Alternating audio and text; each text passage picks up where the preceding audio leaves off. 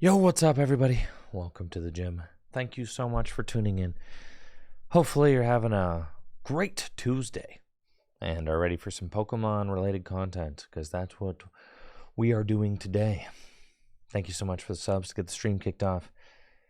We've got Mythic Alex with the tier 1 sub and the 3 years, 36 months. Zozo the Sustainable. Shepherd Pie with the 5 months. IRL Dino with the sub in the 11 months. Cargomatic. Craig, the 35 months. Sam Pants with the year. Atomic Waffle. And Jav, prime sub in the 34 months. Yo, thank you guys. I really appreciate it. And you've been waiting for my reaction to the top 8 since the results dropped on Twitter. You know, I kind of realized that Gardevoir was going to be like the deck at this event a little bit too late. We did kind of come to the conclusion that everybody else came to. I want to say like a day and a half before the event, but like none of us in my group really wanted to just like grind out Gardevoir mirrors all weekend. So it was like, yeah, oh God, you know. Gardevoir mirrors sounds like a nightmare, you know, and we kind of didn't have enough time put into it, I think, in order to, you know, really feel good about sending it. So, heard Dengo has a good card. I think Golden Go does have a good Guardy matchup. It's pretty good, yeah. Yeah, thank you, Josh, for the sub. 36 months. Appreciate it. It's nice cubing with you this weekend. Lugia was extremely fraudulent. I mean, that was kind of like one of the big stories, the results. Lugia, extremely fraudulent. Yeah, Gardevoir, just all over the place. Dragapult was kind of like, you know, sparsely represented around. I mean, there was like a Dragapult. There were 2 Dragapults in this Regidrago deck. Dragapult was featured in Tord's Charizard deck. There was this Dragapult deck right here that got top 32. But yeah, Gardevoir is obviously like the big story of the event. And Lost Box, you know, Gardevoir and Lost Box, which are kind of like 2 older archetypes that get buffed up with some new cards. You know, you got the Iron Thorns in here and the Blood Moon Ursaluna, which really take Lost Box to another level. And then with just like the complete turboed out engine, I mean, 4 Pokestops, 8 switch cards. I mean, I just kind of love what this list is doing. 4 rods. It's just like, this is just as gas as it gets, right? You got the Pal Pad, the gear. I mean, just 3 vacuum. Absolute insanity. With the Prime Catcher, it's technically 9 switch cards. Just absolutely bananas. And then the Gardevoir lists with the Monkey Dory, right?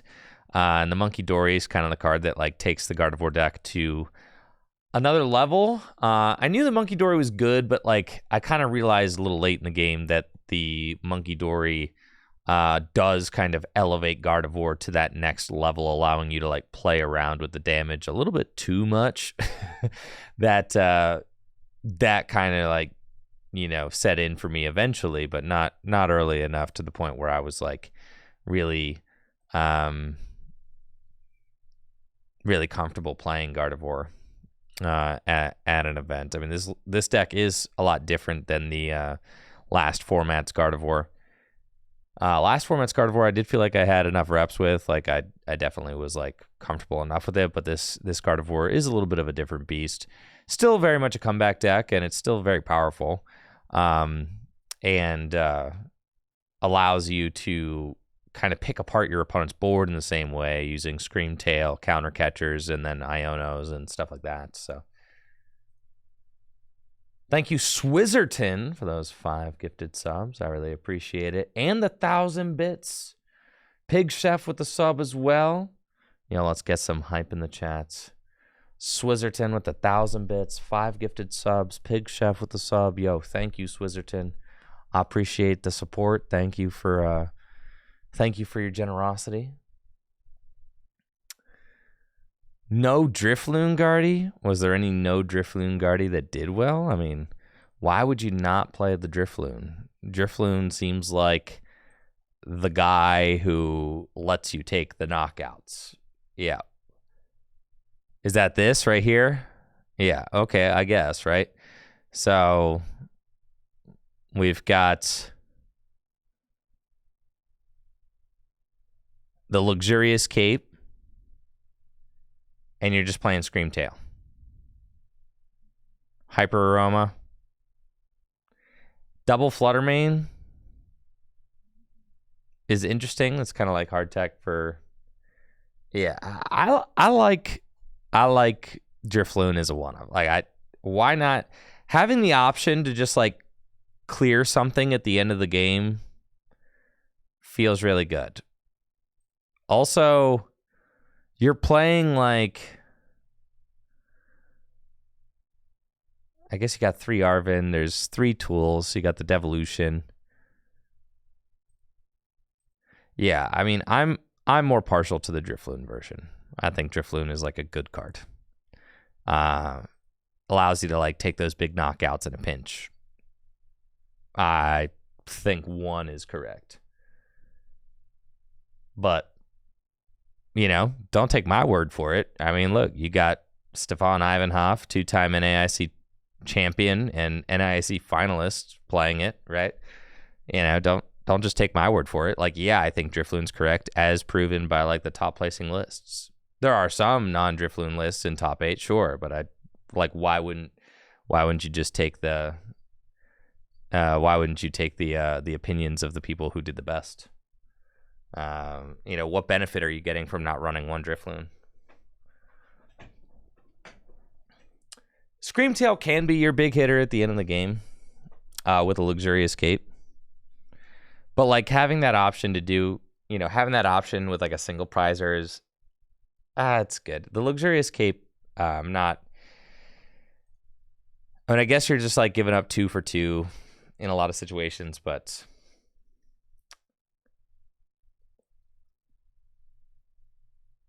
Yeah, I'm kind of into the Drifloon. I actually don't like the Luxurious Cape. Like, I'm not into the Luxurious Cape, frankly. I like the 2 Bravery Charm. I like the kind of 1/1 splits of everything. Yeah, that's cool. But, you know, I mean, this is now old news. I mean, these are the Guardy lists that are so hot right now. So like now everybody is like looking to try and beat these lists. That's like, you know, that's the next step of any metagame, right? Is like, all right, now everybody knows how insane Gardevoir is. You know, now we're trying to beat it. Which is, you know, tough. Gardevoir's flexible deck, but it is slow. And that's the thing about Gardevoir is that it's slow. So, you know, quick Iron Hands should beat Gardevoir. And we saw like Andrew Hedrick's Lost Box deck did beat Gardevoir. Also capable of a quick Iron Hands, capable of a quick Radiant Greninja. I mean, this deck has it all. This deck seems like unnecessarily broken to me. Like looking at this list is so broken. I'm just like, yeah, this seems like the most broken deck that you could possibly construct. Like you telling me that this list won NAIC, I'm like, yeah, that tracks. Yeah. That tracks for sure. I've been hating on Gardevoir for a while. Yes, I have been hating on Gardevoir for a while because I think it sucks. But I think that all decks in standard format suck. I think they all suck now. So they all feel bad. I don't know if anybody had that experience testing. You're like, all these decks suck. Anybody have that experience the week leading up to NAIC? I was just like, wow, all these decks feel like trash, bro. So I'm just saying, like, yeah, I was a little hard on Gardevoir, but I feel that way about a lot of decks. I do. Yeah, I do feel that way about a lot of decks. This list looks insane, though. I gotta say, this list looks absolutely crazy. Yeah, it makes sense that it was able to win a huge tournament. I mean, just absolutely unhinged deck.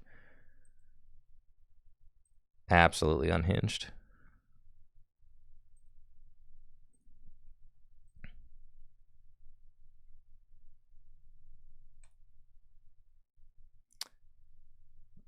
Thank you, Koami, for the sub and the 12 months. Ting Lu is the only thing not trash. How can you say that Ting Lu is good? How can you possibly say that?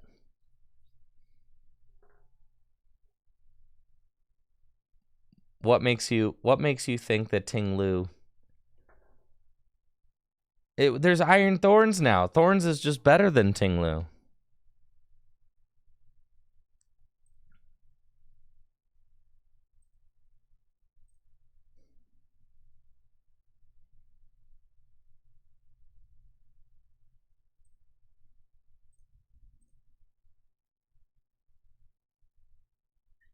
Is this really what you guys want to do? You guys want to roll up with the NAIC winning list and just watch games played with it on TCG Live? That's what you want to do?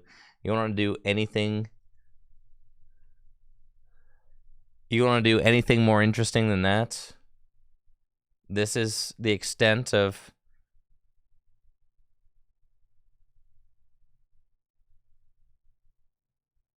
There's only 2 decks made top 8.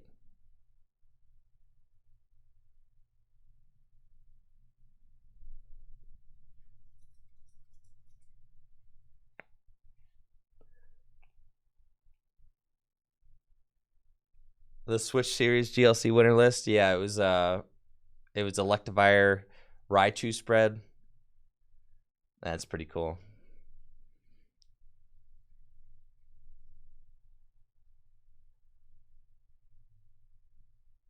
That is pretty cool, for sure. I know Alex Carpenter, one of our locals, and Hunter, they're big Electivire spread guys. They were hyped to see that result for sure.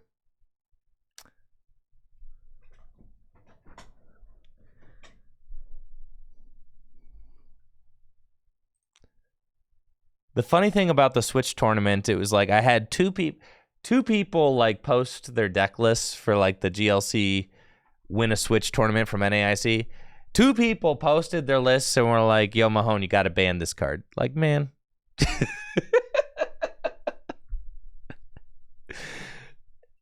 Man, just play the game, bro. just play the game. And none of the cards that people were asking to be banned had anything to do with colorless. People just like to say ban this. People just like to scream ban this card, bro. Ban this card. Ban this card. Yeah, ban this card, bro. Ban this card. Like, man. I think it's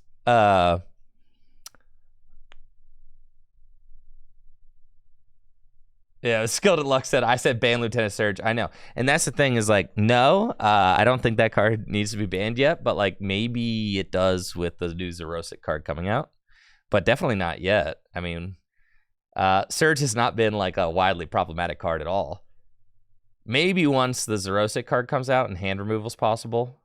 Yeah. I would say for like the cards that are closest to being I don't know, how do I want to put it? Closest to being banned. Cards that are highest on the watch list for Gym Leader Challenge right now. I think Surge is just kind of like mid right now. I'm going to be honest. I think Surge is it's fine, but it's not like broken. It's probably better than it is. It might be better than it is being played, but it's not that great. I think Surge is just fine now. It could possibly get to a point where it doesn't make sense to keep it in Gym Leader Challenge anymore because they print like too many problematic supporters that can get comboed together, which is like maybe what's coming up with the new Zerosic card.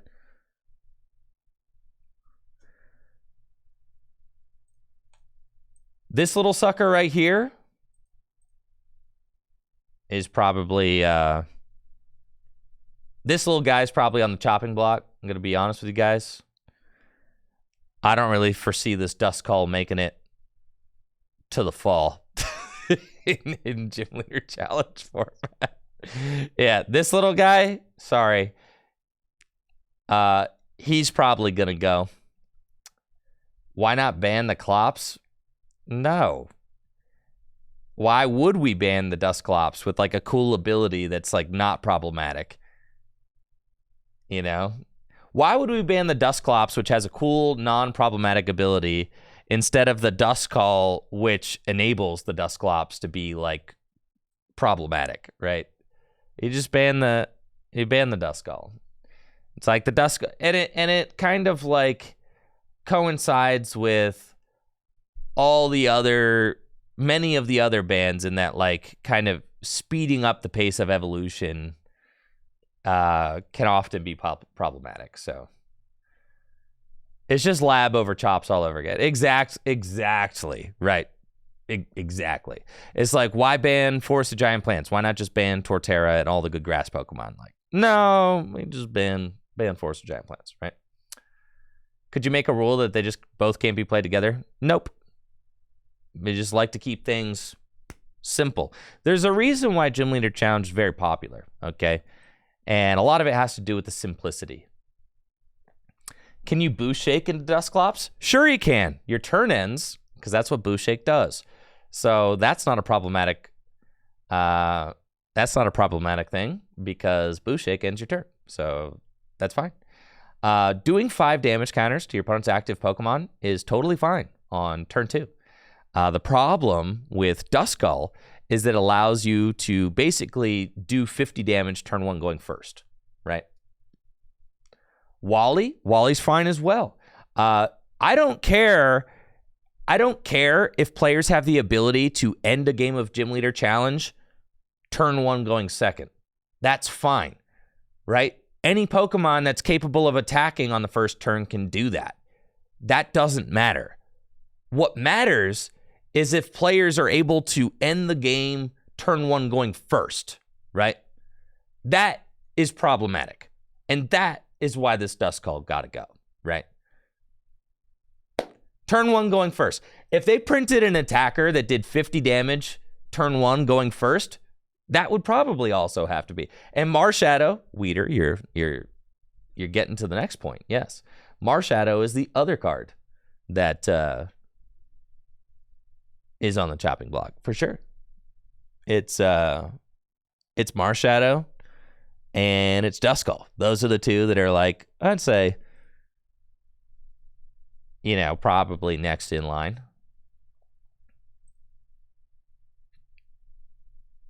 And it's just because like I think like the biggest problem with Marshadow now is that like with Psychic decks having access to Cleffa, it's just there's no downside, right? I know. People love Let Loose. I get it. Just yeah. Cards banned and expanded too. Just makes sense for it eventually to just not be here, I think. Creates more fun and engaging games when you don't just have non-games. Yeah. So, yeah, and that's the thing. It's like you're just getting rid of cards that create non-games. And people love to be like, oh, man, I have so much fun doing the broken stuff. All right, but your opponents aren't having any fun, okay? And Pokemon's not a one-sided activity. It's not just all about you, guys. It's about you and your opponent having an engaging and skill-based game. So, that's the new basic Petron. What does that thing do?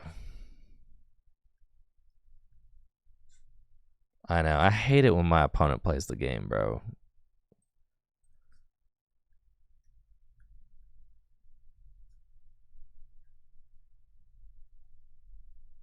Oh, yeah. I don't think we've looked at the Terra cards yet.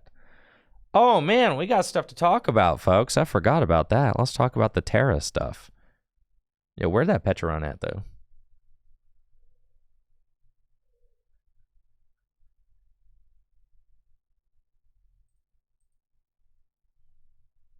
What does the Petron do? This. Man. This. Here we go.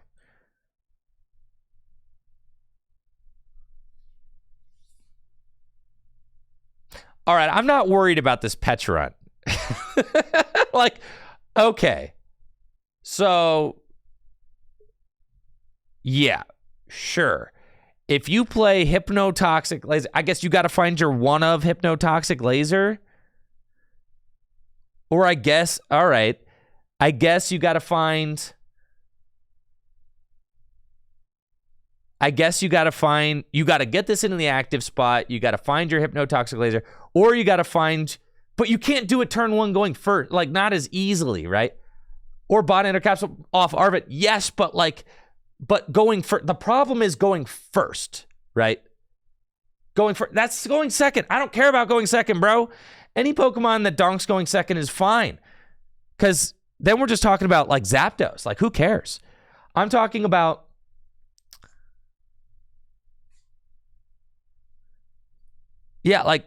like any Lightning deck can just play this guy, right? That does 80 turn one. I'm talking about problematic cards going first. All you have to do to get the Duskull donk is just go get Duskull.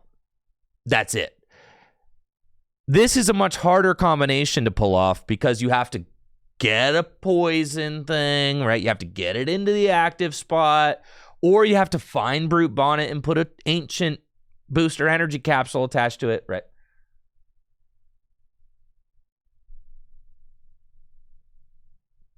It's still possible, yes, but not worthy of a ban, all right? If you guys can't tell the difference between the ease of which that you could donk somebody with the Dusclops and the ease of which you could donk somebody with Petarant, then I cannot help you. If you cannot tell the difference between the difficulty of these two strategies, going first, I'm not talking about going second. I don't care. All I'm trying to do is prevent turn one going first wins happening too often. That's it.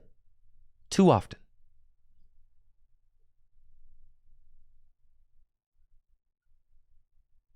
So yeah, probably the Duskull, probably Marshadow. And I have said before that Marshadow would never be banned from Gym Leader Challenge. You never say never, folks. Yeah, I think it's about time this card probably goes. And it just creates unfun games. Problem with it, you know, your opponent shouldn't be able to like, and it's the same thing with this. Is like, yes, your opponent could red card, right?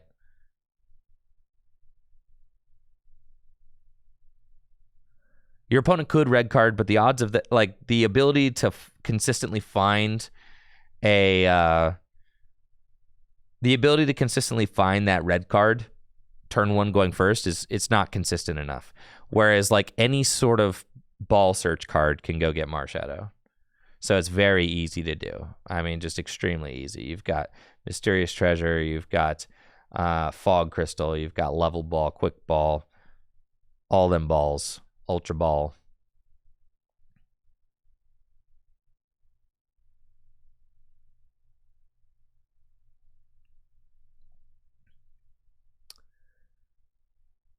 Thank you, Mikey Oh No, for the Prime sub. Simple way to avoid Duskull Donk is not to play basics with less than 60 hit points.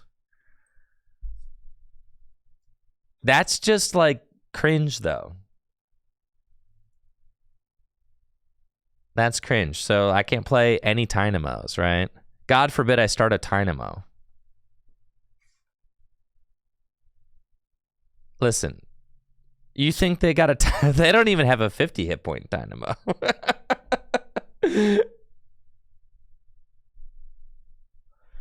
Same way with standard format and Iron Valiant.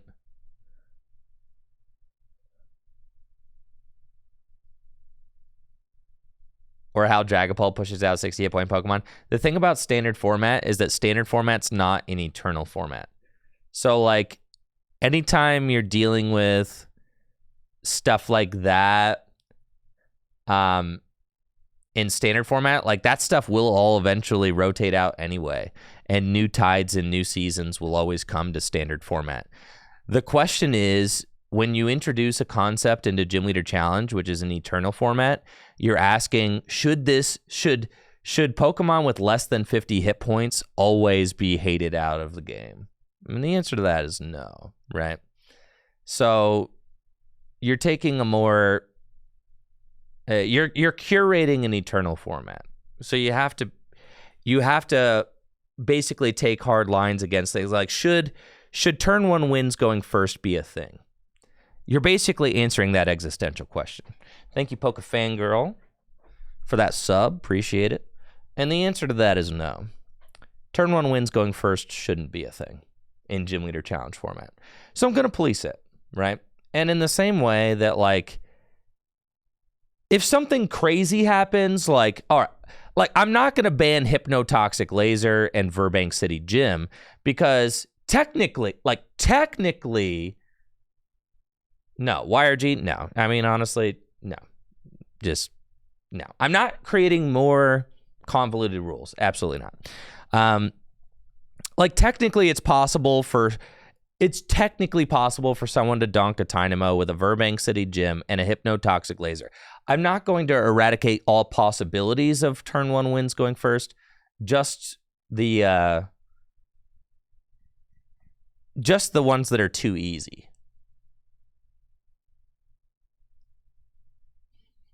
Right. So, you know, if you're playing the 30 hit point Dynamos and you get punished by a Hypnotoxic Laser and a Burbank City Gym, so the philosophy you're working with is like both players get at least a turn. Yeah. Both players should get at least a turn. Do you guys think that both players should get a turn in the Pokemon TCG? Probably. Probably most of you think that. Unless you're one of those sicko expanded ladder players who likes to play the donk deck, then, you know, maybe you don't think that, but most of you probably agree with that, I'd have to imagine.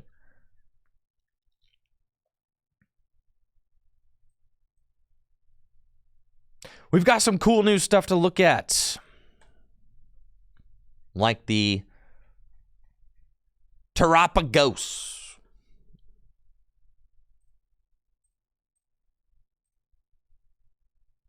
Just have Tyrogue donks again? Goodness.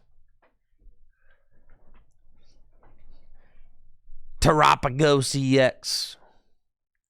230 hit points. It's got the Unified Beatdown. Weren't there like there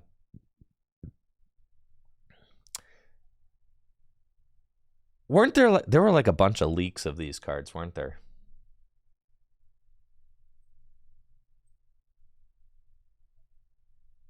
Yeah, these things were leaked.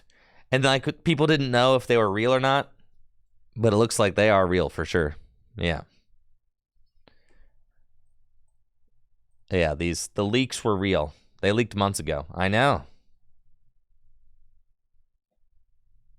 Yeah.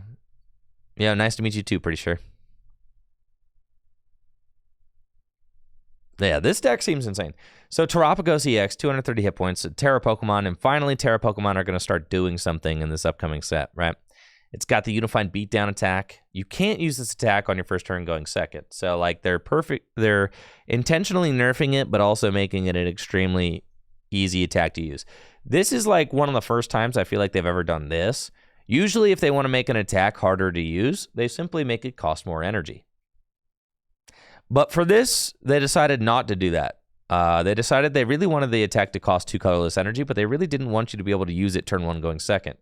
So they just put another qualifier on it, which is kind of interesting, right?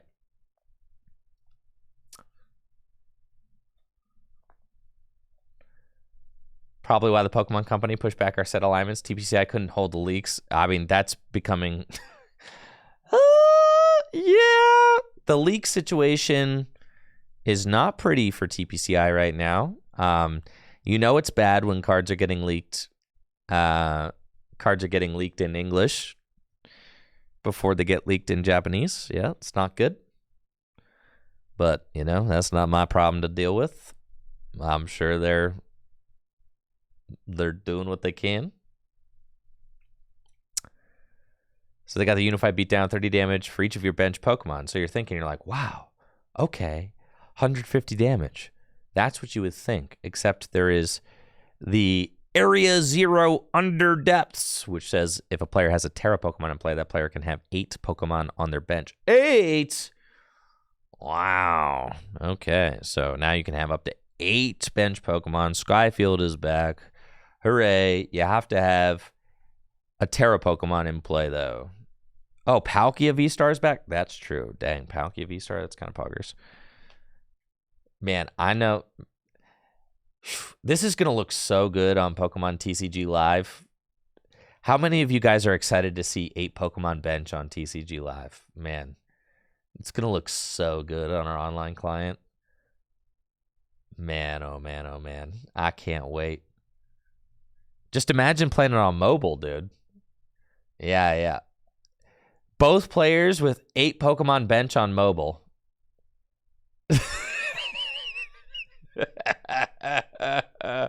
Why, bro? Yeah, thank you, Chaos, for the sub. Thank you, Dave Rose. Thank you, Ice Cubist. Thank you, Mikey Ono. Thank you all for the subs. I'm sorry if I missed you. I appreciate you guys. Thank you.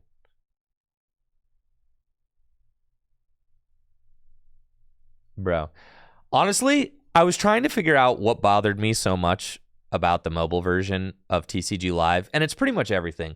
But one of the things that bothers me the most is the fact that you can't see your whole hand at once. Thank you, Matter Splatter, for the sub and the 9 months. It actively, it's terrible. It's absolutely terrible. The fact that you cannot see your hand. Scrolling through your hand is nauseating. And it just, it makes it so that it's almost impossible to really visually comprehend what you're working with in your hand. TCG Live is absolutely a miserably designed client. I mean, it's miserable. Start to finish, top to bottom, absolutely a disgrace. It's terrible.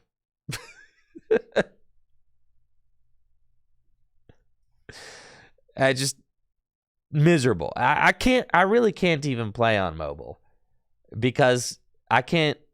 It's hard for me. Listen, I don't have object permanence, okay? So, as I'm scrolling through my hand, I'm if out of sight, out of mind, man. Anyways, that's not the stun lock we're doing today.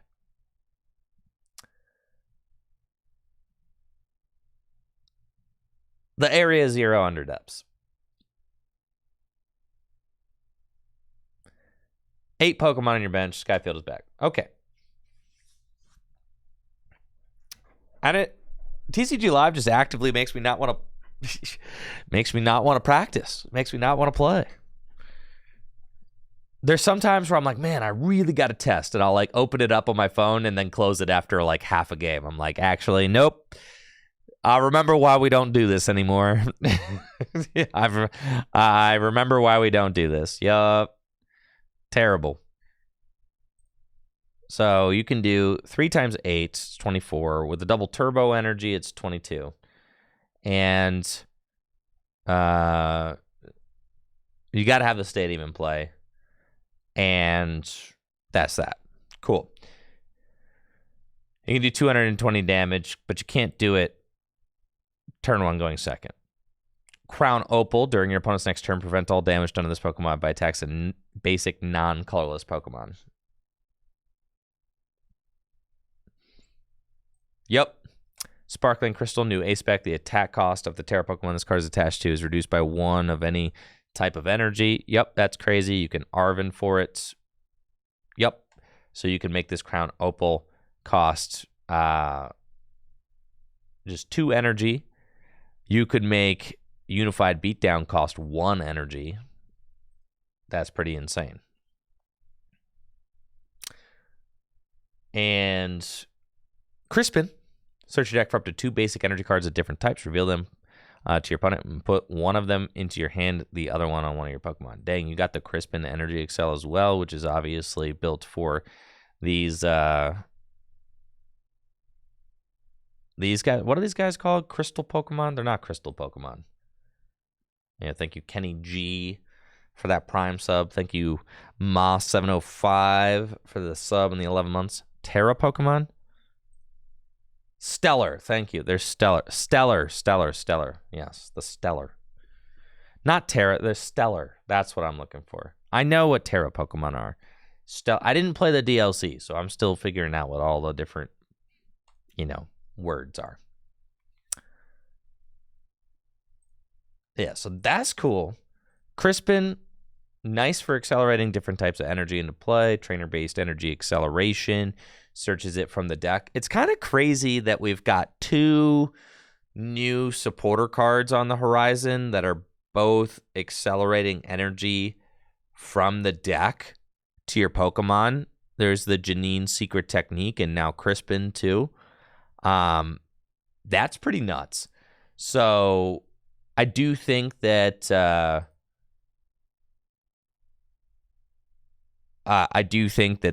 that's going to really change the pace of the game and the way that decks are played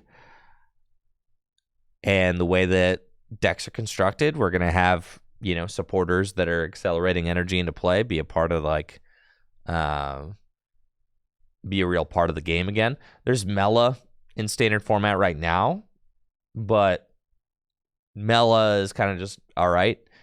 And as far as accelerating fire energy into play, the best Pokemon at doing that, or the best way to do that, is probably just Charizard EX. So the uses for Mela are kind of narrow. But with Crispin and the Janine Secret Technique, coming into standard, both accelerating from the deck, I mean, they're both really strong effects. And the Crispin card is obviously constructed for these stellar type decks because they have all these wonky energy requirements. And the Janine Secret Technique is very clearly designed for the darkness type decks, right? Yeah, Mela Fire still has Magma Basin too. It's true. Yes. True. We got Bouffalant with the Curly Wall ability. If you have another Bouffalant in play, all your basic colorless Pokemon take 60 less damage from attacks. What the heck, bro? Huh? Wait, this is broken, guys. Thank you, BK Sting, for the sub and the 44 months. This is broken. Wait, why is this so broken? Hold on. This guy, Jewel Hunt, when you play this Pokemon from your hand to evolve one of your Pokemon during your turn, if you have any Terra Pokemon in play, you may search your deck for up to 2 trainer cards, reel them, put them into your hand. Cool, so this thing's got turbo shady dealings. Okay. That's nuts. And then Fan Rotom. On your first turn, you may use this ability. Search your deck for 3 colorless Pokemon with 100 hit points or less. Reveal them and put them into your hand. Then shuffle your deck. You can't use this ability if you've used another Fan Call ability this turn. Fan Call is just insane. Obviously, incredible with this kind of Terapagos deck package that we've got going on, but also an insane card for Gym Leader Challenge. Turn 170, very good.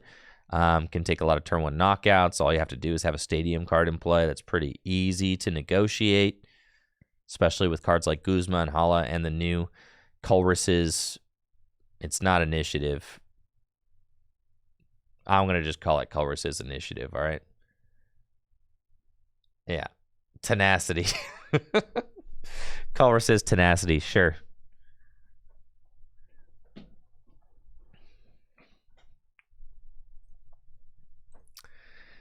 Bouffalant has less than 100. This thing, bro. All right. This thing gets you the Noctowls, dude. You can go set up your whole deck and just go get the Noctowl for next turn. It doesn't say basic Pokemon.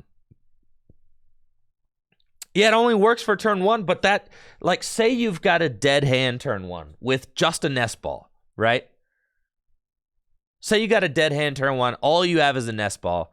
You can Nest Ball for Fan Rotom, go get a Hoot, a Terapagos, and a guy, and a Noctowl. You know what I mean? Like, you basically, it's broken. Yeah, it's broken, dude. Oh, you can't get the Terapagos. But yeah. Say you already have a Terapagos in play. You fan Rotom for like Hoot, 2 Hoot, and a Noctowl. Max 100. Yeah. Whatever. You get what I'm saying.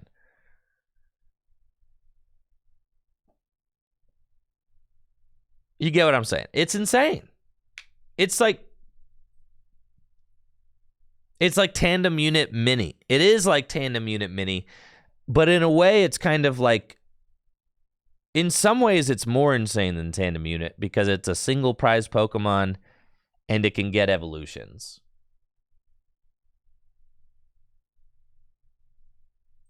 And you can get it with Buddy Poffin too, right? The fact that you can chain a single Buddy Poffin into a full bench is crazy. Like, dude, think about that. You're like, oh yeah, all I got's a Buddy Poffin. Okay, I'll fill my entire bench and go get freaking Noctowl for next turn. This card is bananas. All right. This is one of the best cards I've seen printed in like recently. This is like one of the craziest cards I've seen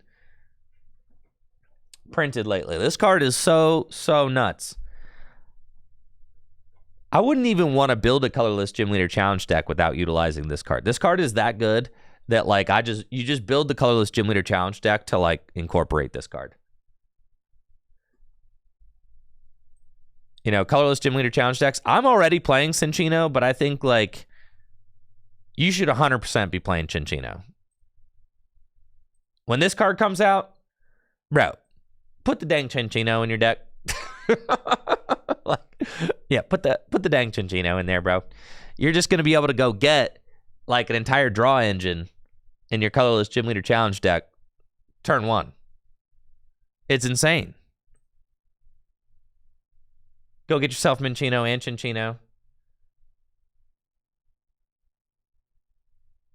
Craziness. Thank you, Luna, for the sub in the 33 months.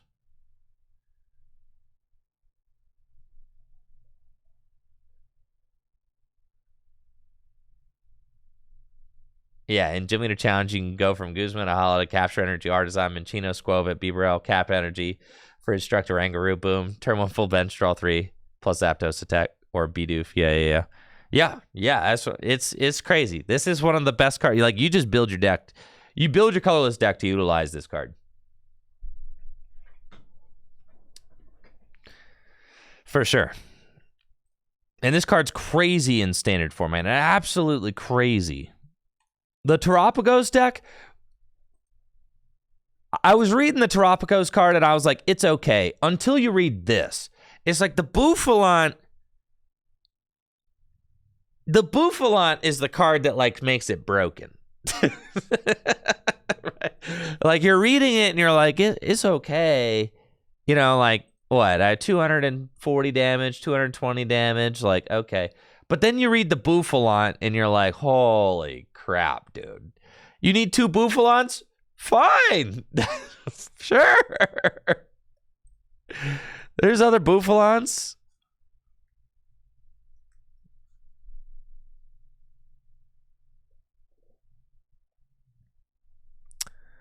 Dang, bro. There's no other Bouffalants. Let's see. If you have another Bouffalant play. It doesn't matter. They can be the same Bouffalant. Yeah, they don't even have to be different Bouffalant, bro. And Bouffalant has 100 hit points. You just go get them. Is it worth 2 bench spaces? Bro. Yes. Yes. Look at this. You have to 8 anyway. You have 8. You got 8 bench spots. So what are you putting in spots 6, 7, and 8? Probably a couple boofers.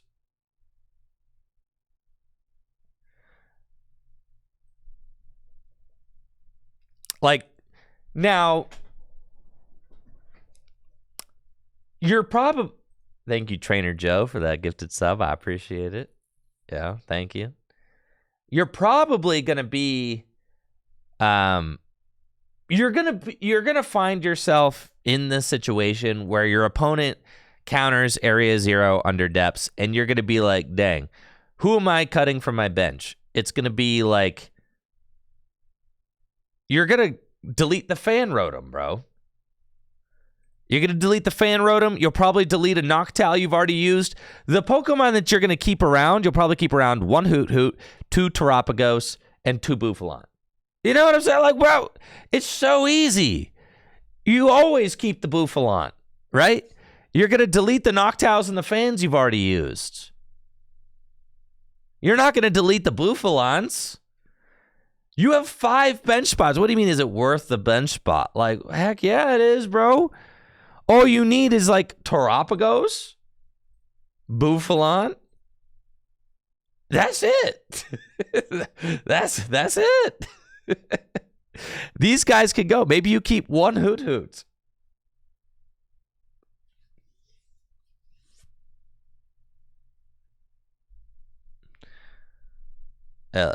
This is so broken. And then if you put like a Bravery Charm on it or something, you're talking about 340 hit points. 340 HP. 340. That's nuts. Bouffalon makes it so you take 60 less damage. That's an effective 290. And then if you put the Bravery Charm on, your opponent has to deal 340 hit points. Now, the thing about the Terapagos deck is that it doesn't have unlimited damage output. It does not. I mean, you are capped at like 240, right? So that is a damage cap. So you really have to lean into the fact that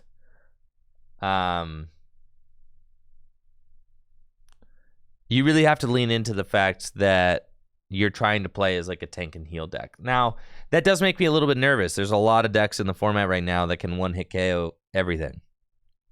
So, not if you poison him and use the Mochi. Man.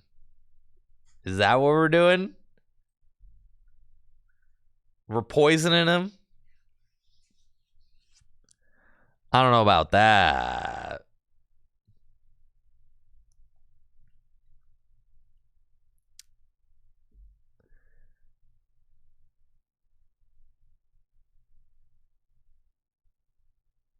Dang.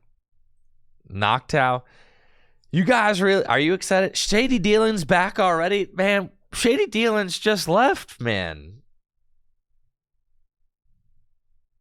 Collapse is a great counter for sure.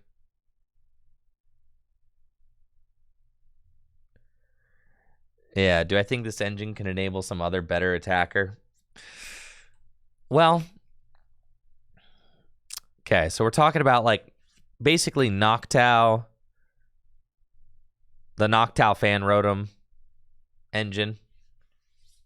You got to have a Terra Pokemon in play.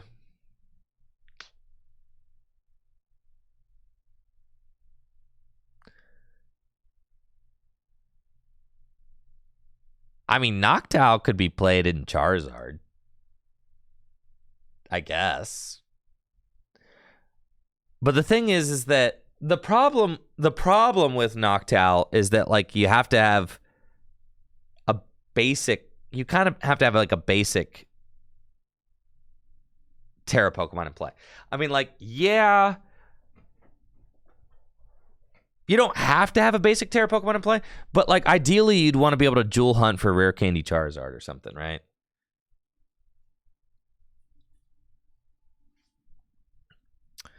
I do think it's interesting. Yeah, right, because like Noctowl, you could play it alongside a card like Charizard, which is a Terra Pokemon. But the problem is that if your Charizard gets knocked out, Noctowl can't help you rebuild. That's like the problem with it. So, Noctowl is best with like basic Terra Pokemon. Now, it's not required that you play Noctowl with basic Terra Pokemon. but it is going to be best suited for basic Terra Pokemon.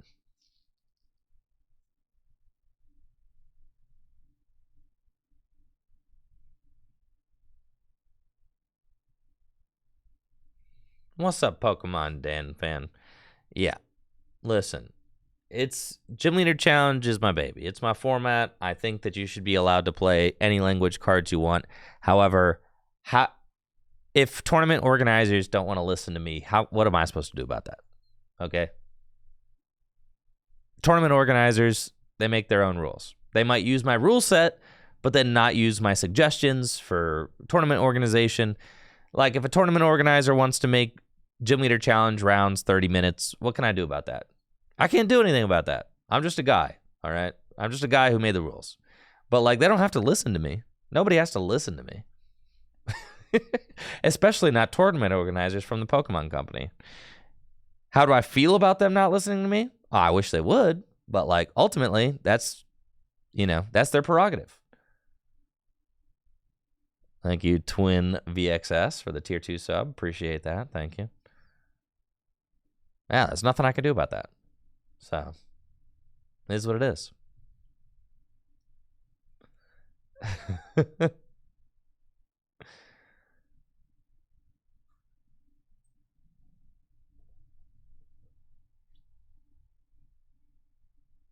Sure, yeah. I mean, you can feel bad all you want, but what can I do about that? I can't do anything about that.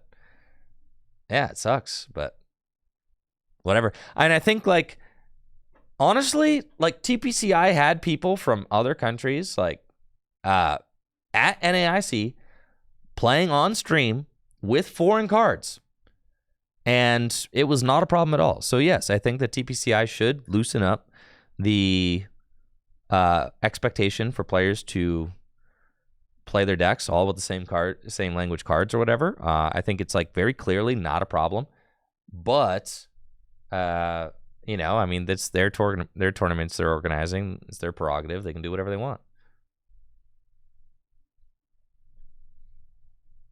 So, yeah, it's not an issue. And at the World Championships, obviously, you got cards from all over the world being played together. But I know it's mostly about logistics. I know that, like, for the most part, if TPCI is like making it so that like so that people can't play with foreign cards, it's because they're worried about the logistics of it, which is like for a casual format like Gym Leader Challenge, I would argue that, like, dude, everybody at the table's got a phone. You whip out the phone. If you've got a question about a card, you can whip out the phone and you can look at it. But, like, they're not confident enough to take that step yet. So that's just like, I guess that's where they're at. All card backs should be the same. I would argue, why do card backs need to be the same if you play with opaque sleeves? Shouldn't you have a rule that, like, if you're playing with cards that have different backs, you just need opaque sleeves, right? Yeah. I would say, like, if your card backs aren't all the same, just play with opaque sleeves. It's really not an issue, right? So,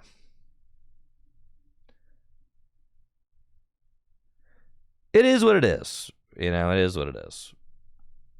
I have my suggestions for how I think tournament organizers ought to run Gym Leader Challenge tournaments, but ultimately, what do you think? I'm going to go around campaigning to all the different tournament organizers to, like, make sure that they're all following my rules? Like, no. Tournament organizers are going to do whatever the heck they want.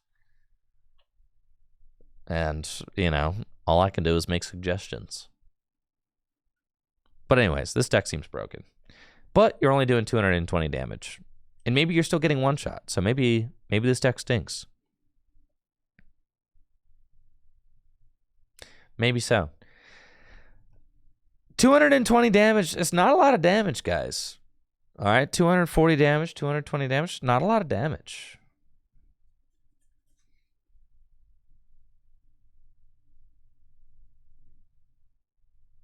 I mean,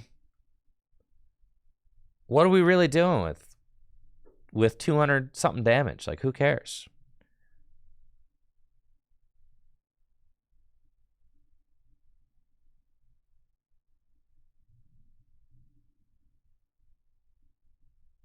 Yeah, 220 damage. Sharon loop it.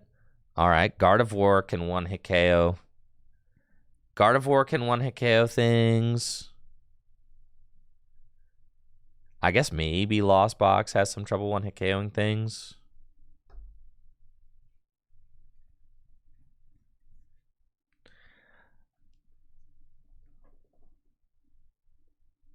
I'm thinking maybe Raging Bolt's just kind of better than that, isn't it?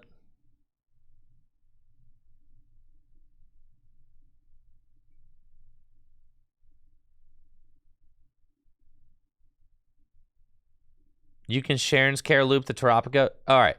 Here's my hot take. Terrapagos. That deck seems worse than Blissey, bro.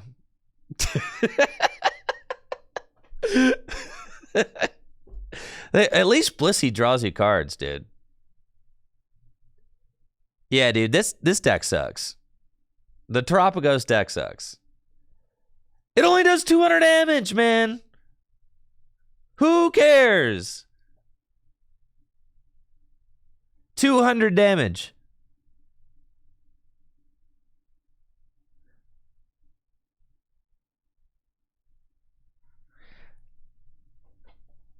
The second attack can stall basic attacking Pokemon. Sure, all you have to do is boss and all you have to do is like boss and prime catcher and you're chilling. All you have to do is like use bundle prime catcher. Boom. Bundle. And the thing is that like you're never even knocking out a Raging Bolt. Shouldn't you be immune to Raging Bolt? If you don't think Raging Bolt can play around it, I got another thing coming for you. Yeah. Raging Bolt's just going to play around that. Easy. You just put a bundle in your deck.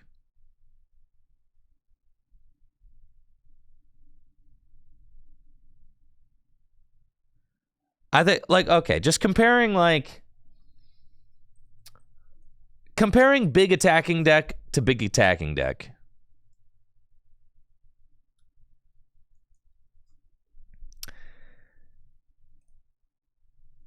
It just doesn't do enough damage, man. You can't even attack turn one going second. Raging Bolt can do like 280 damage turn one going second.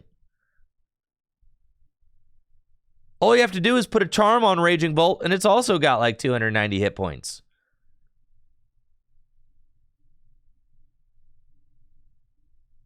How is Raging Bolt not just better than this?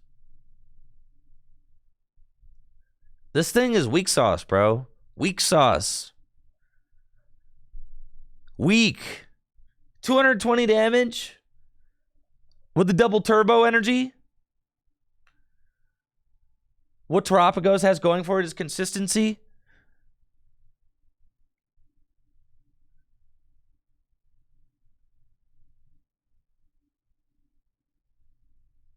I mean, I think the coolest part about the Terrapagos deck is everything that is not Terrapagos.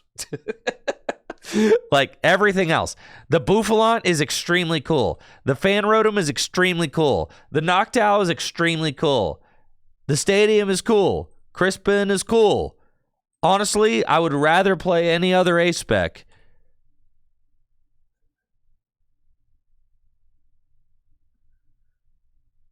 All right, who got the leaks?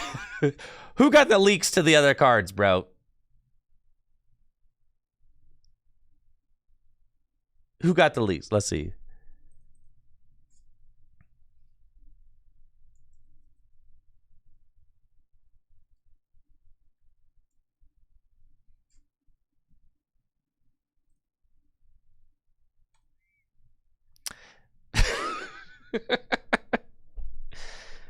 All right. Don't look at those, guys. All right, yeah. Don't look at those. Don't look at those. All right. Theoretically, if there were leaks, hypothetically, if there were leaked Pokemon, hypothetically, okay. Let's see what they might do hypothetically if there if there were. Is this like? I think the Lapras is cool, right?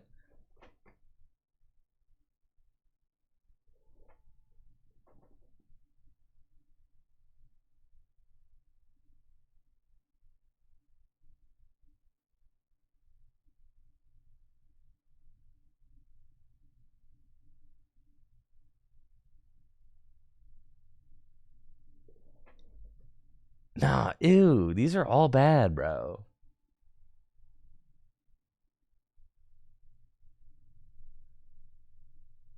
All right.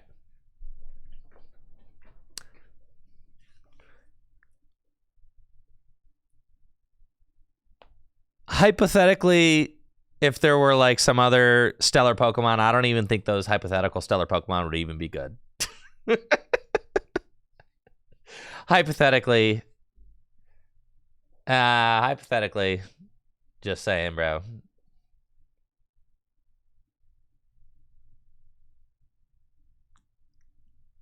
This thing only does 200 damage. Like, who cares? Raging Bolts is just the better big basic deck.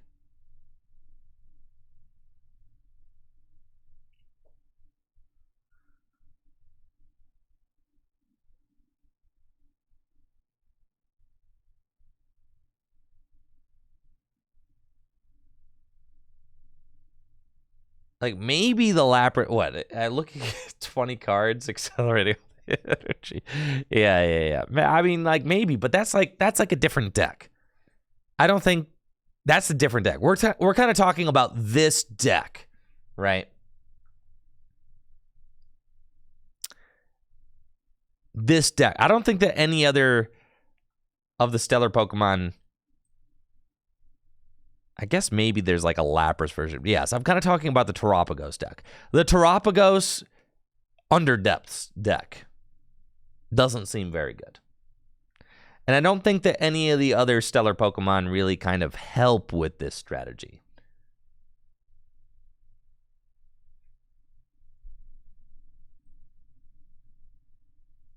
So, uh-oh.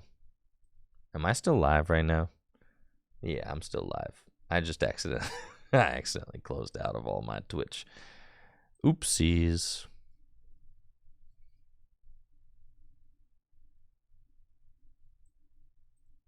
Me having to open my internet browser again. All right, we're so back.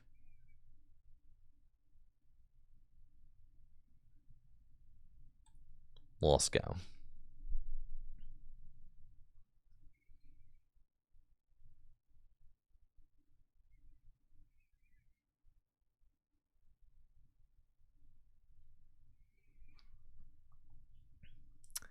Yeah, I don't think the Terapagos deck... I mean, I'm going to try it out on stream. We're going to look at it for sure. But, like... So ultimately, when you're asking yourself, like, where does the deck fit into the metagame? Like, what is it countering? What is the Terapagos deck doing better than other decks? Where is it fitting? What is it doing that's so impressive?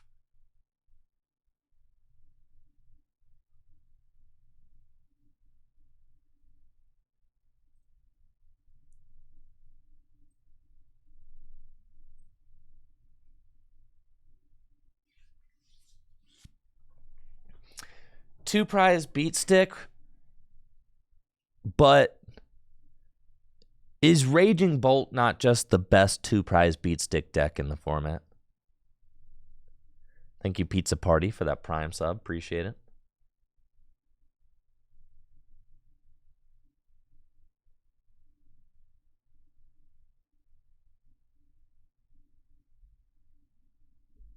And if Bolt is just better, then doesn't Terapagos just kind of get in line behind Raging Bolt?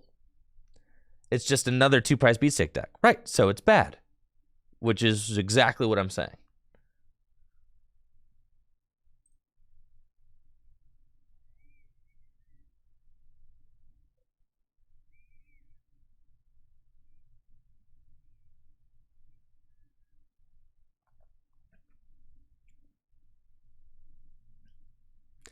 You only need one two prizer on the field at any given time with a turtle. Yeah, but you do kind of have to have one in play in order to do meaningful stuff. It's not like you have like a great single prize attacker.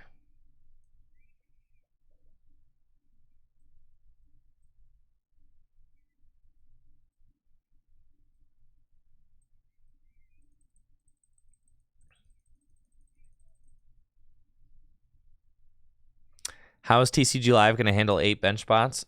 Yeah, especially on mobile, right?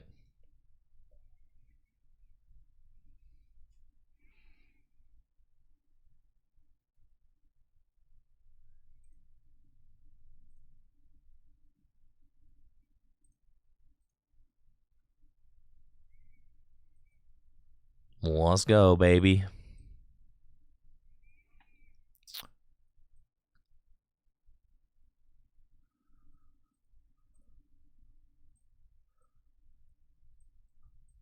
Okay. 1 psychic. Got it. Let's roll.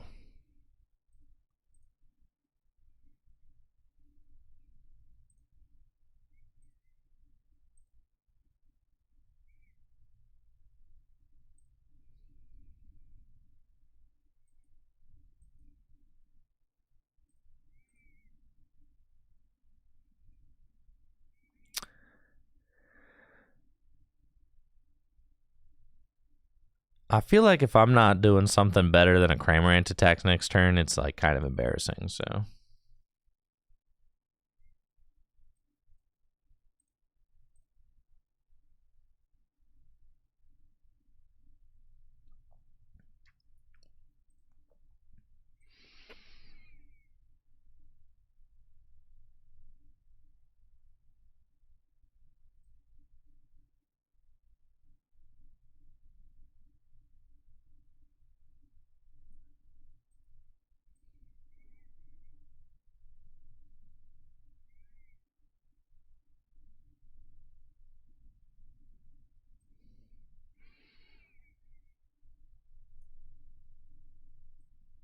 Cool.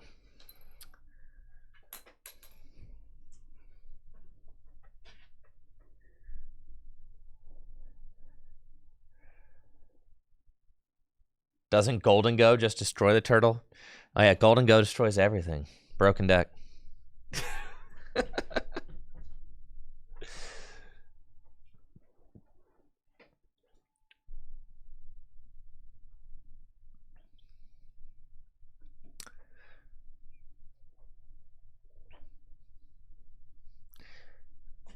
I guess I'm arguing that Terapagos is just not that good. Sure, the Terapagos package is good. Like, all the other stuff seems good.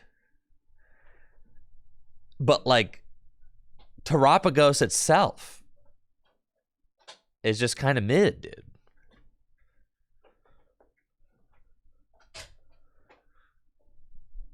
That's kind of what I'm saying. Like, do you actually need the turtle? Like, what is the turtle doing for us? So I'm arguing that the turtle is just not good.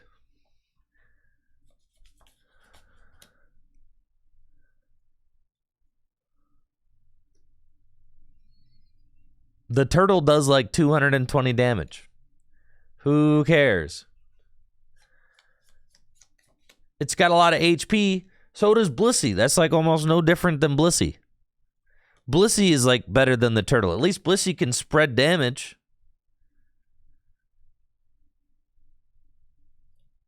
At least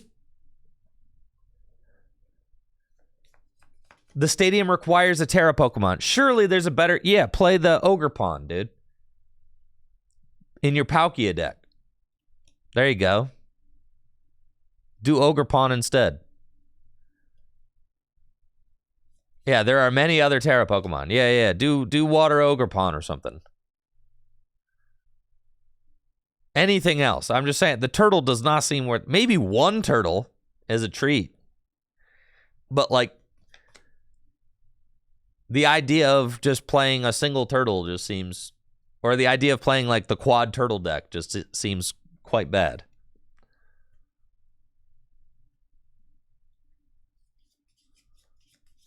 Are there Terra Nani X? No.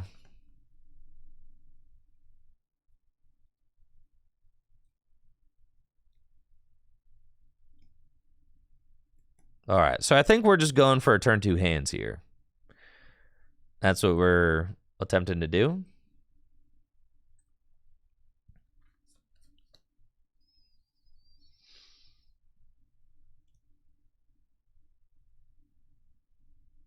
Yeah, they don't get the attack. Cool. So we're going to try and go Iron Hands and just see what they can do about that. We're going to want one of those. We're going to want one of those. And I don't even need another vacuum. But I guess if I want to like Pokestop twice, I could do that. And I don't need another nest ball. So that's good. I think we're just going to get the hands and say like it's happening. So because this deck is like the pure gas. I don't have Radiant Greninja.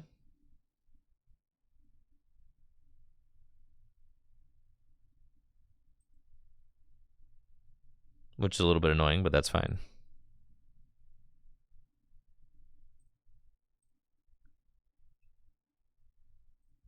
Okay, we've got a Lightning and Water there. We can do Mirage Gates.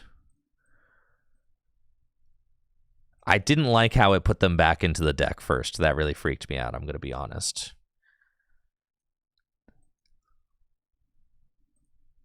Flower selecting.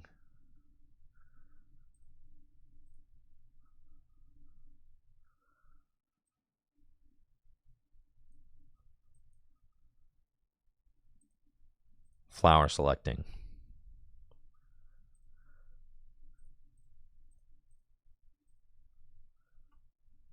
All right, this deck's a lie if I don't find the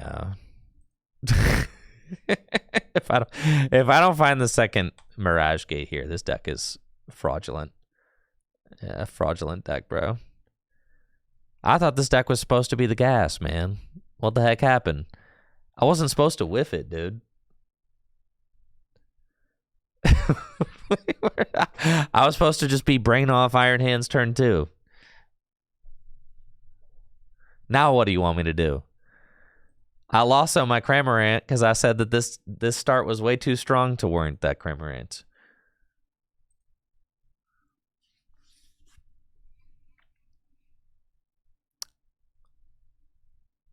Oh, that's fine. We'll figure it out.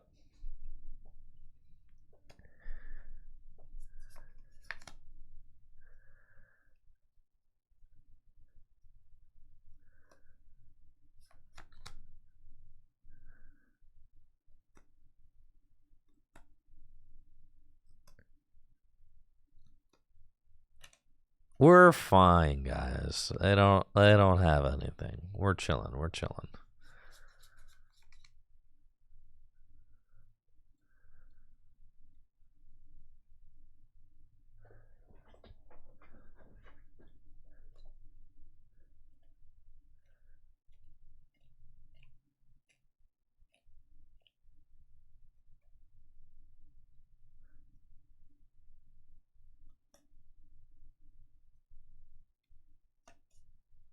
That's fine. All right. I'm sorry I lost box heads. I'm sorry. Okay. I'll get my stuff together next game. Promise.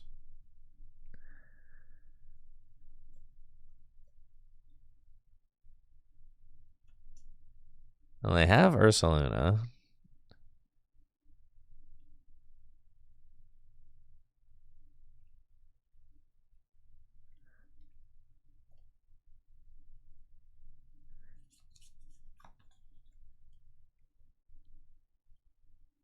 I imagine, just Moonlight Sugar, but you're playing Manaphy, but none of the real Lost Box heads were playing Manaphy at NAIC. So you're not a true Lost Box head. Real Lost Box heads aren't playing Manaphy anymore.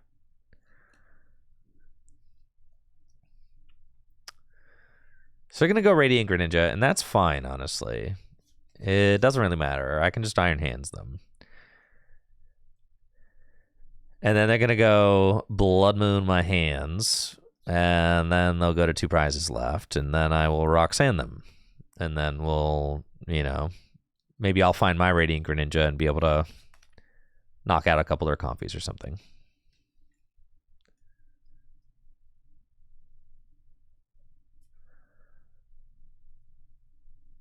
But I can't Radiant Greninja them, actually, because they've got the stupid Manaphy. You're breaking the rules, dude.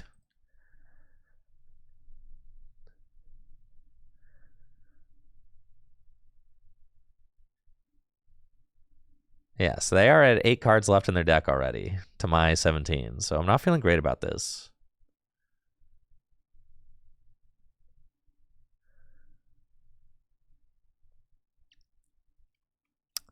And they will very easily be able to Blood Moon my Iron Hands. So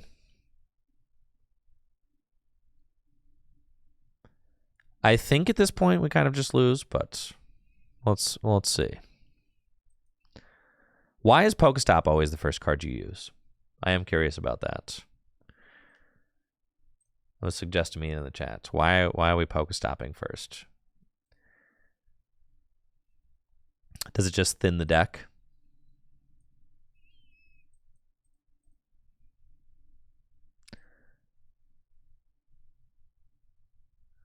Because you can play around what you discard? That makes sense.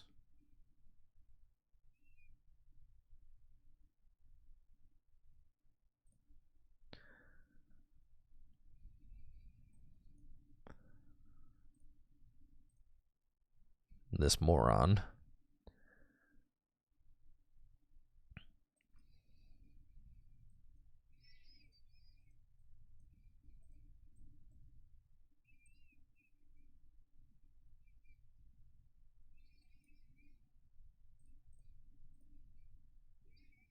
Didn't like that.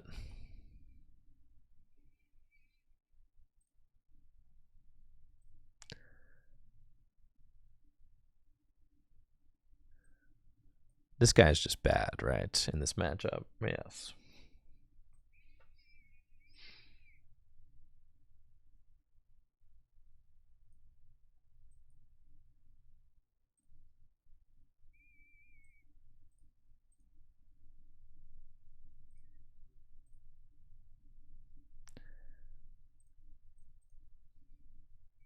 I guess it's good against Blood Moon. Yeah. Right? But they can just bundle. Yeah.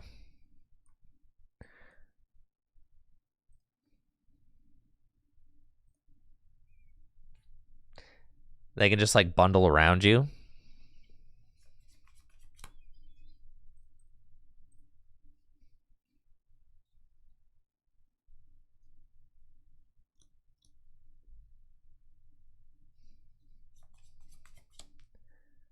Yes, I think it's at this point there is nothing to be done. With them playing the Manaphy, if I had gotten the turn 2 Iron Hands, I think I just win.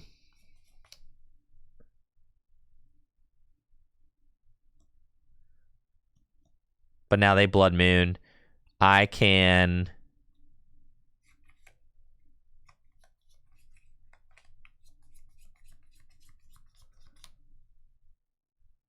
Like, they're going to Blood Moon me.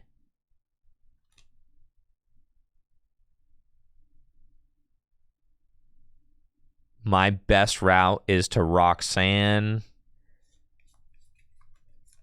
Yeah, I guess I could have Roxanne and Thorns the Blood Moon, like, maybe. So maybe that was my route. Yeah, it's cool. That's my first game of this mirror, so I'm kind of like figuring it out on the fly.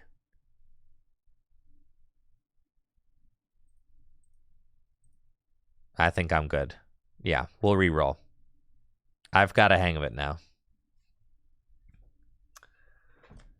I think I understand what's going on. Maybe I need to put the Manaphy in the deck for the mirror, though. Because there's probably going to be a lot of people out here playing the mirror. And also people hate playing decks without Manaphy. So everybody on the ladder is going to have this deck with the Manaphy for the mirror.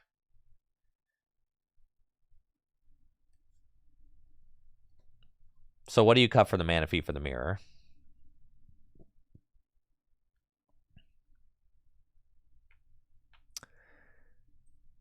Manaphy cringe, just no Manaphy for the mirror. Don't do it. Say no more.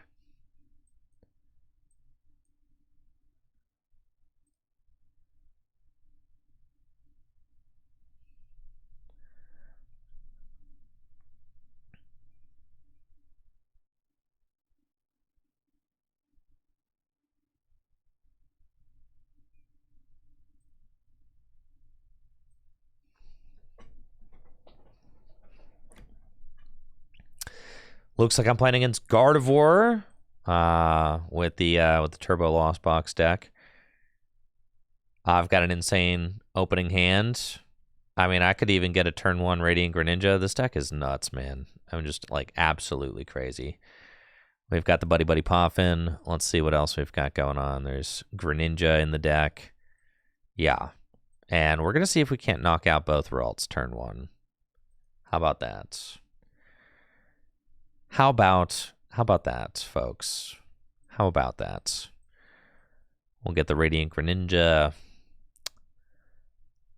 And sure, yeah, let's also get the last Comfy. Sick. Culver's time. Stop. Water. Switch. Yep. And let's conceal cards. Dang, that's so crazy. Let's stop. Cool. Let's switch into Comfy. Start selecting some flowers. Nice. This is crazy, man. It's crazy, man. This deck's crazy, man. All right. Here we go.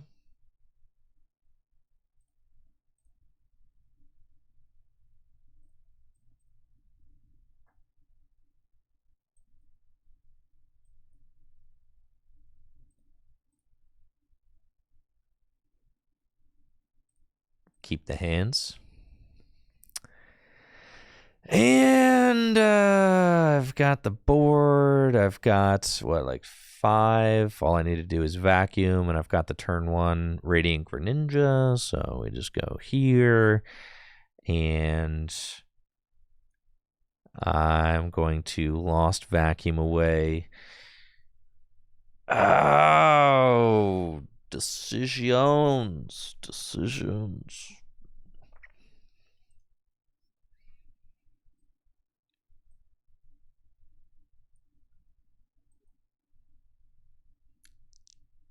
Has to be the route. Do we have water in deck? All right.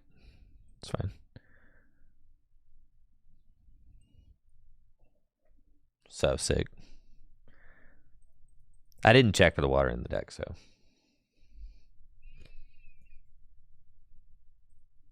All right. See? Broken deck. Easy.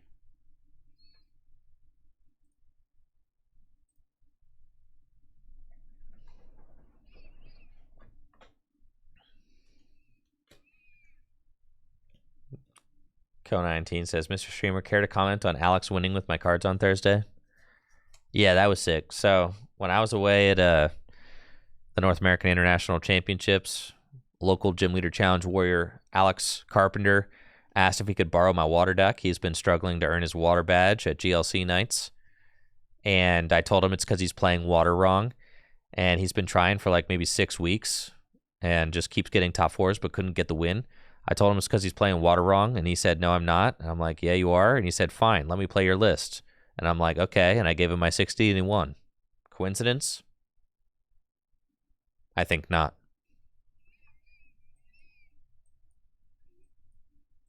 Broken water deck.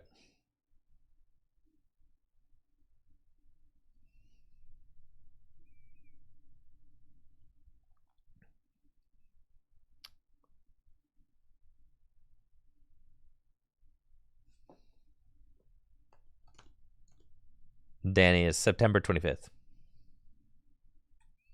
Right around there.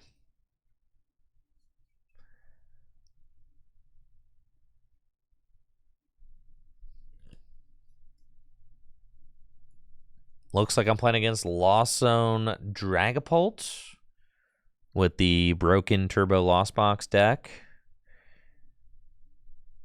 I played against 2 Dragapult decks at NAIC. Both of them were Lost Box Dragapults, and I beat them both. I think Turbo Lost Box is just the better deck, and that's exactly what I said before the North American International Championships. I was like, if you think that if you think that Lost Zone, if you think that Lost Zone Dragapult is good, it's probably just because the Lost Zone is good. Like, the Lost Zone stuff's really good. I don't think the Dragapult stuff is actually all that great. I think it's just okay. All right, let's go. Here. Buddy Poffin.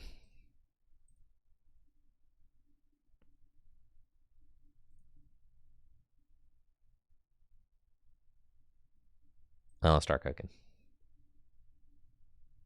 Thank you, Poisonous Panda, for that sub. I appreciate it. Like, we could just win the game, bro. We could win the game if we attack with Radiant Greninja turn 1. We could simply win. All right.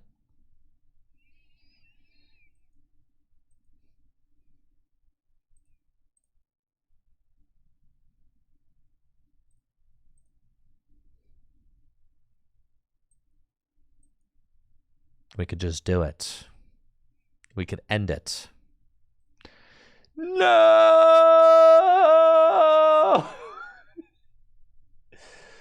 No!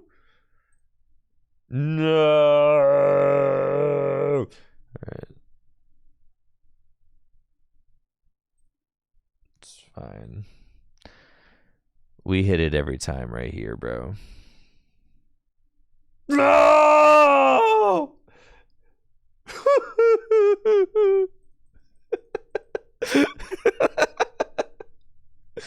This is stupid, man. It's so stupid. Stupid.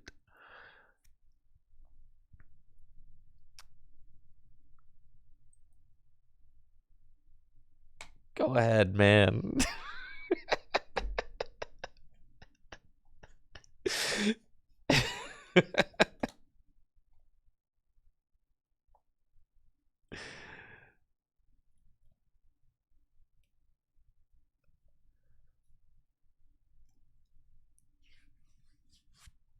Honestly, the perfect water gym leader challenge deck, honestly.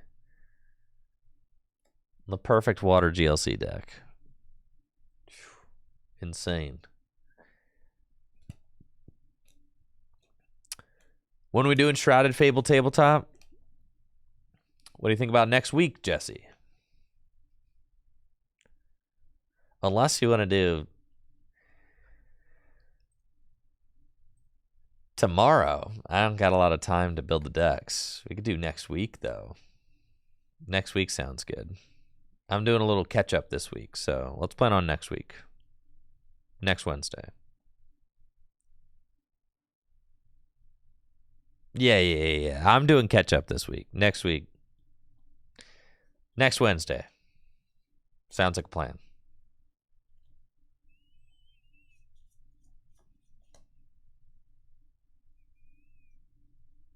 When's the next retro stream? Dang, you're asking the tough questions, aren't you?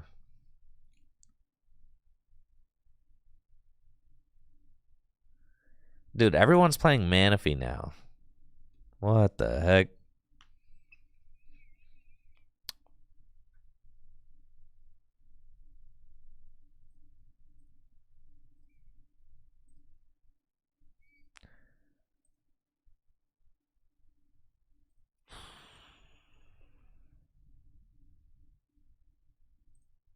I was like literally thinking about going and getting that off Artisan, and I was like, I don't know, maybe I hit some gas and like I don't want to.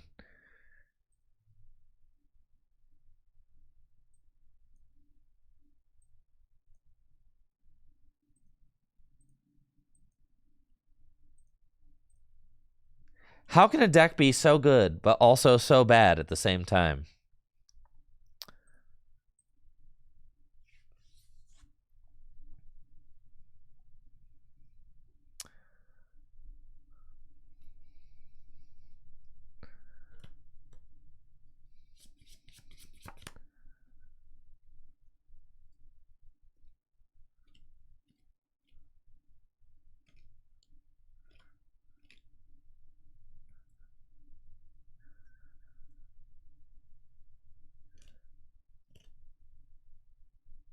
I feel like for this particular game, I think I'm kind of out of it already. Like, I just am going too slow.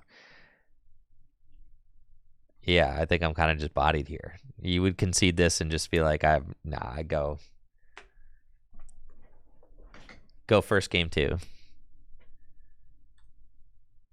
You won't flower select into...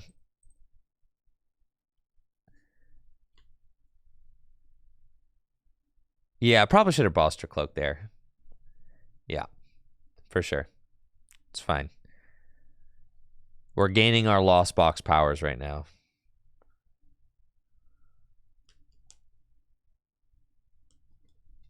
The pulp matchups are extremely winnable. I would say so. Yeah, they are extremely winnable. But from that, like, kind of slow start, you think? I mean, what comeback potential do we have against Pokemon doing 200 damage and spreading 6 every turn?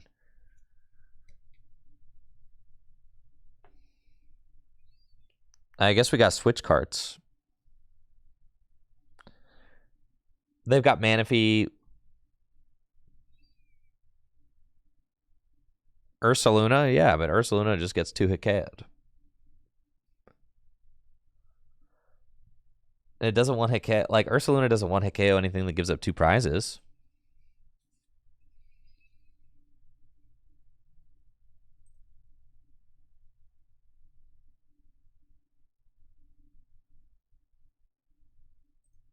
Yeah, I'll take my 3 mulligans. Okay, this is sick.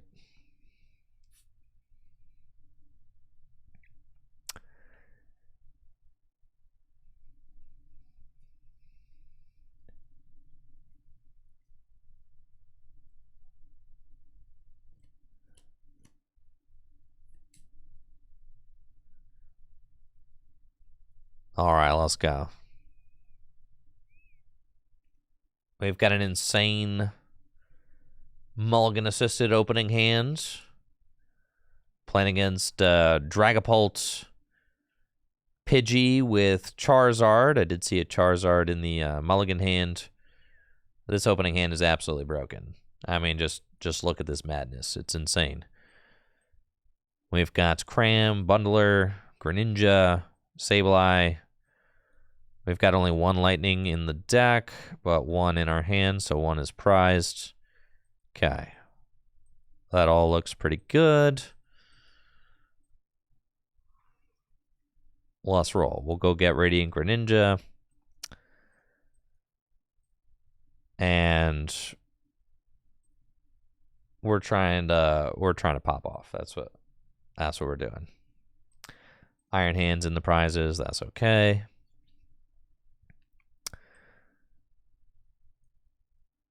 Colress. And keep the water. Keep the gate. Keep the boss. 2. It's fine.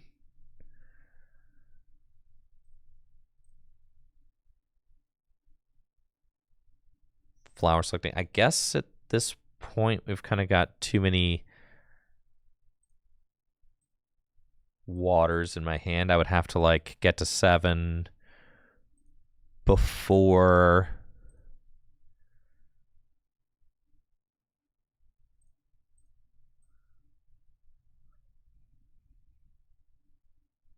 well, that was trolling taking that. That's fine. I think I'm just going to cram the active. But I actually don't have the switch. Yes, it was very much troll. I thought I had a switch in my hand, but I did not.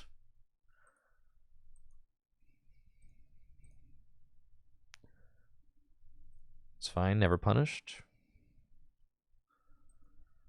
We'll grab the cram and just hit.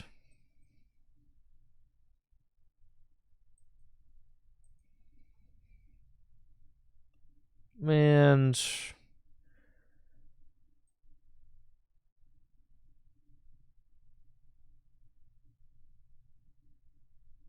I don't like actually putting the energy anywhere. It's fine.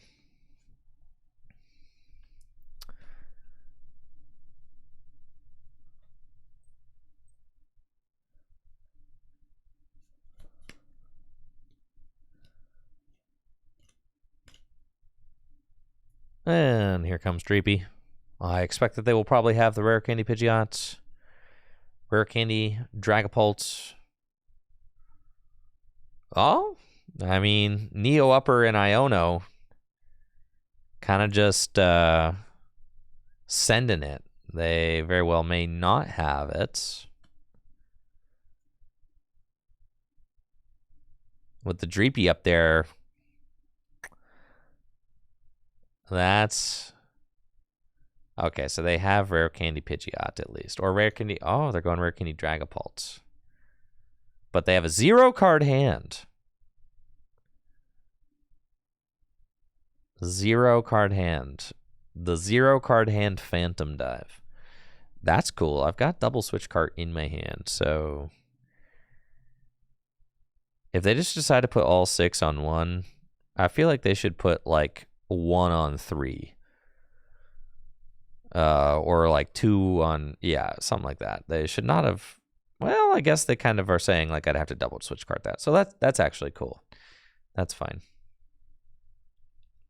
I could have hit, like, switch cart, switch cart, switch cart, in which case that would negate that, so...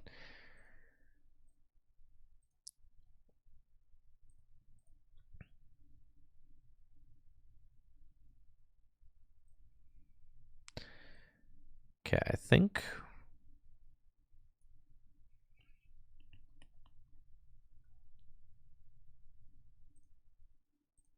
Let's just go.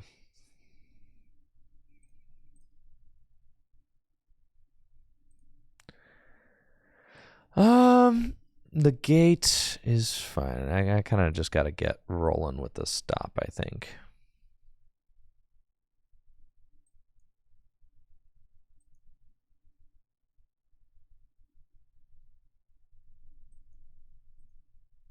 But I'm looking for the Colress, so we got to not play that. I know I had Colress.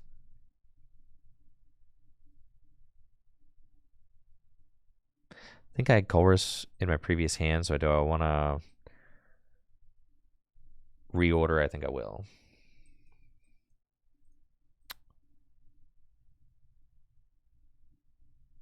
That's fine.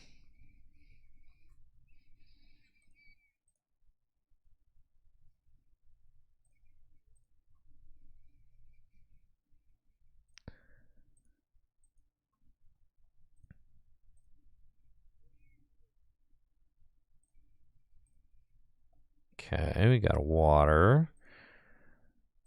Concealed cards. I didn't have Colress in my previous hand. I forgot.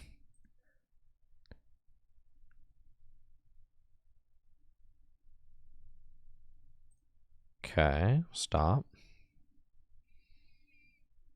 There goes the Colress. Okay.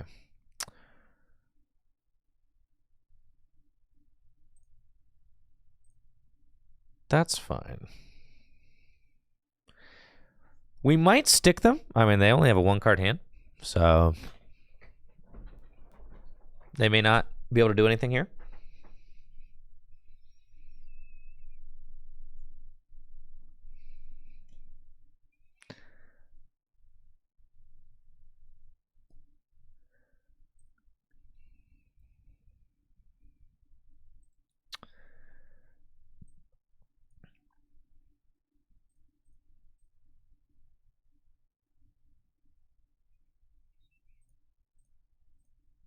Okay, we'll put those back in and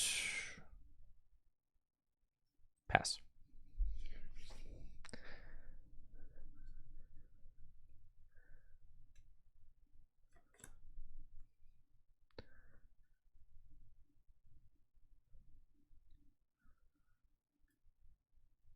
Yep. Go ahead, use instant charge. No! No, you're not supposed to have it, bro. Okay, this is fine. This is fine. We're just building up for the perfect Roxanne.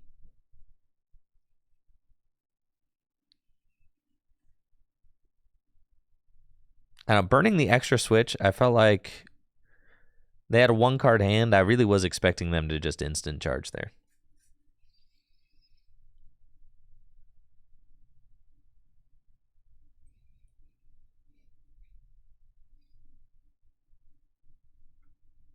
Nice. There's Culver's. Cool.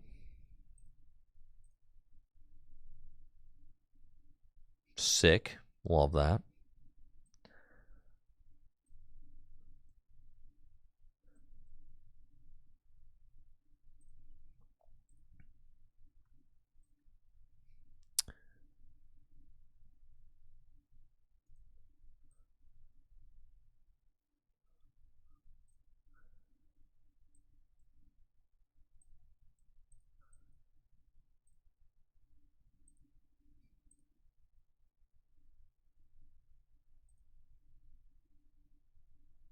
That's fine.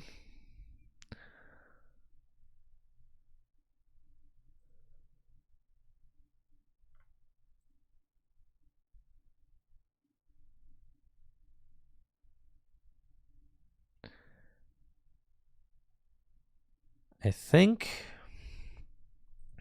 we're at 9. Let's get to 10. And then take that.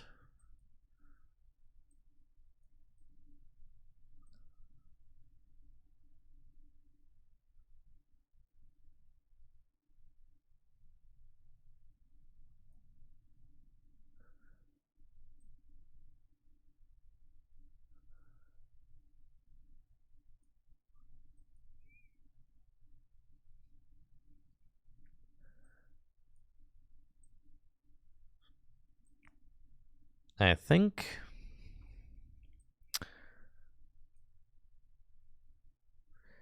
I shouldn't have put the Blood Moon down, I don't think.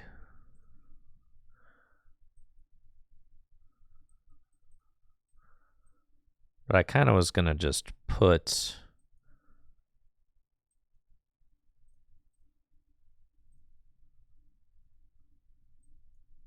some energies on it now, just so I have them. And then I was going to lost mine both the Bidoof and the Pidgey.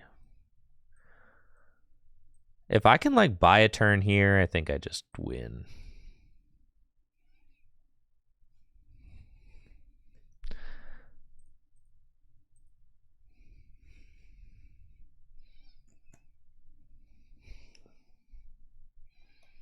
I want to take out their draw, right? Just leave them kind of. Yeah, the Arven there. I was kind of not expecting them to have Arven because they just milled 2. And they've got a 30-card deck.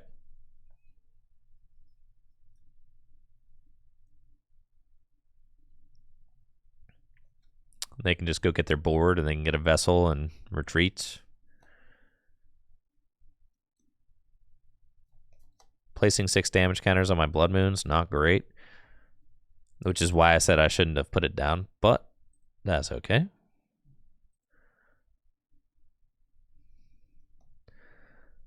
They've only got 3 prizes left, so I have to like be really careful.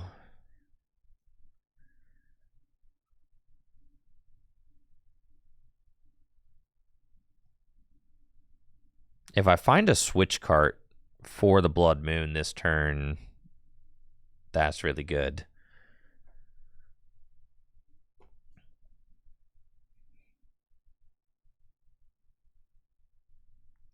That would be great.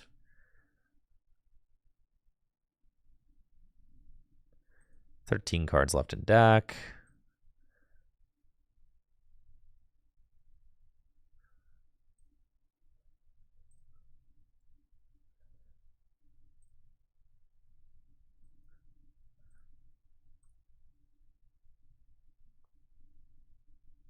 Mirage Gates, more switches.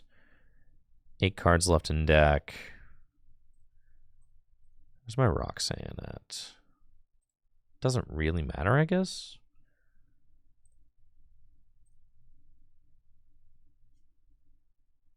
There's my switch cart.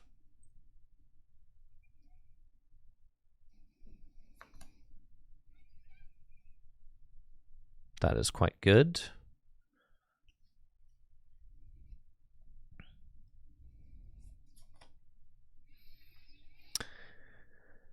So do I have enough energy to down 1 gate? And there's a gate in my loss zone too.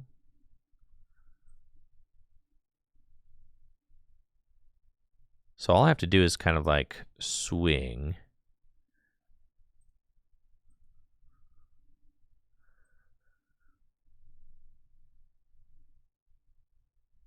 I guess if I bundle, all I have to do is kind of swing twice. So I could just bundle.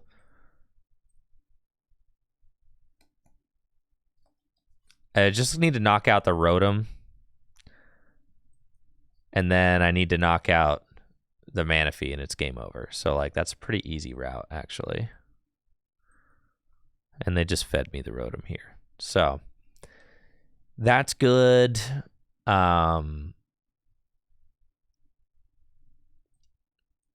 I can like get to the bottom of my deck. That's fine.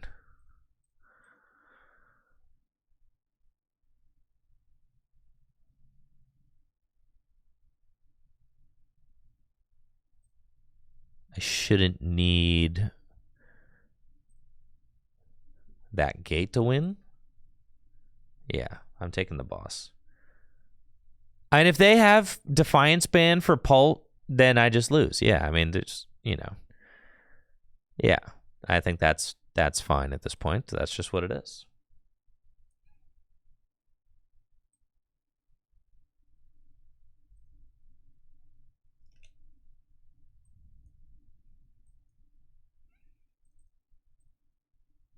Okay.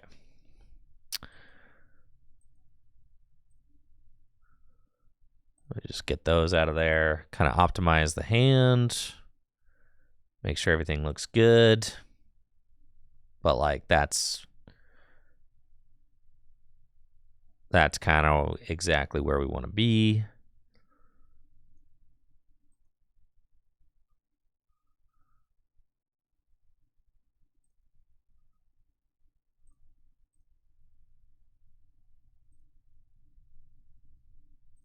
$240. Okay. Take our 2.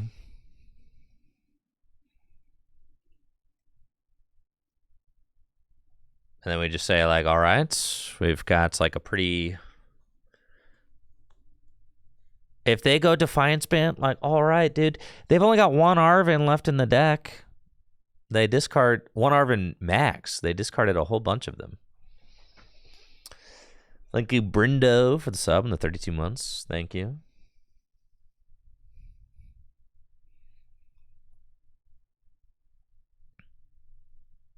Yeah, no shot, dog. No shot.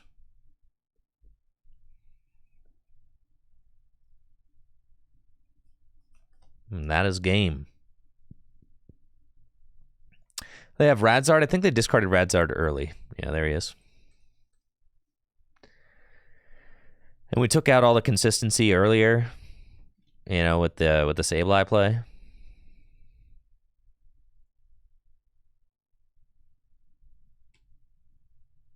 And there we go. We kept the boss, so we've got the easy dub. And we've got the bundler as well. GG's. That is a dead Manaphy.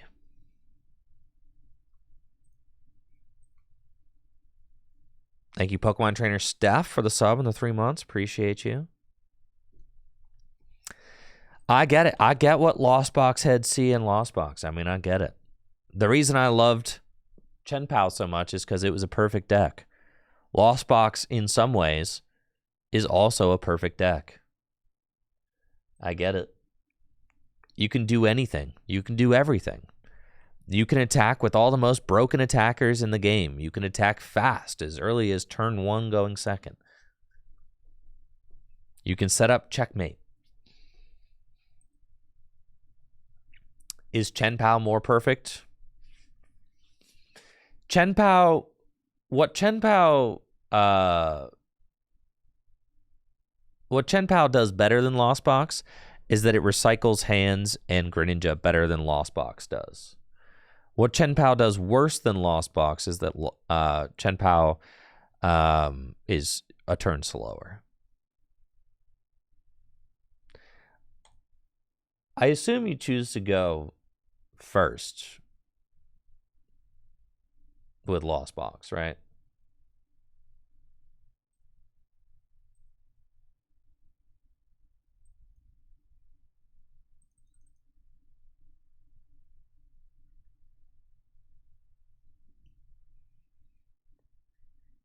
Blind second, first into Lugia. Got it. Well, this is exciting. We have found a Fluttermane. Cool. Extremely cool.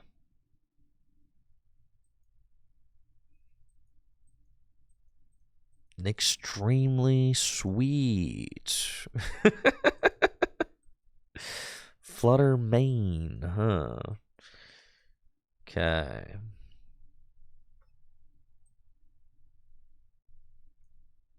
That's fine. We're just chilling. I'm not going to stop yet. There's really nothing to find there.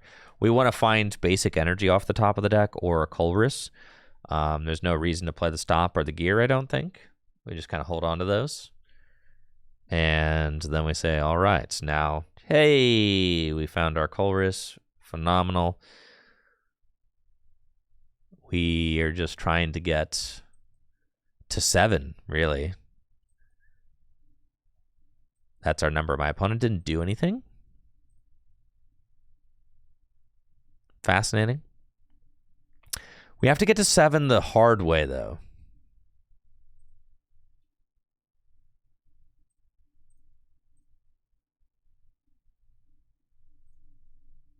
So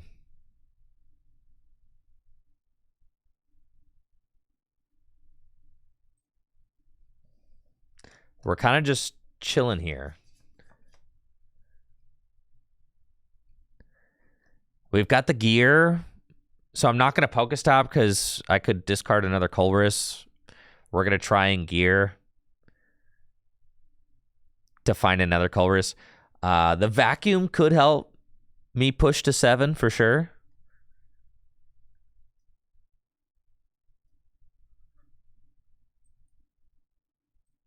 No.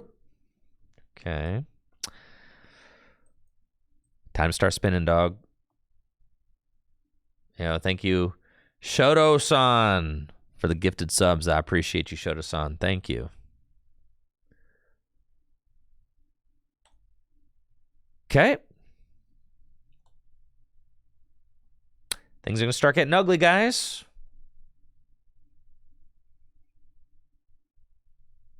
Appreciate you, Shoto-san. Thank you.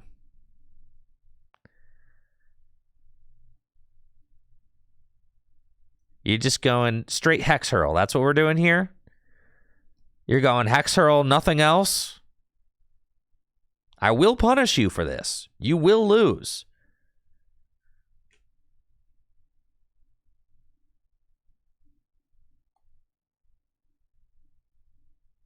You will not persevere.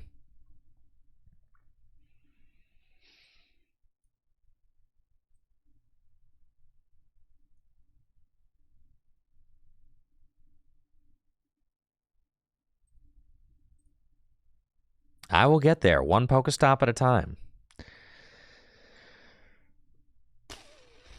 That vacuum helps, but that'll only get me to 4. Oh my gosh. Okay, actually, I'm starting to feel a little bit nervous. I'm starting to get a little bit nervous. I need to find like an energy or something too, and I haven't seen a single basic energy yet. Okay. Pass. But then I'm gonna have to promote Radiant Greninja, and I don't want to do that, so we're gonna put down him. Pass.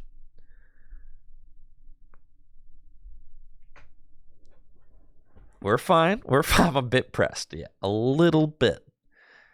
This is fine. You think I can cram this thing?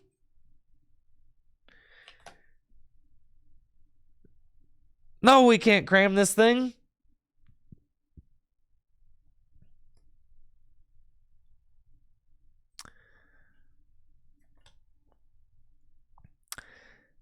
If they put damage on Cram and Greninja, I mean, I can switch cart those if I find some.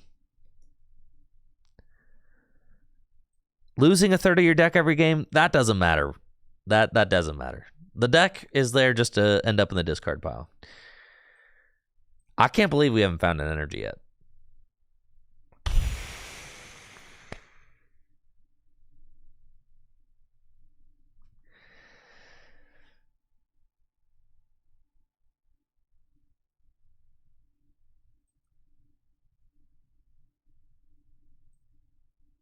Scoop? No. I will not scoop.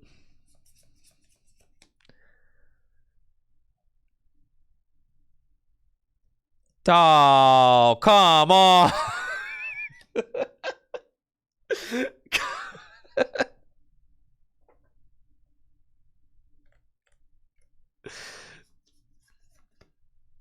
Come on. Oh, man. All right. How many prizes they got left? 3? That's plenty. Okay. That's only halfway there.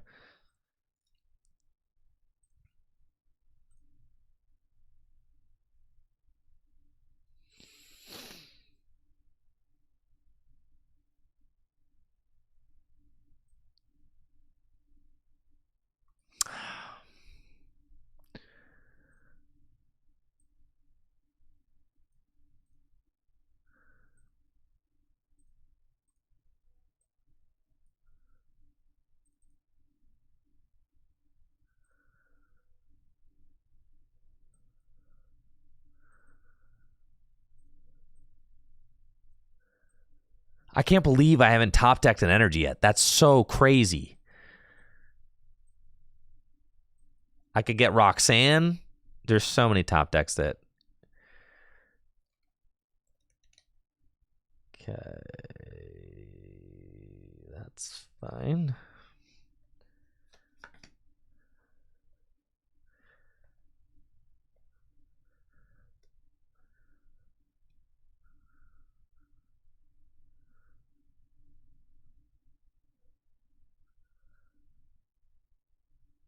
I don't think I've seen a switch cart yet either. Not a single switch cart. All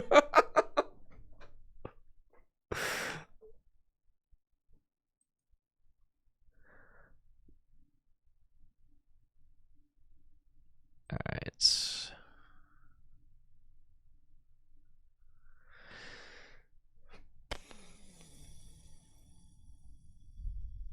All right, things are starting to feel a little bit hectic.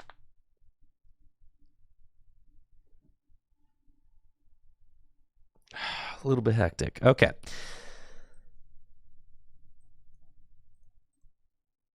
I shouldn't have played that round. It's fine. I forgot I didn't have an S-ball in hand.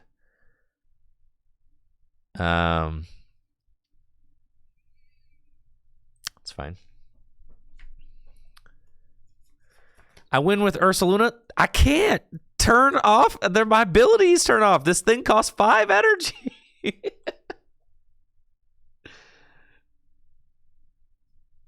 That they should not have ever done that. That's crazy. Bro, they just gave me 2.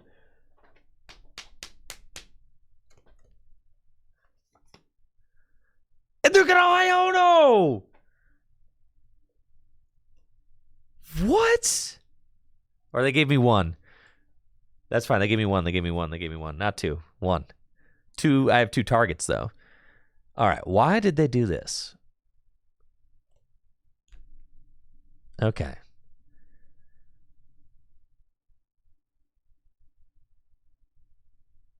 I think I just can win here though.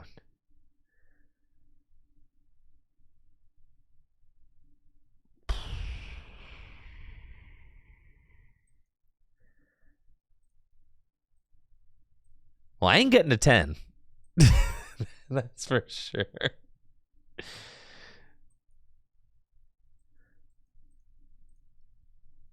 I should have. Oh, I can't flower selecting. Yeah. Okay. I'm tripping.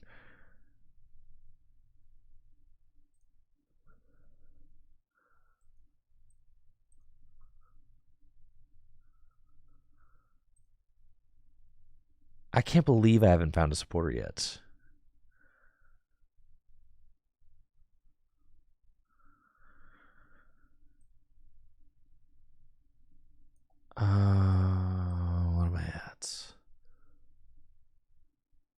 2 cards in the Lost Zone, baby.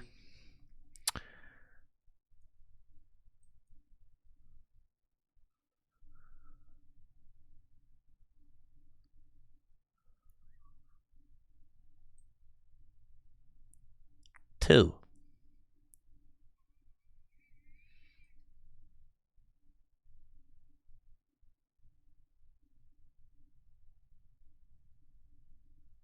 Okay.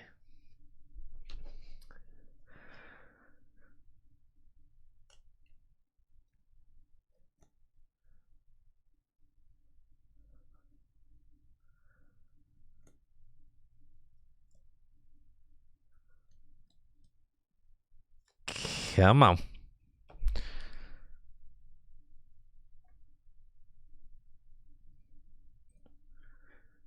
I can't conceal cards. That's right.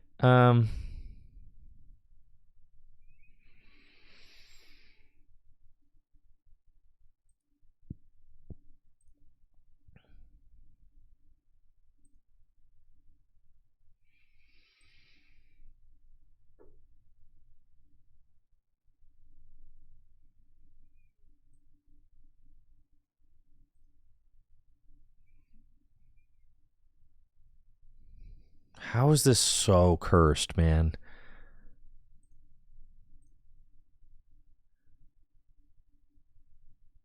All right, we just lose now. Man, that was tragic. That was just tragic. Absolutely tragic, dude. There was really, like, literally nothing to be done there.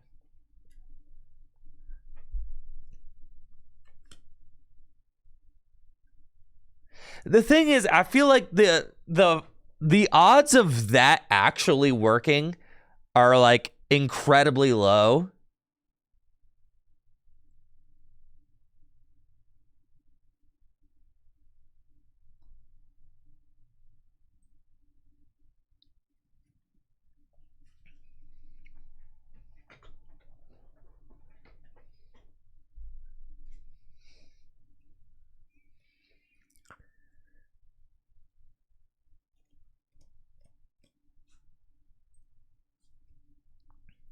I feel like,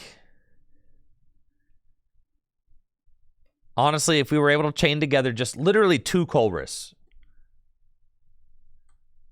then we're fine. Thank you, Mad Mike, for the Prime sub. If I was able to string together just a second Colress, then we were fine. Or even if I had found some basic energies early on for my Greninja, but, like, I couldn't do that either.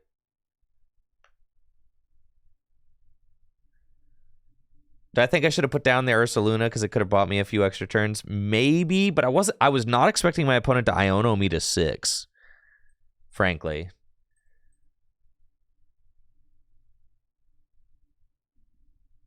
That caught me off guard because honestly, they should have put me into, like, I had a Colress and a Roxanne in the deck. So by Ioning me to 6, I was like, great. I'm gonna, like, I'm going to go find my supporters. And then sure enough, I was like, cool. All right. We didn't actually find my supporters.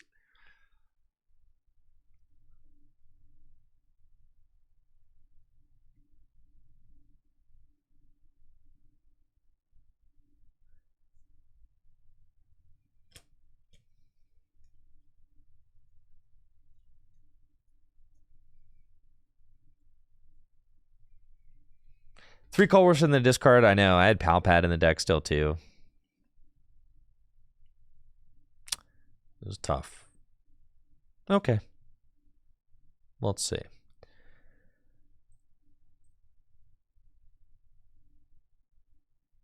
I'll grab 2 Comfy. Because we're digging for a Colress. There's only 2 in my deck. That's, like, pitiful. There's no way we're going to find one. Especially not with that attitude.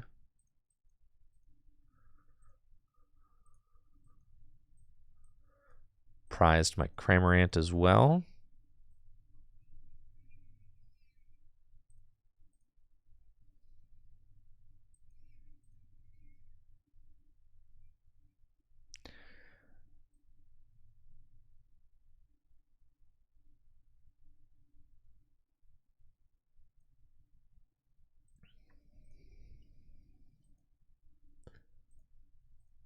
Flower selecting?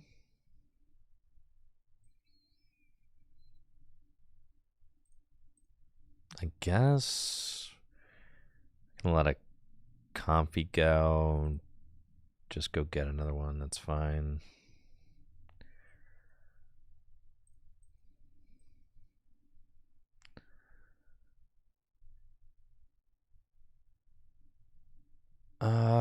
Wasting the Prime Catcher. I've got literally one card in the Lost Zone. Yeah, that's fine.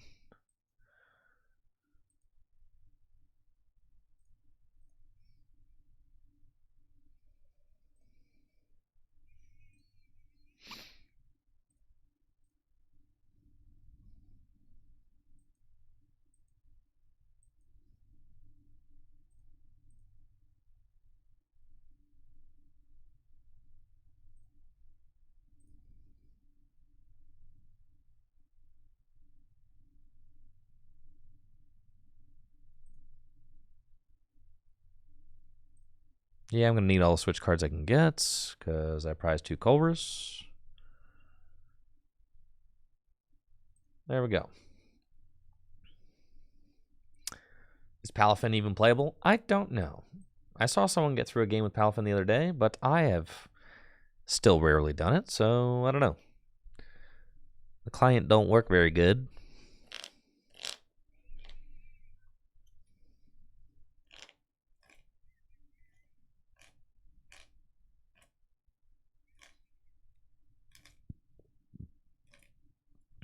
Does the Thorns let them evolve into the EX? No. The Thorns only stops abilities like that are in play. But I'm pretty sure like the ability of the Palafin EX is from hand.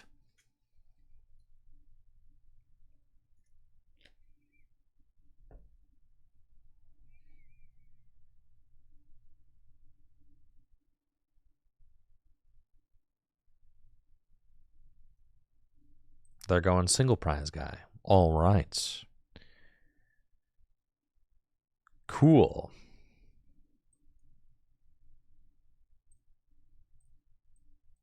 The Cramorant and the Blood Moon. I feel like the Blood Moon is more important.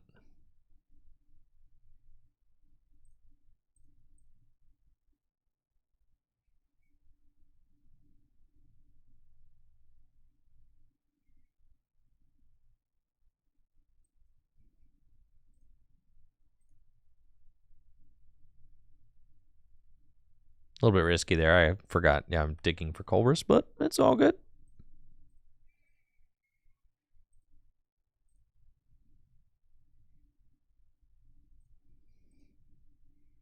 Would love to find Culver's.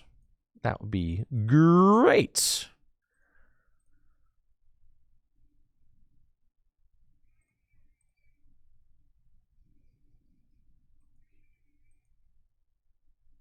But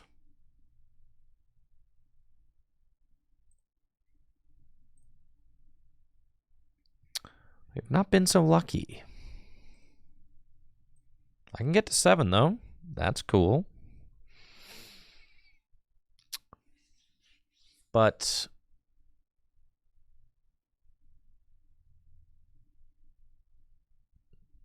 there's nothing to do once I get to 7. I'm not really attacking. So it does not matter.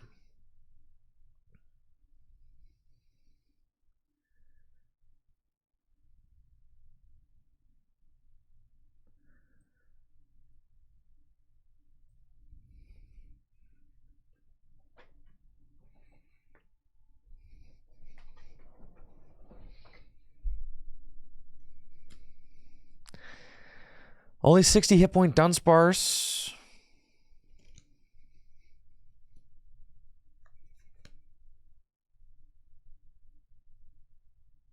Yeah, I think I'm like still trusting the deck too much to like get to 7 and do these Mirage Gate plays like on turn 2, but I'm undervaluing Cramorant. But I think the more I play it, the more I realize that like Cramorant happens turn 2 like a lot. I think I'm like kind of thinking since it's such a turbo deck that you should just be gating turn 2, but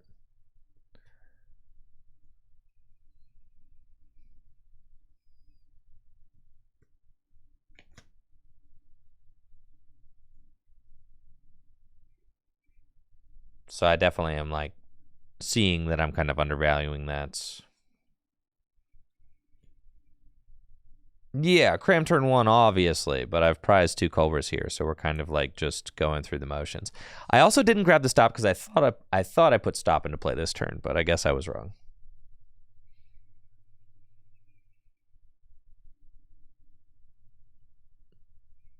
I thought that stop was this turn, in which case I couldn't have played 2 anyway.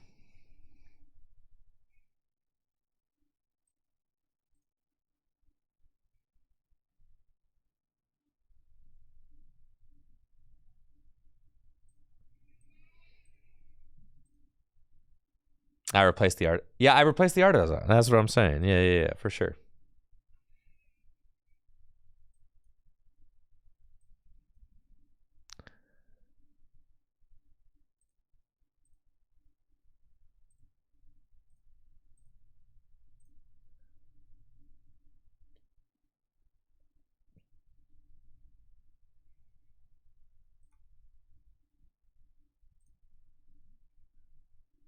Kind of need to switch.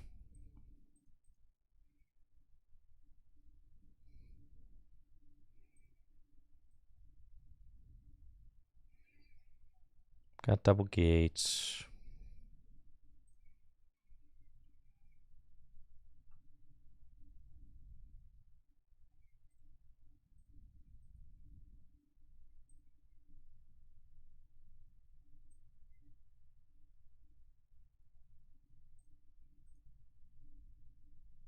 Okay, dang, your hands just get like really obnoxiously large with this deck, don't they?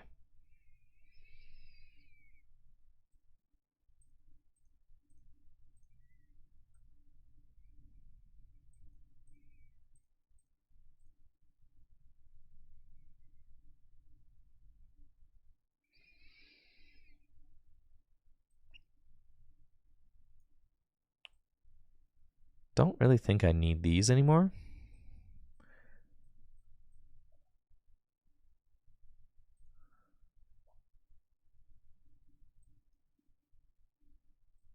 So I think we can just burn those out of the deck. I'm not going to put down anything else. We'll just gate.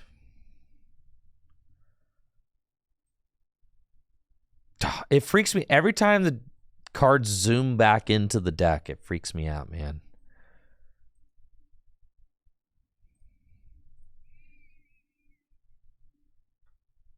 How different is it playing in person versus TCG Live? I would say that it's a lot different of an experience for me.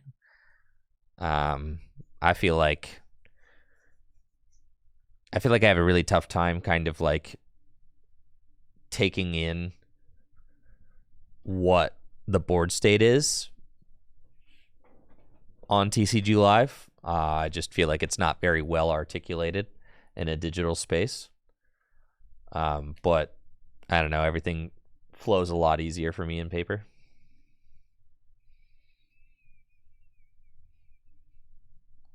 There are also like certain kind of there's certain kind of like best practices and kind of like just mannerisms and things that are expected to play in paper, which are not hard to pick up. You may have to get used to them is all. But yeah, locals are super chill and usually very helpful with getting new players started. So don't be don't be intimidated. For sure.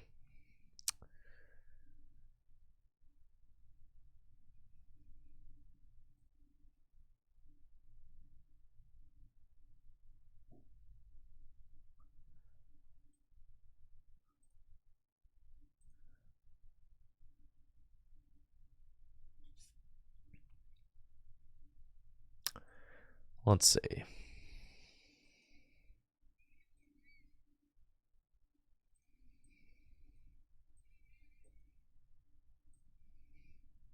You guys want to take 2 prizes with hands? Let's do that.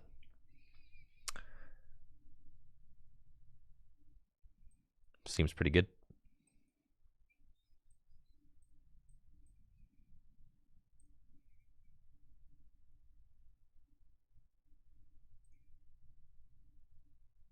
Dang, broken deck.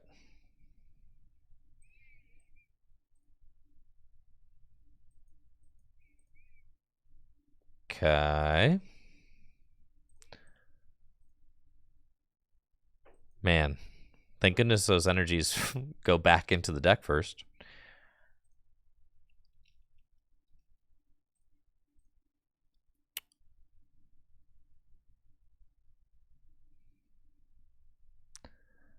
I don't even really feel like I need to colors. There's only 6 cards left in my deck.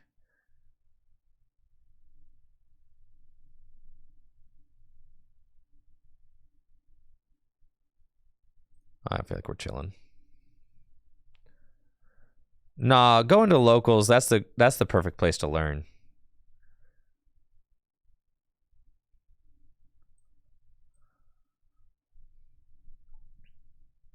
You know, if your turns take a little while, that's okay. That is the place to learn is locals.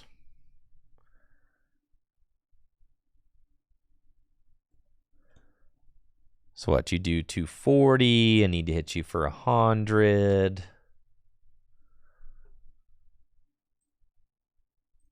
So just go Cramorant and then hit you with the Ursaluna for game. You got Roxanne, cool. Oh, my Cramorant's prize, though. No wonder it was trolling to do that.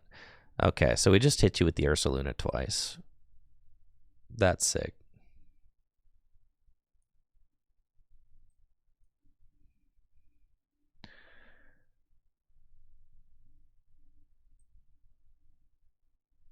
And say, like, ain't no way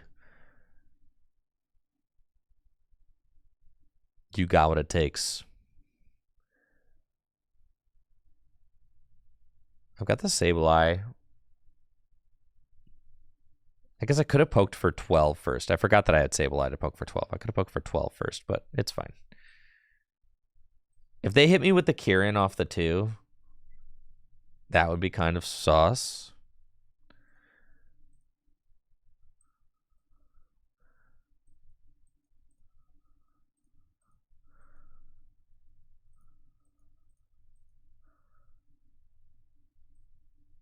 Thank you, Ruben, for the sub and the 35 months.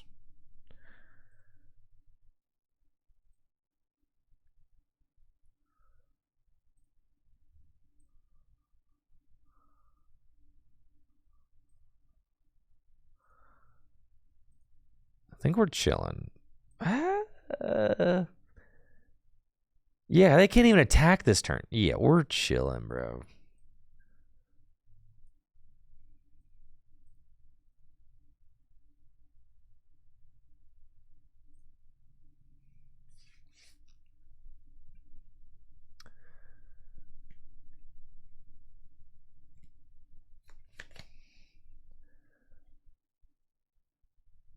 Arvin for Switch and maximum belt. No, I knew I should have just attacked with the same one. No, you gotta be joking me.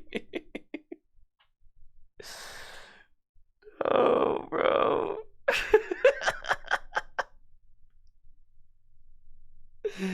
Yeah, I should have just attacked with the Sableye. Yeah. I should have just attacked with the Sableye. That's my bad. Dang it, bro. I'm such a fraudulent Lost Box player. You gotta just attack with the Sableye there, obviously.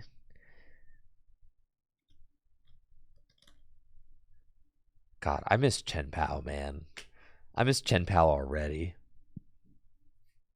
That's just a throw? I know I threw. I should have just attacked with the Sableye. I think I had the... But I forgot about the Sableye. I was thinking like I needed to attack with the Cram there. And I was like, oh, what? I don't have Cram. Yes, you gotta attack with the... You just gotta attack with the Sableye so that they can't do that.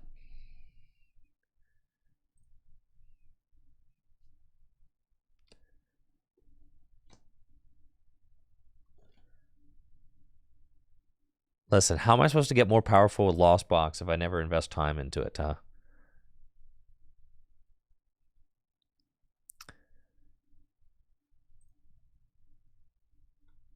You got to put the time in. If you just give up, then you're just always going to be bad at a deck.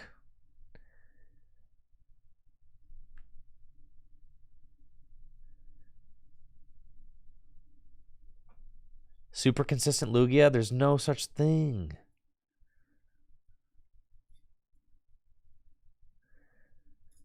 C-Pow's good into Guardy. Not into a good player playing Guardy, no. Gardevoir can really mess with you. Gardevoir can really mess with Chen Pao bad. It's unfortunate. It's the reason I didn't play Chen Pao at NAIC. They can like bring up your Bibarel, snipe around it, all sorts of gnarly stuff.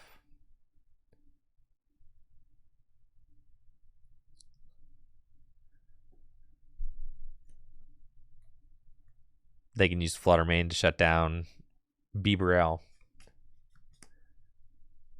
They can use Flutter Mane to shut down Baxcalibur.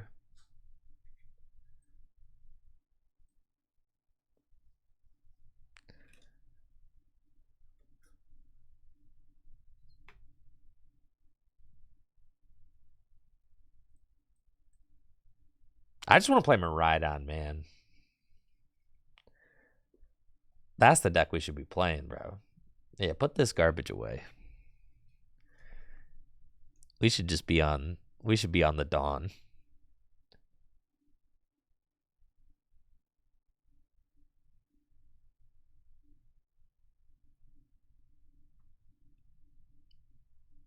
We should be going turn one hands against these decks.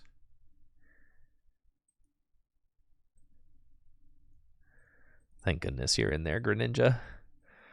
Honestly, thank goodness.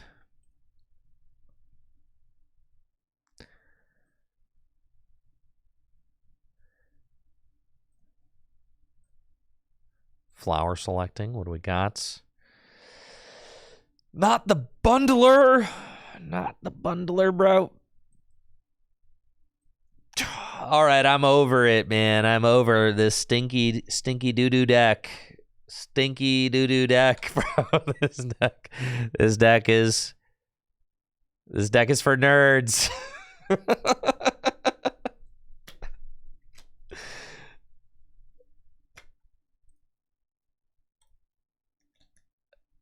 This is the worst deck I ever played. All right.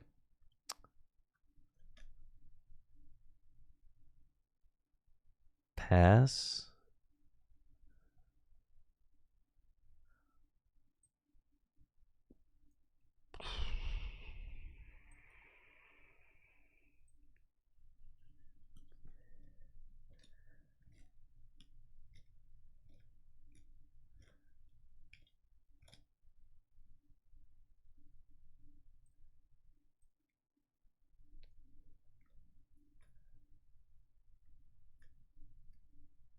It's fine. It's a lost box mirror. What is what does getting set up first matter in the lost box mirror?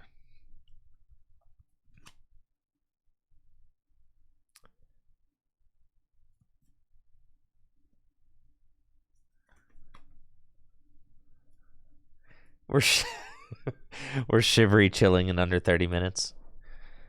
Yeah, I think I'm certainly over whatever's going on here. This feels terrible. All right, give me. I got more to learn with Lost Box for sure, but that's okay. We're gonna save that for a different day. Thank you, DTA, for the Prime sub and the 3 years. Appreciate it.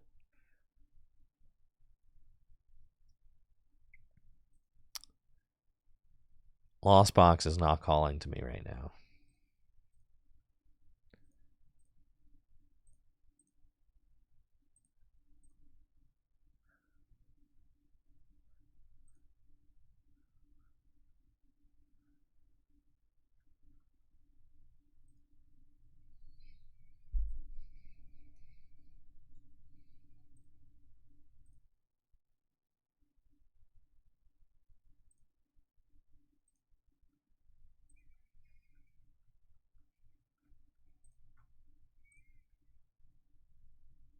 Oh yeah, that's a broken deck for sure.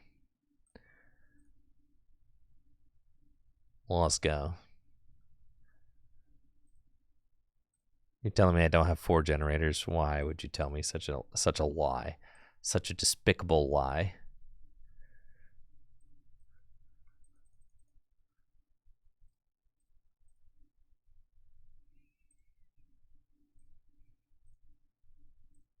Finally, a deck with some culture.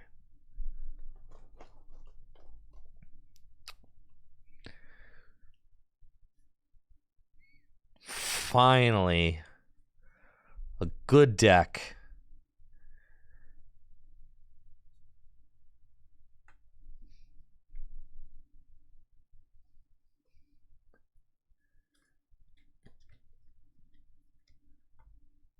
Finally.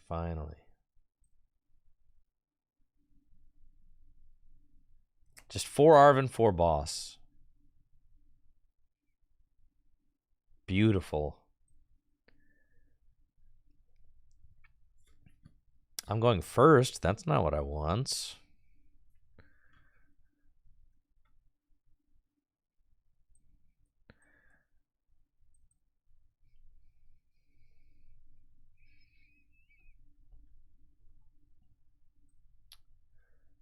Looks like I'm up against Gardevoir with the broken Miraidon deck.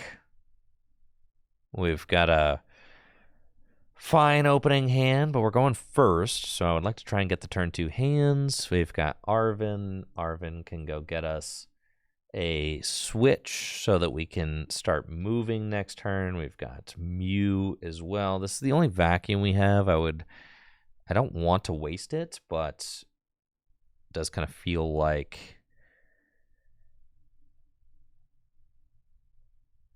this card does need to be played. I'm thinking Mew is like the play. We can go get Mew, or we could just go get Squawk. Squawk is good. Let's get Squawk.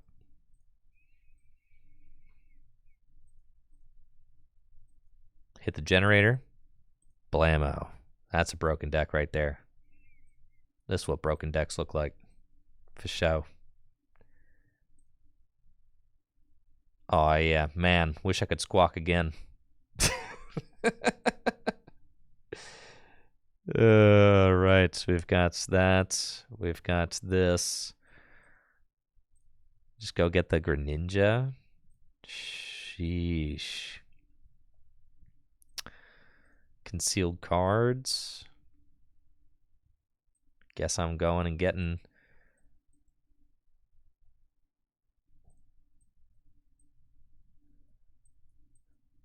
Who do we want here? We don't have anything going on.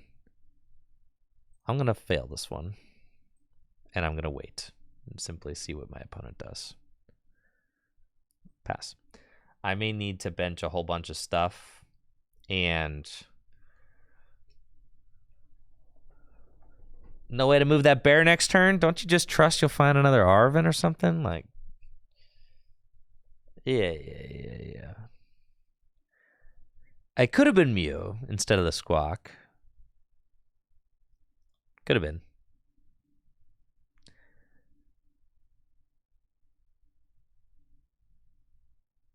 But you only have like this one opportunity to use Squawk. It's like your only discard draw option in the entire deck. So it does feel like you kind of want to Squawk. All right, we're actually just seeing a whole lot of nest balls here.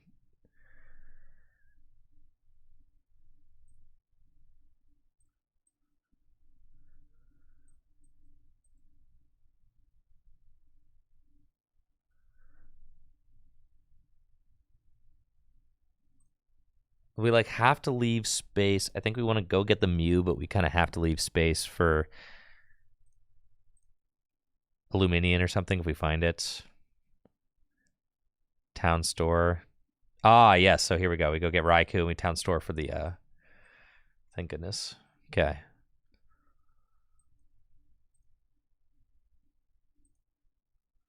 But I don't have the energy I need. So we go get that. This is cringe.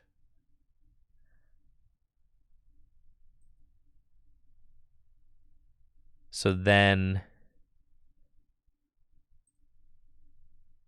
Star Alchemy. Yeah, this Blood Moon in the active is being a pain in my butt for sure. I guess we go get Arven.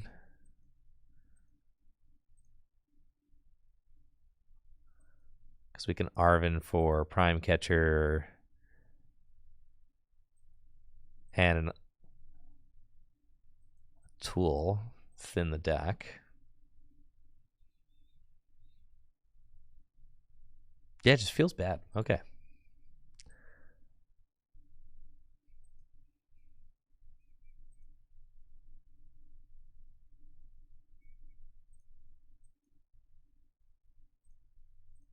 Huh.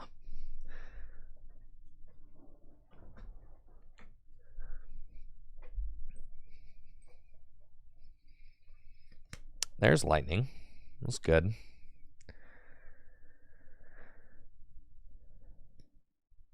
But now they're going to confuse me.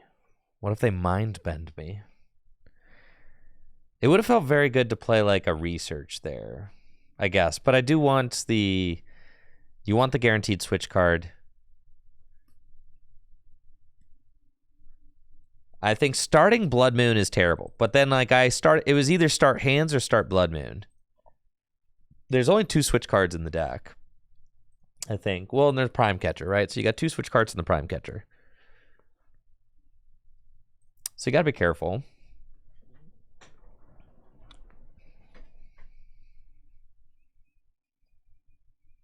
The Radiant Greninja is obviously like very good, giving that incremental draw over the course of a couple of turns.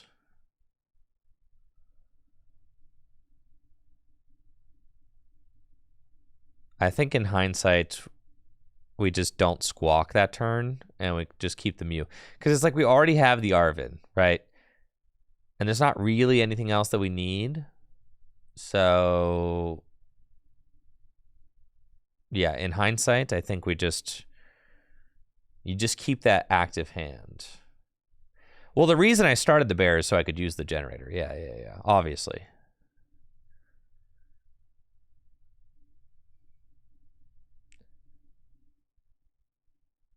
You think I'm getting mind bended?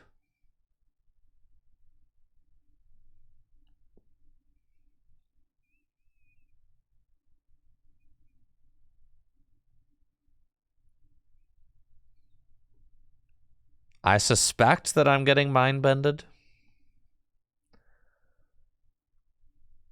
With the charm, dude? No way. Oh, yeah, man. I'm getting bended for sure. Let's just... 50% chance that that does nothing, though. So...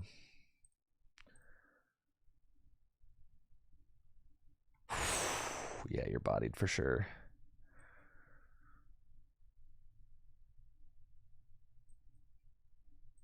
Yeah, give me this guy. This freaking deck, bro.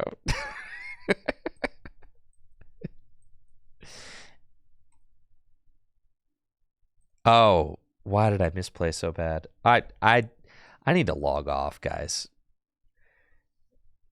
I need to just log off, man. I'm fried. That's a shame scoop. Reroll. I was like, oh, hey, he's got the energy on him. Duh. All right, we're going to reroll. All right, guys. It's been real today. Take it easy. I'll see you in about 10 seconds.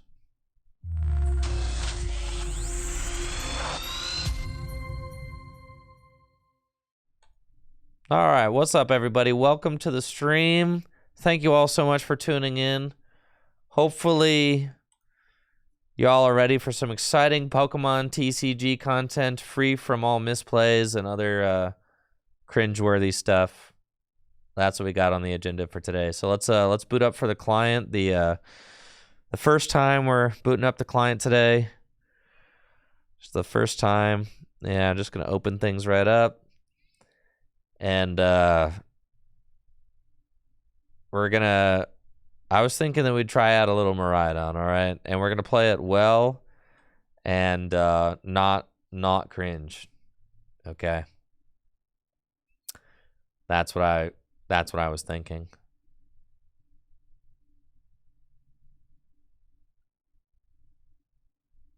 Here we go. It's a new day, folks.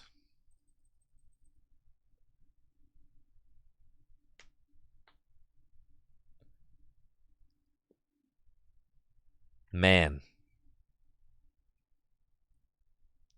Let's go.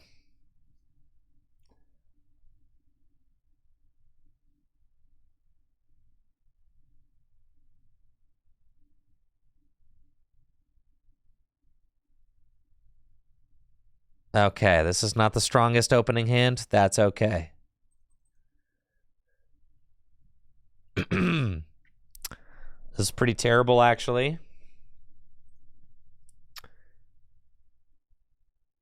But we just trust that things will buff out. All I got to do is top deck one of them old nest balls. My opponent opens double Buddy Buddy Poffin. That's where all the consistency cards are. No consistency for me. We've got a Mew. Oh, okay. Nope, not doing anything, actually. Town Store. Thin the deck with Town Store. Go get a Bravery Charm. I mean, nothing. I mean, like...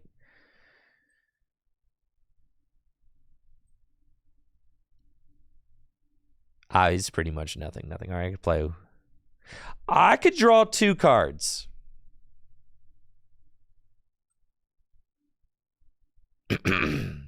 I could. All right.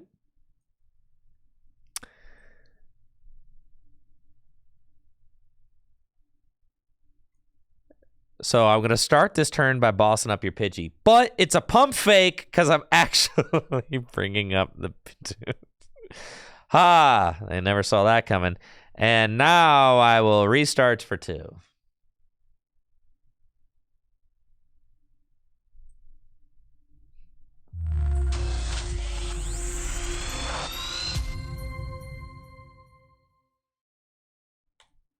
Yo, what's up, everybody? Welcome to the gym. Thank you so much for being here.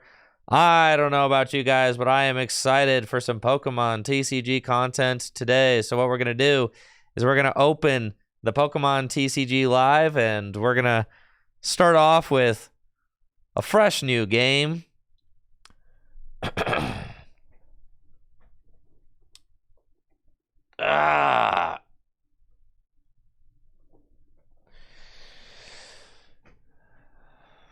Let's go. You know, I'm thinking Miraidon. Miraidon always treats me nice. Why don't we just...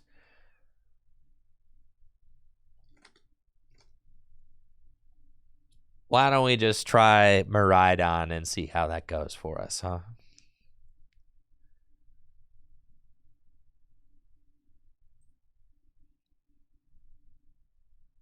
All right, I'm locking in. Locking in, bro. Let's do this. No more messing around. Holy smokes. How do people play this unplayable filth? All right, here we are. Broken Miraidon deck.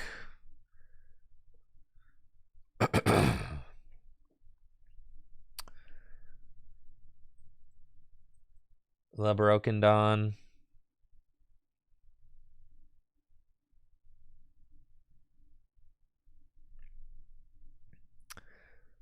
Stop.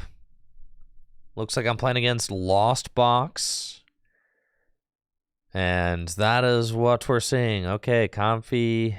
And I've got, you know, typical Dawn Fair going on in my hands. Couple of balls. 4 lightning energy. Just, you know, very homogeneous looking hand. All right, let's go. Nest Ball. We're going to get a Dawn. And we're going to get a Squawk. Caw. Okay. And we're going to tandem unit for these fellas. And energy to the hands. Caw. All right, we've got the Arven here. So we want to Arven for probably 4 Sealstone and the switch I need to actually get moving.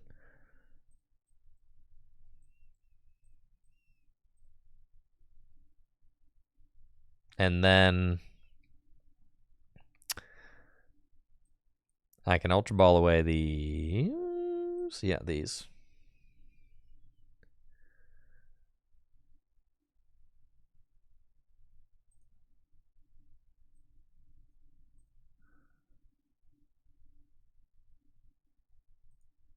Grab Mew. And now I think we hit the Pokestop and see if I find a generator. I don't. I just discard a whole bunch of lightning energy, which is so sick. And now let's Star Alchemy for a generator. There's only 8 lightning left in my deck. So sick. We got our 2, which is fine. Just go on to hands. And we're going to have to settle for the old arm press knockout. Which is kind of sick, actually, because it makes it much harder for my opponent to respond. Yeah, sometimes taking 1 prize is actually cooler than taking 2 because means that my opponent's going to have a harder time responding with Blood Moon or Ursaluna, so the double hit there was kind of nuts, not going to lie. Yeah, that was crazy. Was not expecting that. Nice. My opponent is waffling. This is exactly what I needed to start this stream off. You're done, dude. That's it. Amp you very much. Hello, I will take my 2 prizes on the Radiant Greninja, please. Thank you. Broken deck, broken deck. Let's freaking go.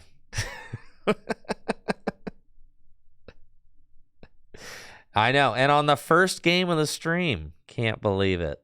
Wow.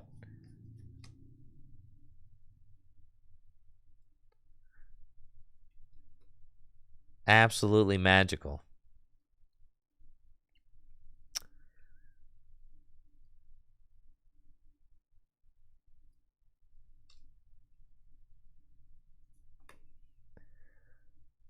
My opponent's still out here doing stuff. They're going for the Roxanne. Okay.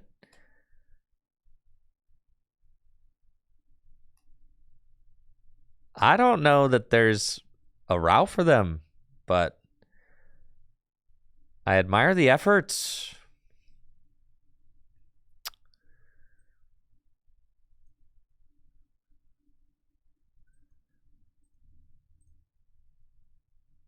Just going to go here.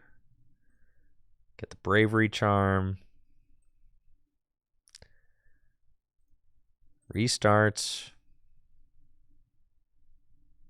Okay. Arm press.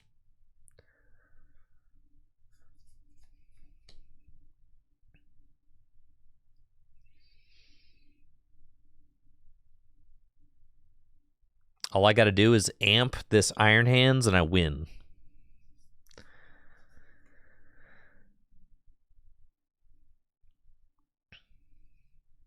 They're still going.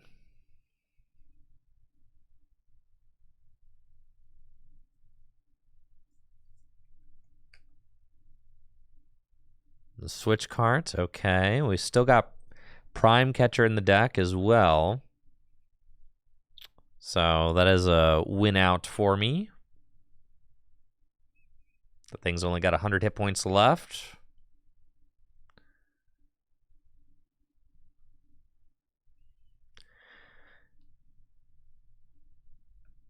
This Dawn list is pretty crazy. Not gonna lie, it's kind of nuts. The Blood Moon Ursaluna's wild. I mean, yeah, 1 energy attacker, sure. The end of the game. Just when energy's low.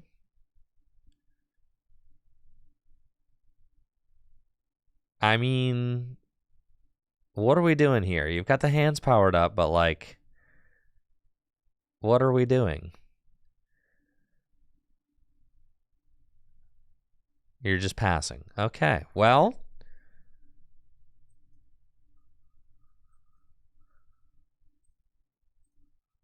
Come on, baby. Show me the money. Thank you, Hiker, for the sub. Appreciate it.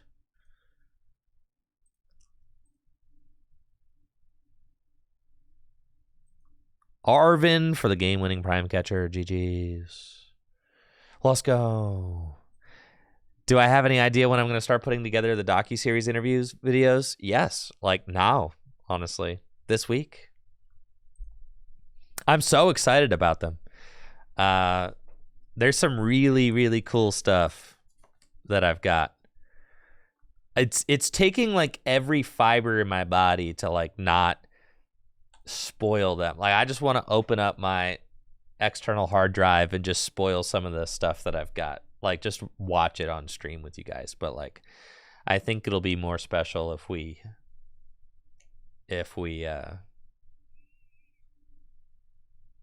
save it for the video.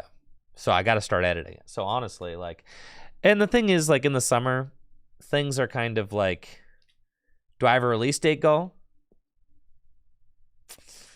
Man, release date goals. Did I do any interviews at NAIC? Yeah, like literally dozens. But I did like two like hour-long sit-down interviews and like dozens of small ones. Man, I hate starting Blood Moon Ursaluna. All my homies hate starting Blood Moon Ursaluna. What is this? A deadline? I quit my job so that I wouldn't have deadlines anymore.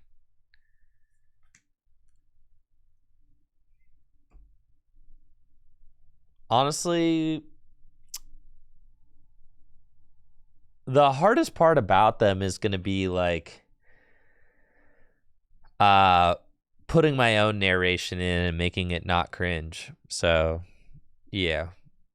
We'll do that. I got some ideas cooking.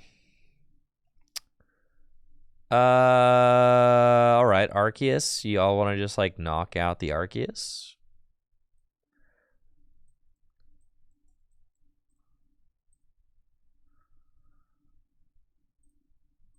Tandem units. Oh, my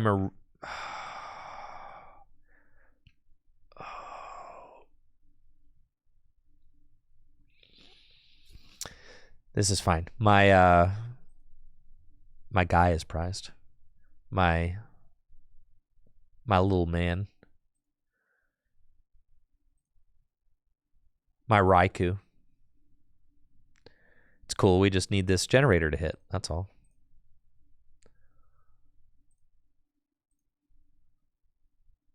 Things would have just been a lot more smooth. Yeah, this is double hit every time. Yeah, that's so free, dude. I love how they like go into the deck and then back out. That's like the coolest thing. This deck is broken, bro. Yo, what's up? My name's Miraidon. I'm out here with the Photon Blaster for 230 with the Prime Catcher. Goodbye, sir. Yes, I miss the Flaffies as well. I do. This is Mike Gibbs' top 16 list from NAIC.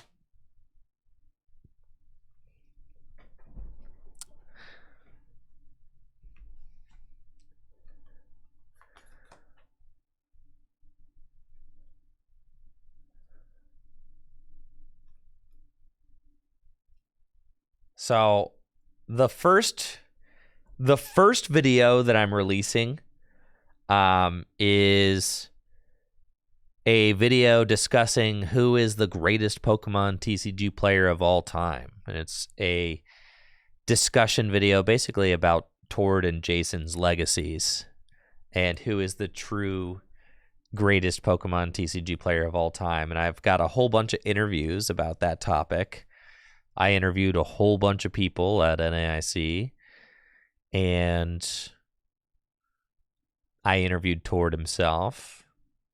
I'm talking to Jason on my text right now. Got a whole lot of resources for that, so it's been a lot of fun piecing that together. That's going to be the first one that I release, and I'm aiming to release that probably in the next couple weeks. It's Tord by a lot. I disagree with you by a lot, but you'll have to wait for the video.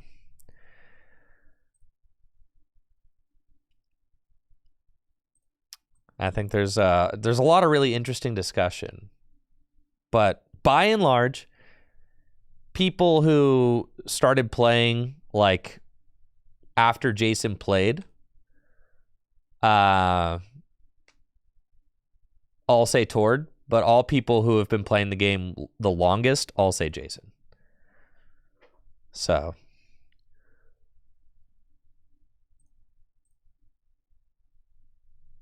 also, when you're talking about like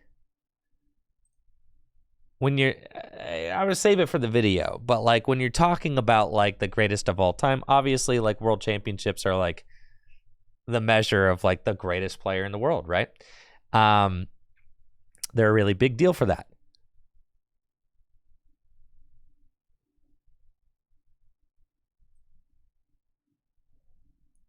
But, you also have to talk about like kind of influence and all of that as well. And I think like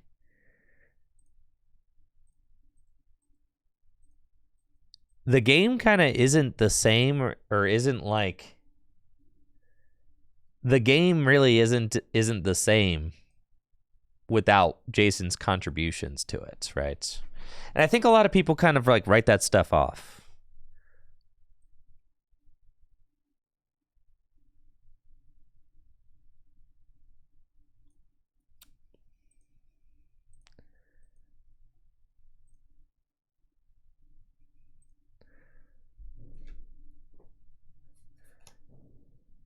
Like we don't even know.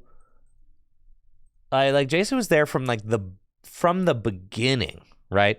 I mean, if you're just talking about like tournament size and stuff like that, like it doesn't really encapsulate everything that a player brings to the game, right?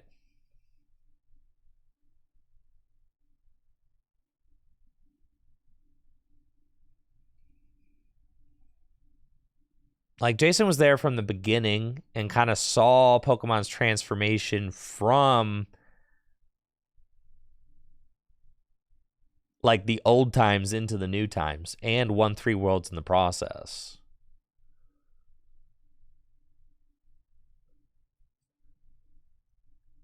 There's a lot of interesting discussion. And I think like even just seeing people's takes in the chat kind of like proves the point.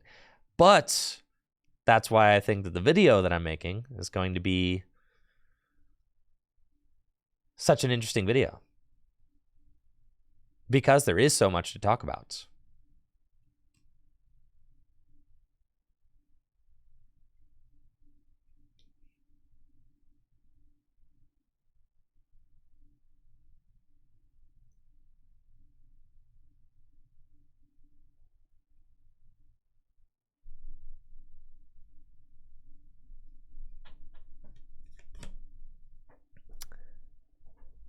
Apparently, Jason's been playing a lot of TCG Live lately. And the rumor is that he's just grinding Dialga.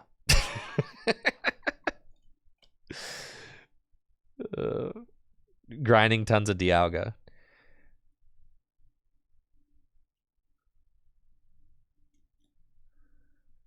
Yeah, Dialga V-Star. That's what I've heard.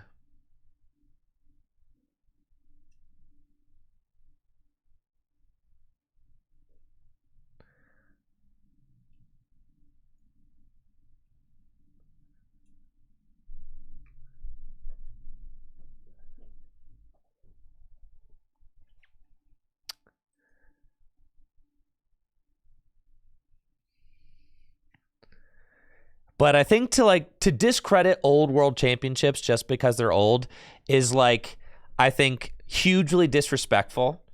And it's like saying the first guy to break 4 minutes in the mile was not the first guy, Roger Bannister, the first guy to break 4 minutes in the mile, that dude was running on gravel tracks with shoes that barely worked. And it's a pretty similar comparison to Pokemon players who were playing before the digital era were creating decks and strategies that had never been used before. They were literally creating what the game is now, right?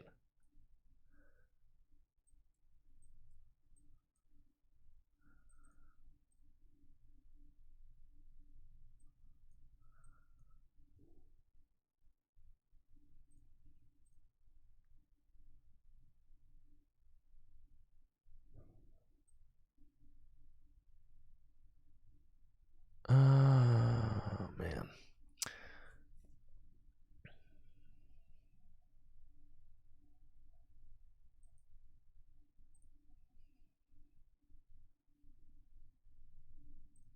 Huh.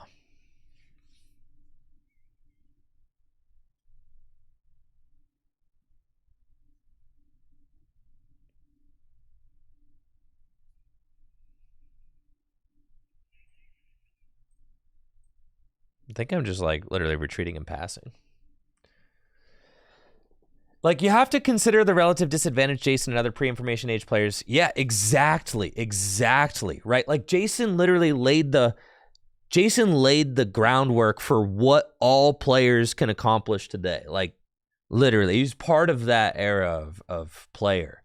And I think that's part of what makes it so interesting. Players, same with runners, same with athletes, same with you to say players didn't know nearly as much. Yeah, nobody knew nearly as much.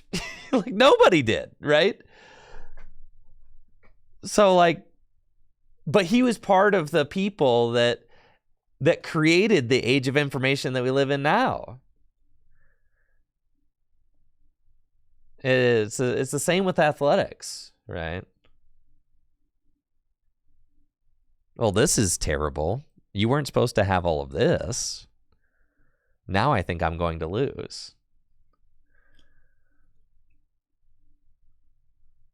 I think... Well, actually, I still win. All I need to do is find a gust. Yeah, we still win with a gust. How do we lose? I needed to get a Miraidon out on one of the turns before I started getting my hand disrupted. But also, I'm kind of distracted thinking about a lot of other stuff right now. So I think I just win there. Yeah, because we do this, we restart, and I go get boss. So GG's. Right.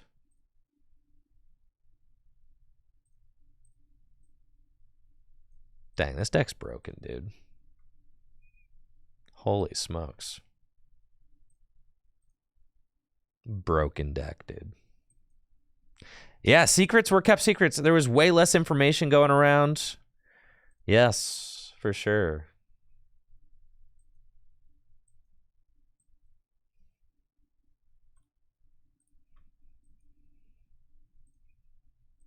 Blammo, Blood Moon.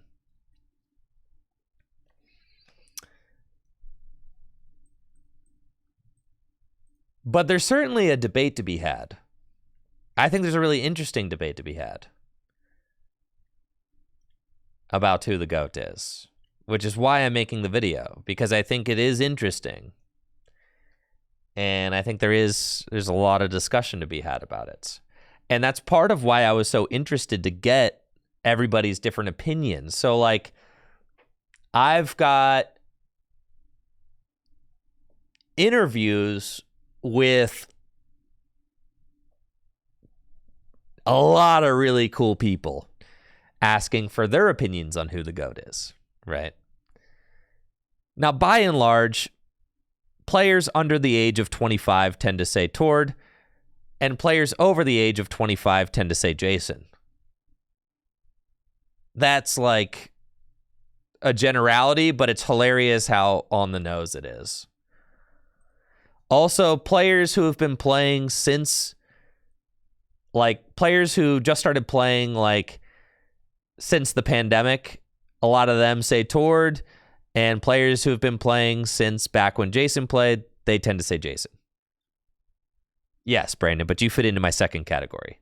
Players who have been playing for a shorter amount of time say Tord. It's all recency bias. Players who have been playing for a long time, they tend to say Jason because they've seen more of the game, right?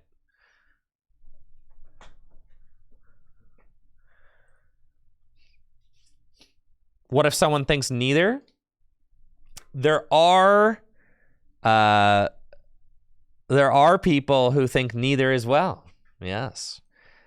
I asked a couple of people who gave me non-Tord and Jason answers.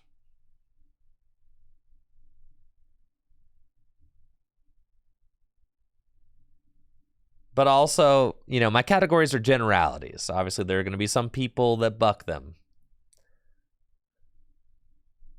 I asked Azul where he puts himself on the list, and he says that he is nowhere close to Tord or Jason and would need to win Worlds in order to be in the convo. Who is the distant third? I consider it to be Azul. But another interesting thing that we kind of need to think about, is that many of us have a Western bias, right? So I interviewed Kato as well, who top 4 at NAIC. He's from Japan. And, you know, who do you think Japanese players say is the greatest player of all time, right?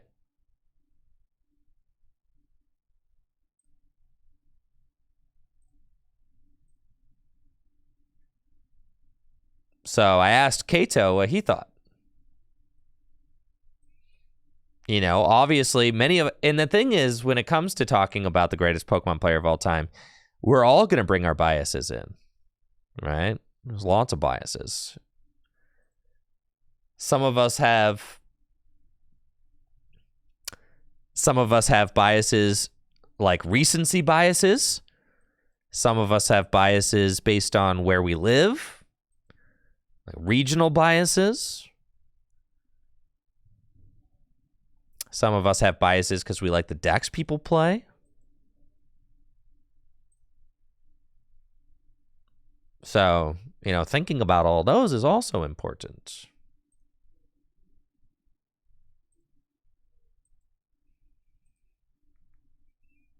I'm gonna mess this dude up for sure. Like, that's... Some players have biases because they have big egos. Yes, for sure. I interviewed a couple of people who said that they were the greatest Pokemon players of all time.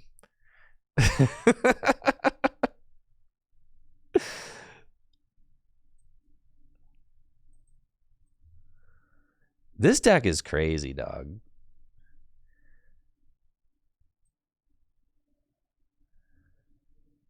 What? Like, we just go get the... Bro, like, you're getting sauced, my guy.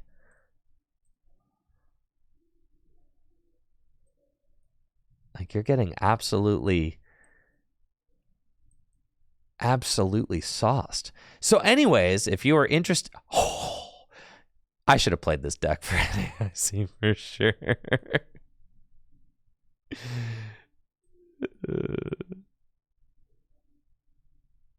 They're never gonna set up a ninja.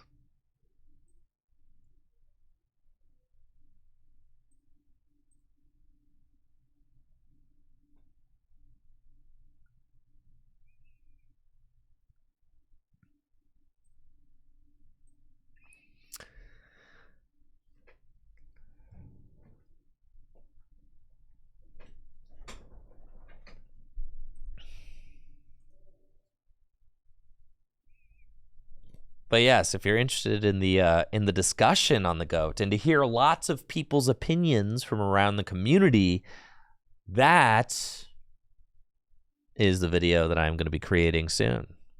So, no Greninja, bro. Stop it. No water energy. Stop it. They set up a single ninja. No. Can you get my thoughts on the GOAT? Well, you can wait for the video. I'm going to have everything laid out in the video. I think this video is going to go crazy, I'm telling you.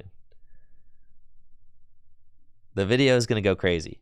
And then I've got another video coming out that tells the story of 5 Worlds finalists. 5 different Worlds finalists and what it was like to be 1 win away from the biggest title in the game.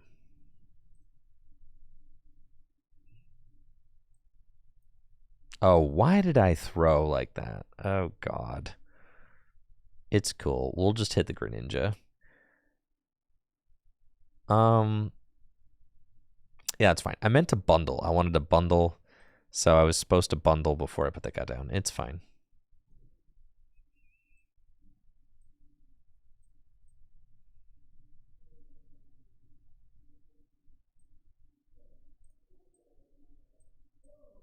They don't have an energy, so we're chilling here. Oh, yeah, put double turbo on Mew and we win. You're so right.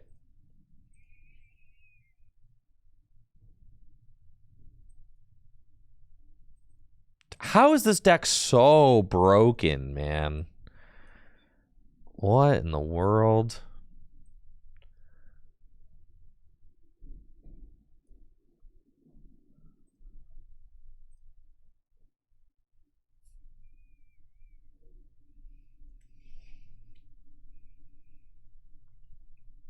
I'm not even, like, paying attention. On a different topic, what are my thoughts on the discourse about qualifying for Worlds? That is an interesting topic, isn't it? Timu Chen Pao. No, don't call Golden Go Timu Chen Pao. What the heck? Yes, maybe I should have. You're right.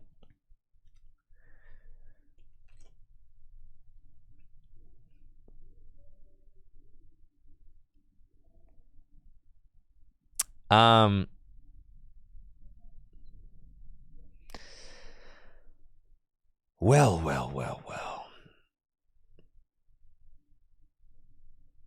You guys want to Shinobi Blade this thing?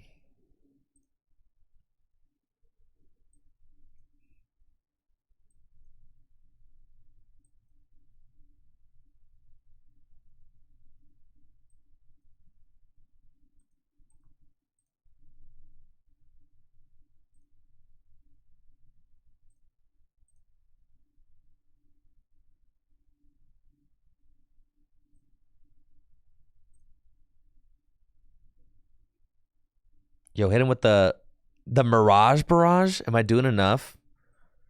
140. I'm doing 100 to the... I just win, right? No, because I'm only doing 80 to the bench, right? It's 120 to 2. No, I just win. Do I win with the Mirage Barrage?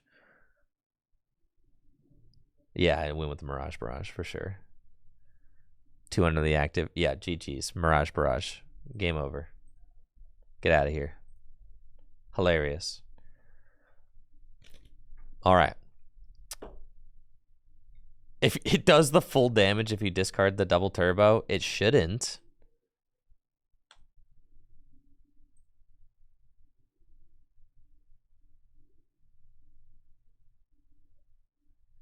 You feel discouraged, Dean?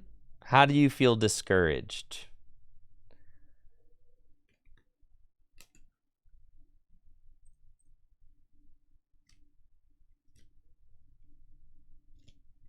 Why do you feel discouraged?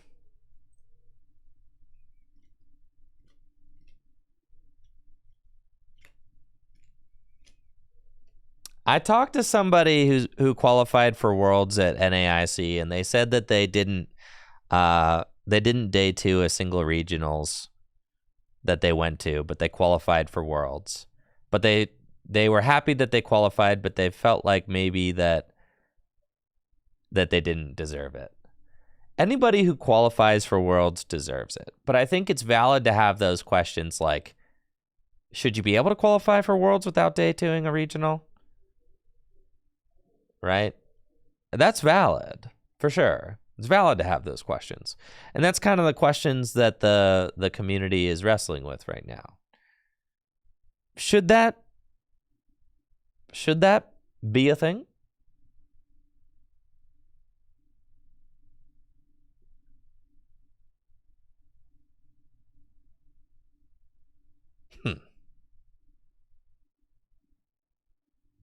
This is not a very strong start.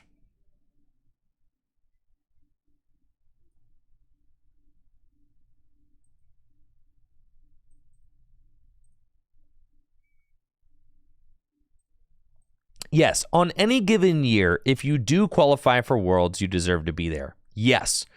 So what we're asking is not, do the people who qualified for Worlds this year deserve to be there?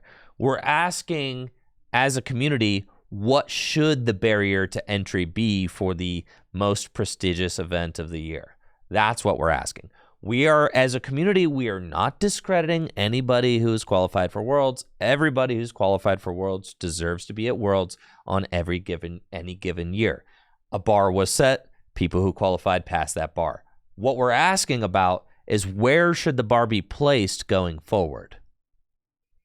That's the question. What level of play should you have to reach to qualify for the World Championships? Yes, nobody is discrediting or doubting anybody's, right to be at the World Championships if they qualified. Not me, anyways.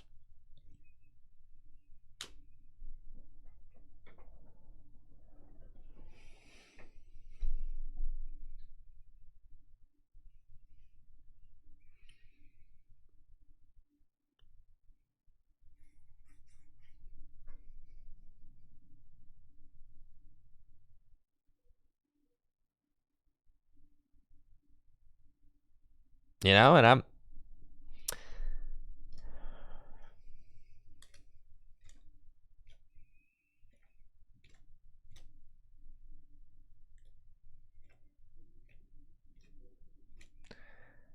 moving the bar next year implies that the bar was not in the right place this year in a way. Nah, I don't agree with that. No, I don't agree with that. I think you're really reaching by saying that. What, so we just set things and we never adjust them? Like, no, I don't really agree with that.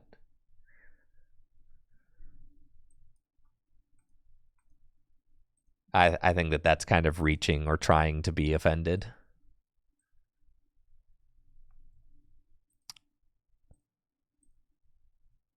Yeah, you adjust them for a reason, right? Well, maybe it's based on like size, or maybe it's based on like the world's qualification standards like change every single year. They change almost every single year. Or they've not every single year, but they've definitely changed throughout the years, right? They've been tweaking them constantly.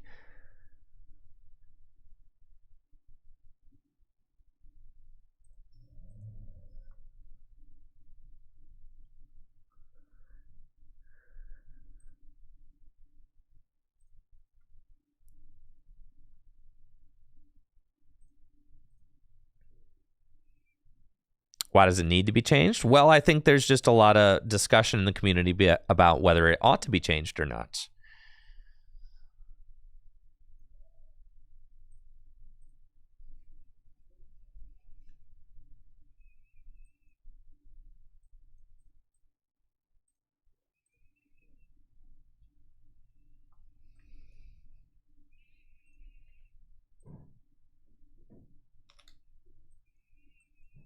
I mean, like, constructing the Pokemon TCG World Circuit is all trial and error, right? You set a bar,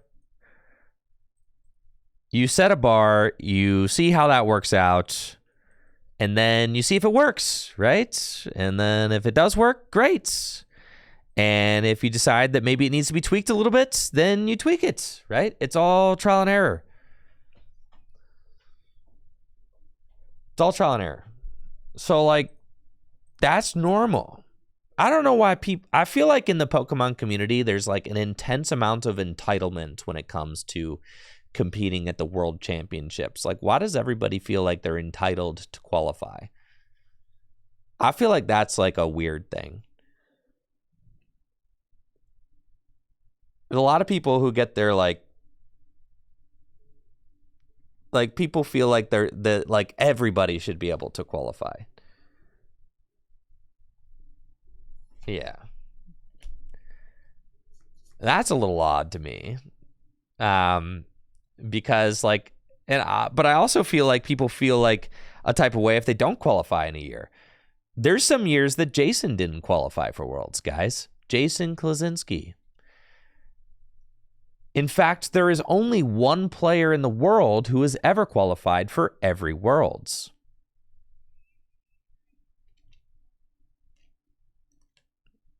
Jason Klasinski won a Worlds where he didn't qualify for Worlds.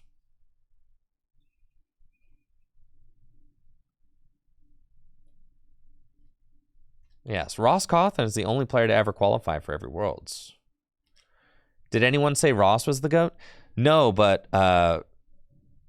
some players put him in their top 5.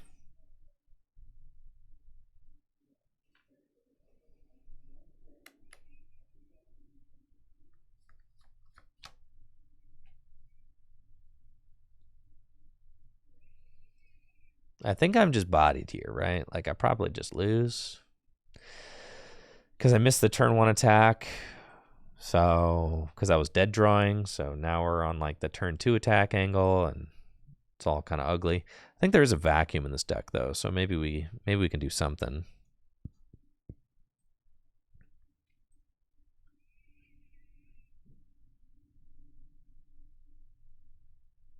But you've got the monkey, so, like, yeah, I guess the monkey doesn't really matter.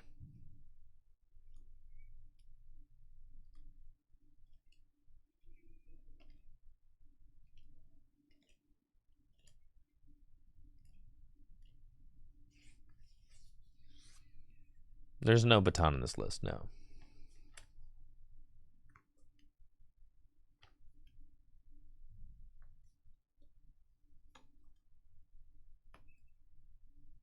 This deck needs a Thorns, you know?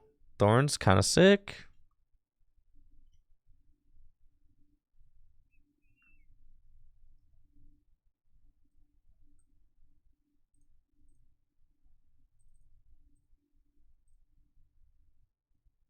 Is it possible for you to see how many hit points Drifloon has without the char? I guess you do subtraction, right? It's 70 hit points naturally. Okay.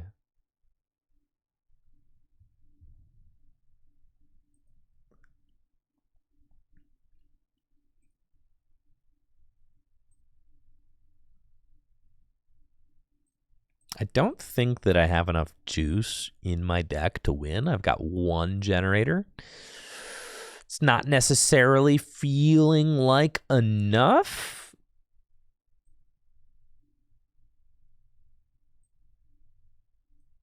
If I'm being quite honest.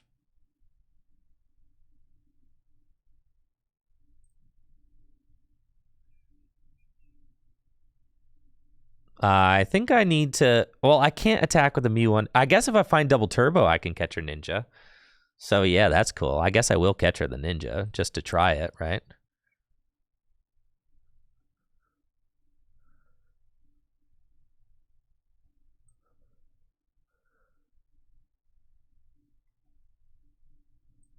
Because if I find double turbo...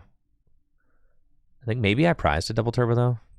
No, they're in there. Even if I did, I've got one, so it's possible.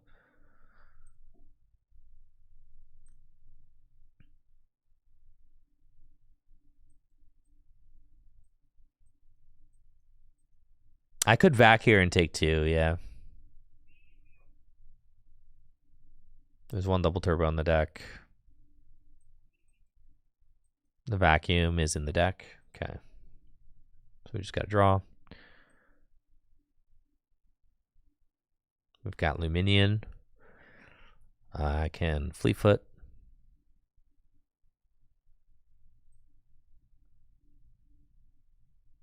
There's a boss. We can Luminion.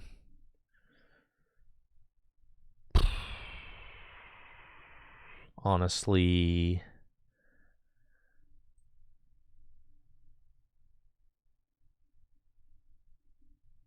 Luminion for Arvin. There is no research in the list.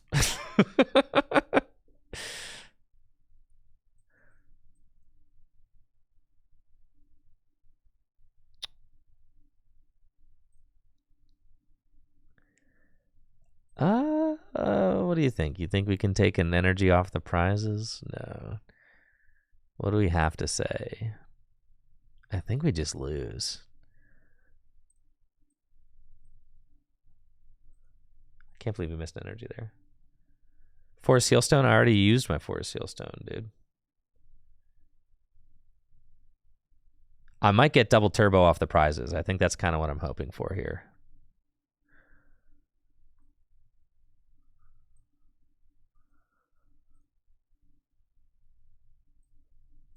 There's a double turbo and there's a 1 in 4 shot. Thank you, Sonic Hoot, for the sub.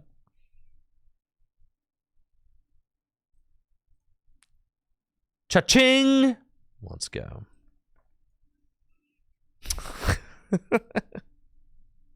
I probably still lose this game, but it was at least sick. I think I should have switch carded that. Kept the energy there on the Raikou. 100%. That was a huge throw. That's what they call me. Huge throw. Okay.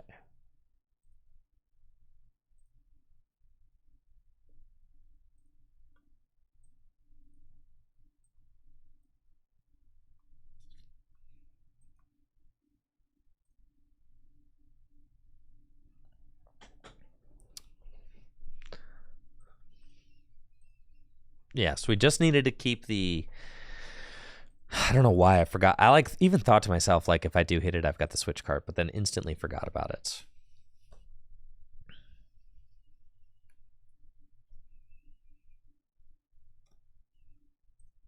And they don't have any onboard draw right now, so other than the Greninja.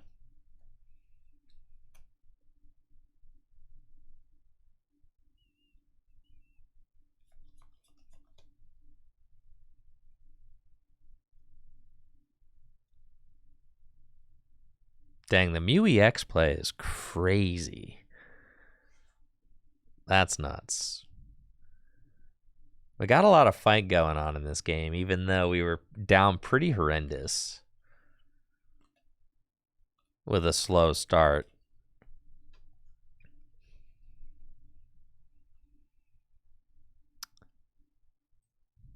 I wonder if they can move.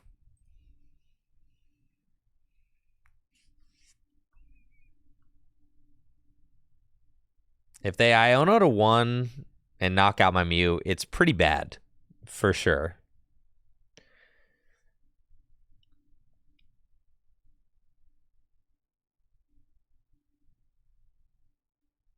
Yeah, if they've got that... They've got the vessel. Oh, I'm bodied. Yeah, it's over. And I don't have Mew. Yeah. I'm so mad. I just needed to keep the energy on the Raikou. That changes this entire game. I'm so mad about that. Oh, but I've got the Ursaluna. Right? Did I discard that? I've got Ursaluna. Okay. All right. Ursaluna. Ursaluna's a 1 energy attacker. I just need to knock it out.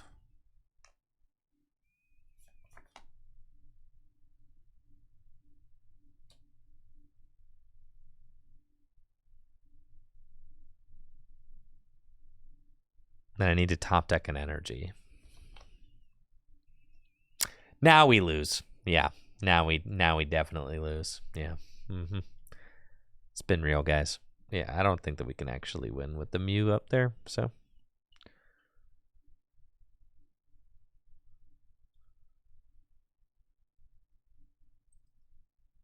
All right. It was interesting, though. I kind of learned some things there.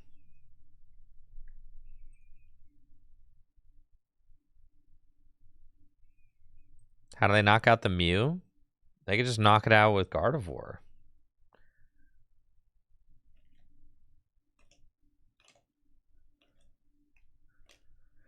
Not going to check the top deck and fleet. I needed a... I guess I needed a 3-card combo. I would have needed an energy, a boss, and a... if I fleet, then I need another... I need a switch.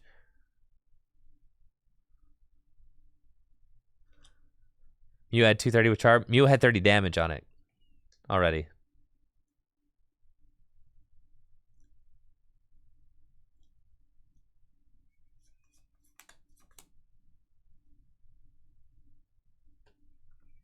Also, I was mad at myself for getting rid of the lightning energy.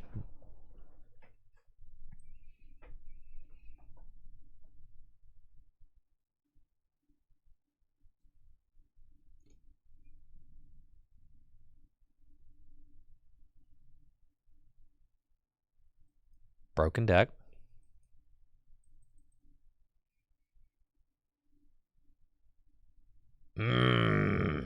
Thorns, huh? Seriously? Lost box? Okay. With the thorns? Man. This is just what we're working with, huh? Okay. All right, fine.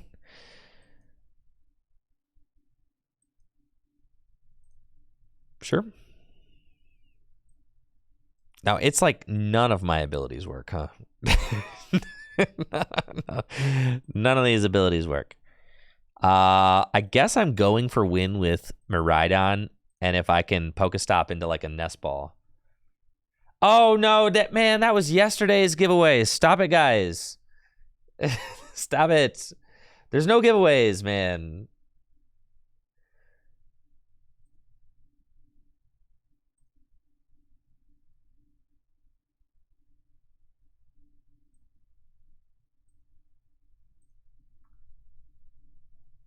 No, there's no giveaways. No giveaways. No giveaways, folks. That was yesterday's. Generator. There we go. Let's go. I just need to find Zapdos, though. Okay. Nest ball, and it's game. Nest ball.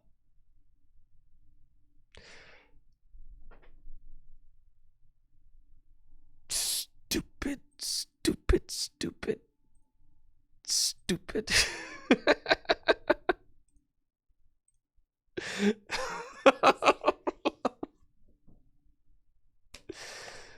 Stupid game, stupid game.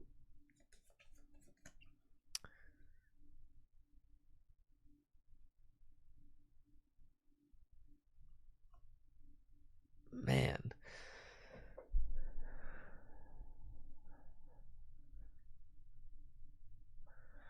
I think we probably, like, man, dude. I don't know. Is it even correct to go for the win there? You know, what are the odds that you hit the Zapdos? I mean, There's 4 Nest Ball in the deck, so it's like...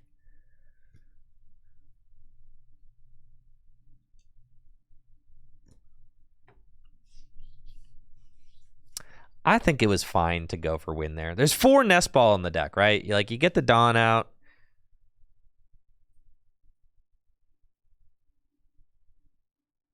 I'm thinking, like, with the boss in hand, like, the other line is to just go get Iron Thorns and start accelerating to it.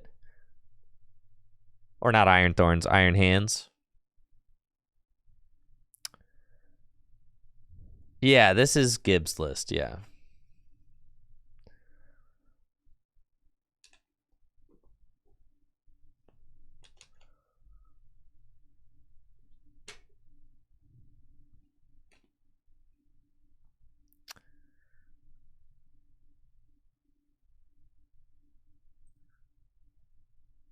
Thoughts on the list? Pretty good.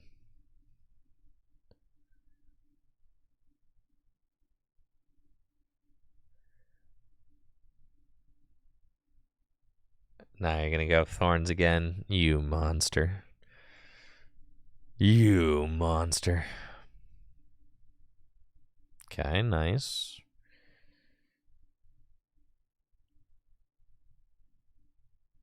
I think we have to take this boss. Yep. So that I can tandem unit for other things.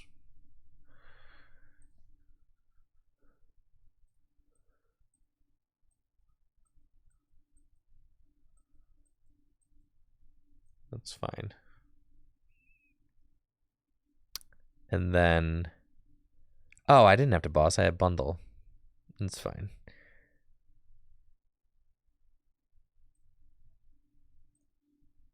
I could have bundled. I know, man.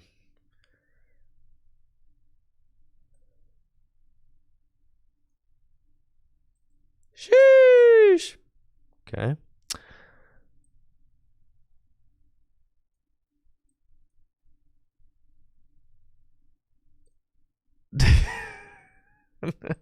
Okay.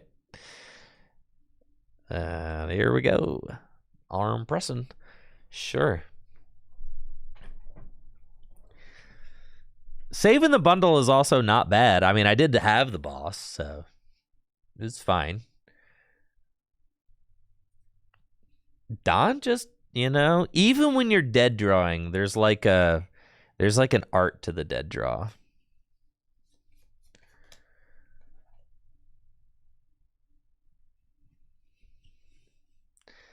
I know. If the list played a couple researches, you're right. That would be sick.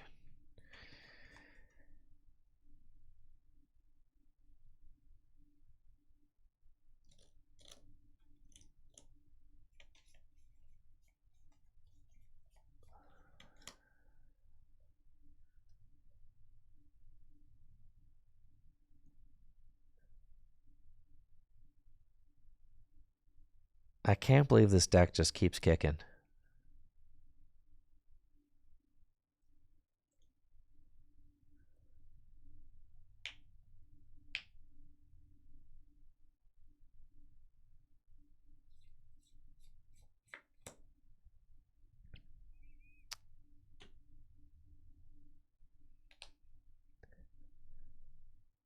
Oof, okay, they got the prime catcher.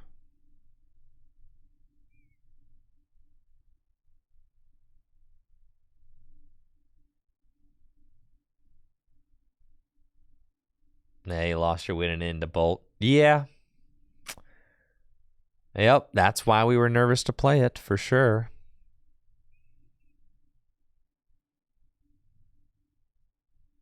Okay, they've got the Thorns. You're going to prime catcher my Raikou? And Volt Cyclone? Okay. That's fine.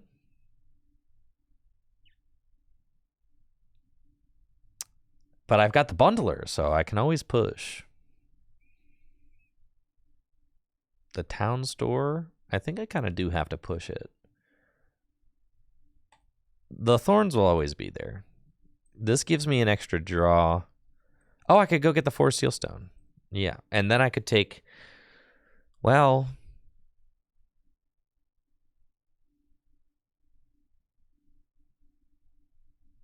yeah. Let's spin that. Cool. Let's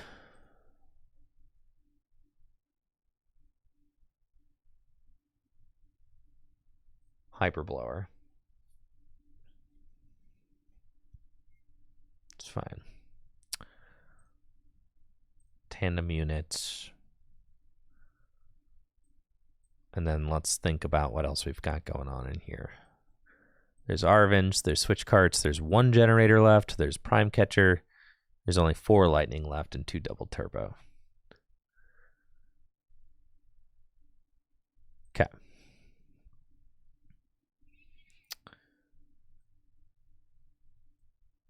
Do that, do that. My Mew is prized. That's fine. We can go get Arven.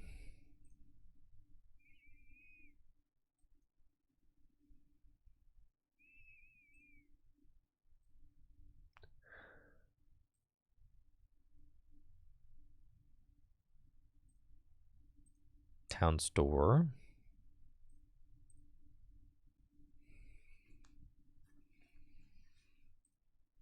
Fleet-footed. It's a nice hit, actually.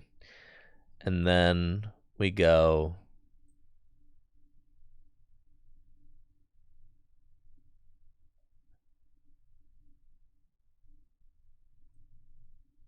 Force Seal Stone, Star Alchemy. Just take the generator. And then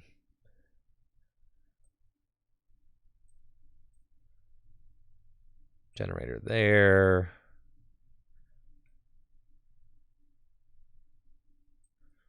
Arven.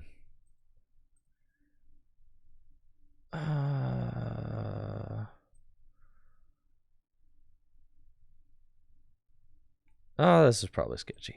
It's fine.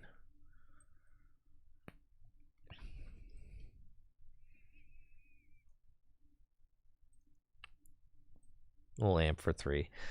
We'll try it. See how that goes. I know my Mew is prized. Apparently all of my tools are also prized. Really wishing that the hands are not on my bench right now, but that's just the reality we're living in.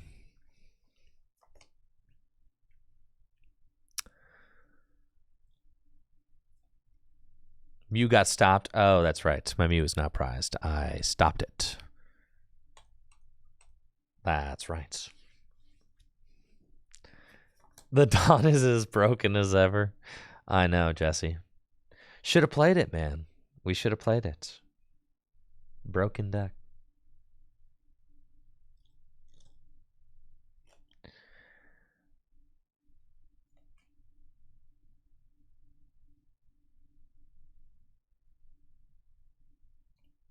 Yeah, Dengo was pretty sick. I'm certainly not mad that I played it. It was a cool deck. They're bundling.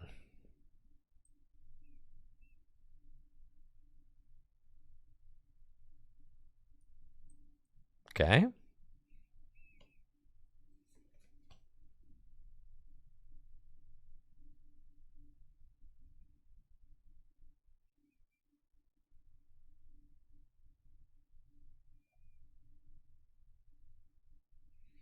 You think top 8 proves that we need to go to best of 1? Yes.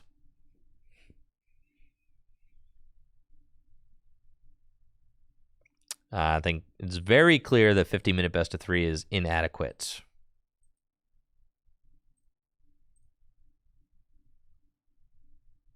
Very clear, in my opinion.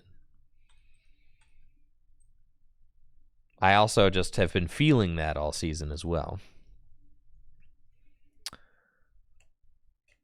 And, you know, I've been playing 50-minute best of 3 for the entire time that 50-minute best of 3 has been implemented in the Pokemon TCG.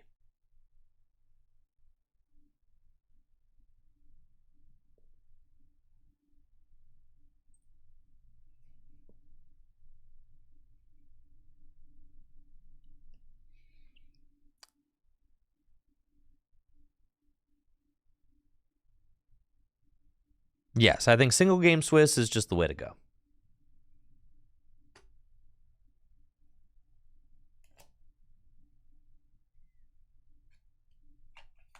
And if people are like, well, that's not, too high variance, cards are variance. Whatever. It is what it is. There'll always be more tournaments. You got it next time.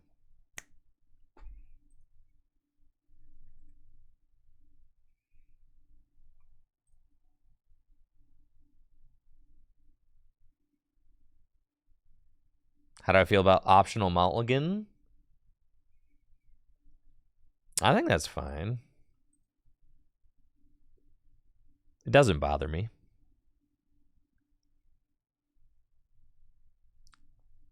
What about the best of 2? No, I'm best of 1 pilled, for sure.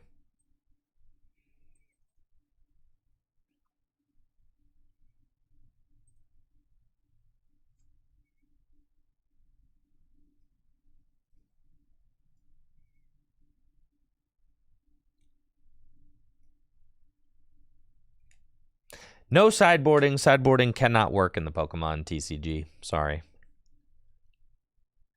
Yeah. Sideboarding is not a thing in the Pokemon TCG for a reason. You see too much of your deck. The counters are too hard. Can't do it. Imagine being like, oh, I'm playing against Lugia. I guess I'll just sideboard my 4 hammers. Yeah. No, absolutely not. It's just not.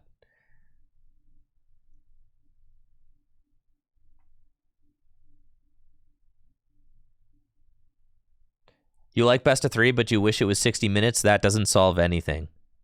Really. I don't think it really solves anything. I don't think 10 more minutes solves it.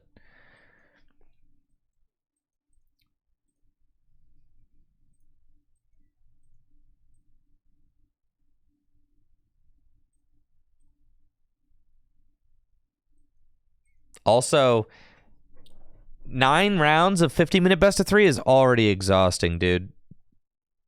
I don't want 15 rounds of 60-minute best of 3. You guys are tripping. Absolutely not. No, that is not the answer.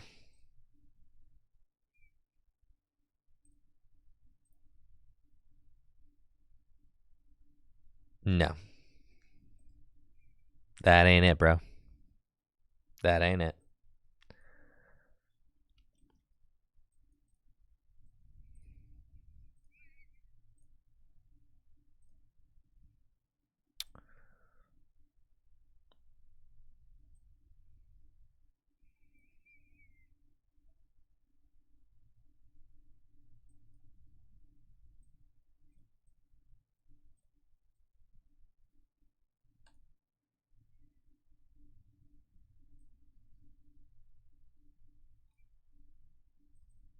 Broken deck, bro.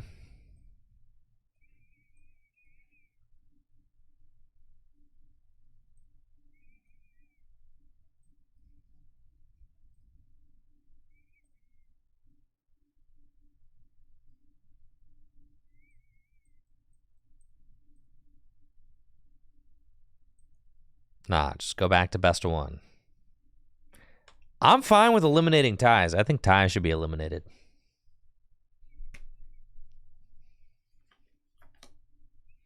No.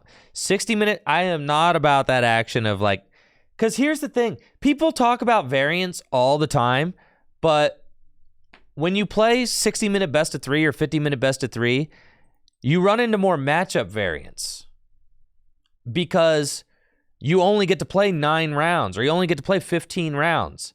But if you get to play more rounds, then your matchup variance is lower, right? Because right now, if you play against 2 bad matchups in 9 rounds, that's a larger portion of your pie than 2 bad matchups in 12 rounds. So people don't even consider matchup variance, but matchup variance is a big part of it.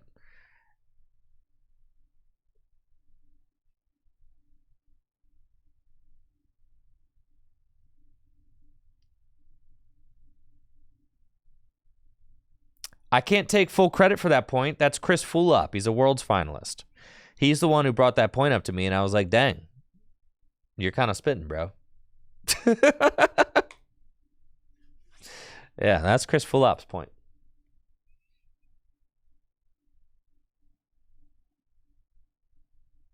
Honestly, I think Pokemon TCG tournaments should be week-long events, and anybody who can't take off work for a week just can't play, all right? They need to be best of 9, 90-minute ordeals. 90-minute, best of 9 tournaments, okay?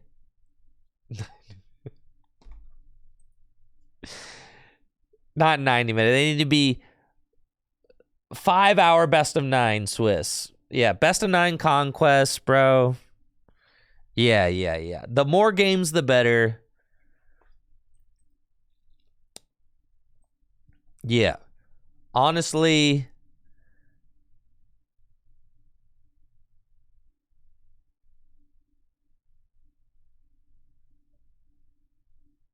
yeah, that'll just weed out all the soft players. See, now you got the right idea.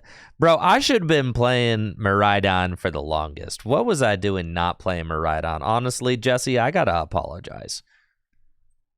I'm sorry, Jesse.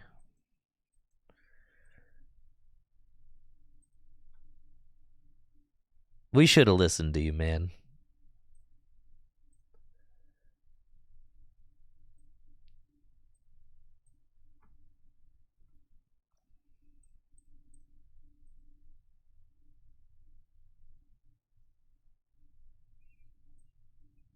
I know, it's my fault Jesse didn't play it. I know.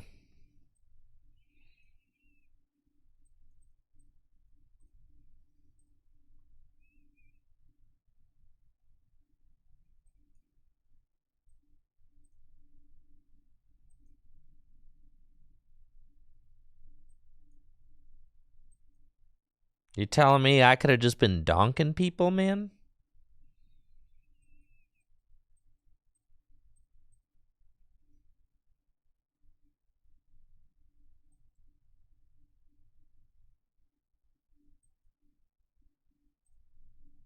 I mean, yeah, I lost my winning into a Raging Bolt. Blake's here saying he lost his winning into a Raging Bolt. You know, I mean, 2 out of the 3 of us made day 2. Like, that's pretty good. It felt Miraidon felt very risky. Like, we're all talking from, like, a perspective where now we know that Gardevoir was an obscene percentage of the field. The bolts were definitely out there.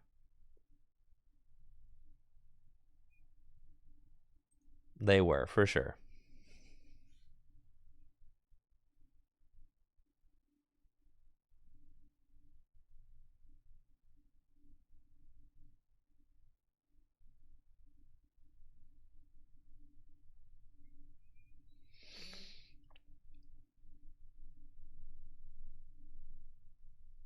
Yo, we got the Gibbs Meister in the chat right now. Bolt isn't unwinnable with Bear. 40-60 matchup.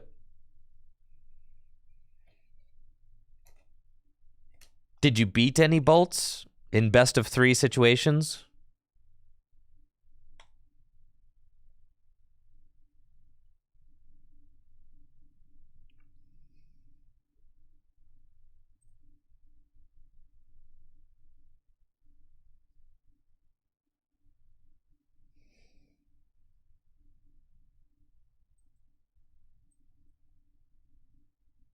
Never played one? My man. My man. Let's go. That's what I'm talking about. Never played one. Let's freaking go.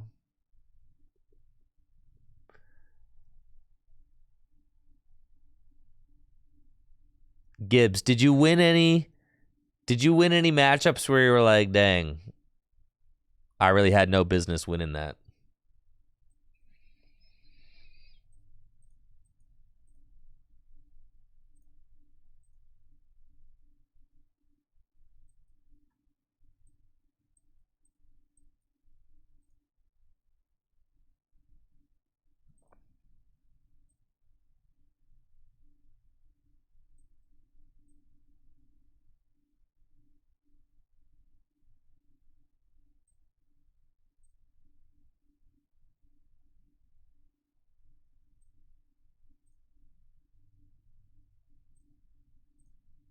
We'll thin one more.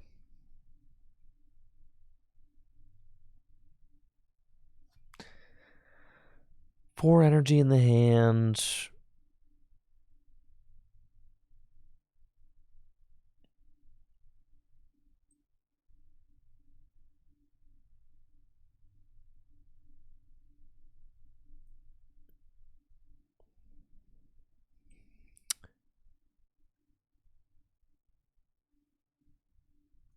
It's fine.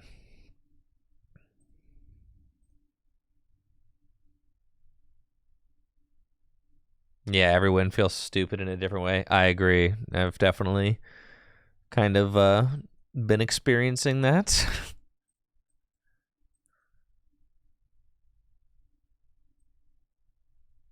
Okay, we're going to get Arvin. Did I already play an Arvin? Oh, I'm a moron. Okay, see, I'm talking.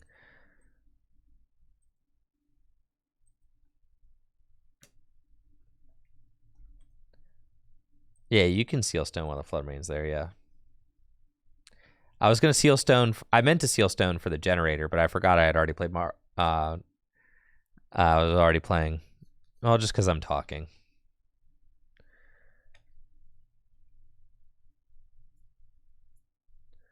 Yeah, I thought I forgot that I had played Arvin already.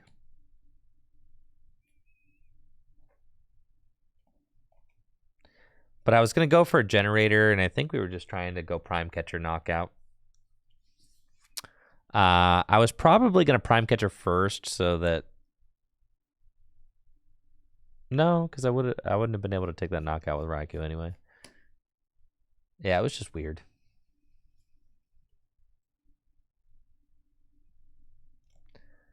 You ever faced me at a regionals? Get me chatting, easy W. You ever seen me play at a regionals? You ever seen me lock in, bro?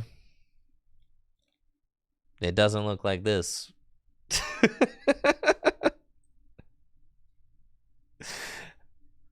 No, it does not.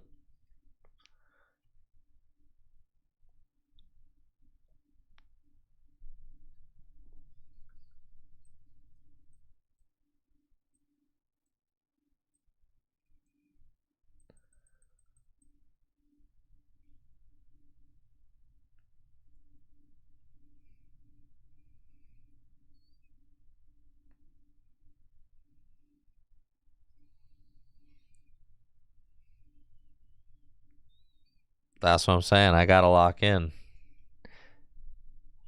When it's game time, we lock in, bro.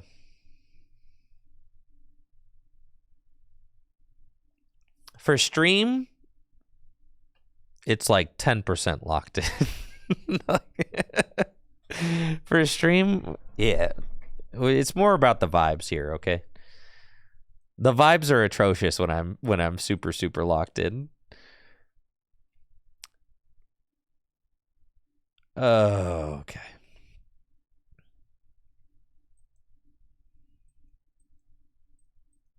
Not to mention, I feel like Pokemon TCG Live is like the anti-lock-in software.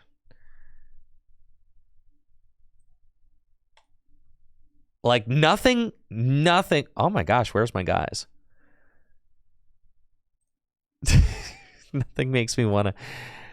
Okay, that's fine. Raikou's not around. I don't even need Raikou for real. What do we even need Raikou for? I don't need Raikou.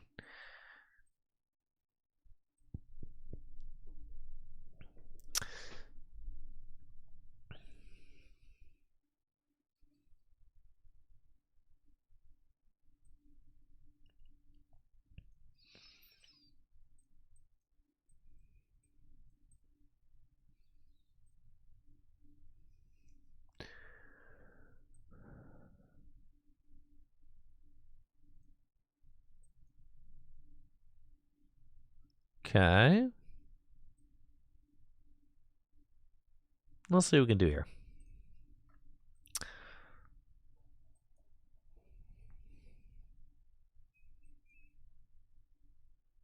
Bruh, you're killing me.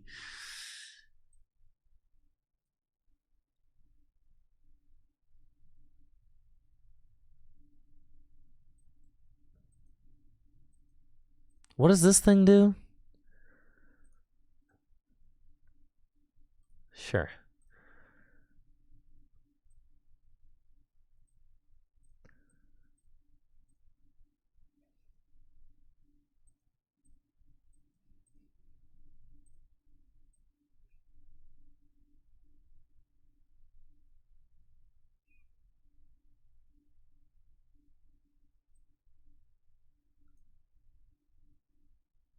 Yeah, whatever. Calamitous slow, snowy mountain, sure. Oh, I should have motivated. I could have motivated. All right, fine. Motivate. That was a missed motivational opportunity.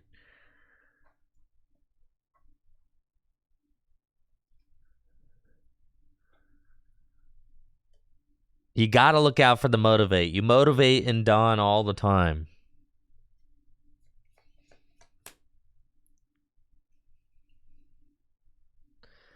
Would I say it's hard to motivate myself to play PTCG Live? Yes. Yes. Yes, I would.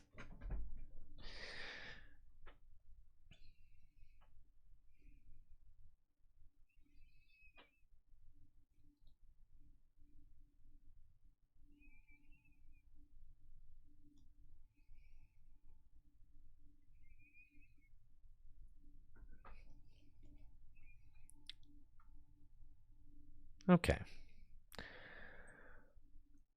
Oh, baby.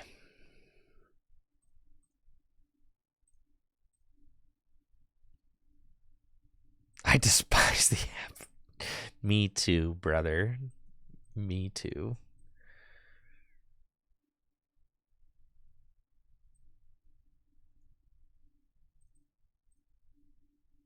I love how the cards go into the deck. That's like my favorite part. Man, it just brings me so much joy when they do that. Man, I love it. Why not regularly attend Wednesday night Standard League? Because I already regularly attend Thursday night Gym Leader Challenge League. So I do have to give myself some time to do other things. And as much as I love Pokemon, I got other things that I do. And I do attend GLC League almost every Thursday. That's my league of choice.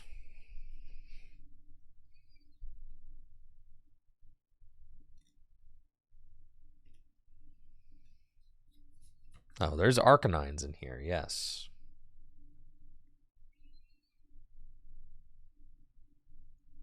Yeah, I think I'm about to get burned.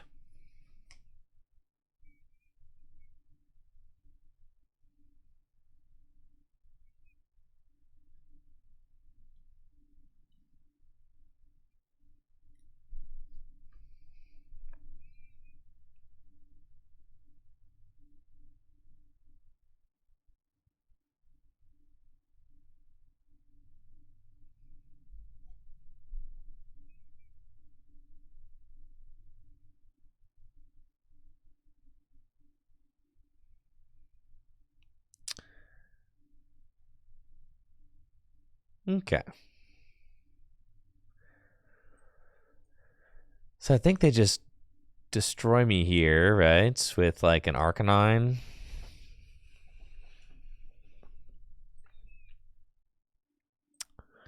So what am I doing in response? Anything? I don't feel like the Frostlass really matter. I feel like the Arcanine's actually my biggest threat.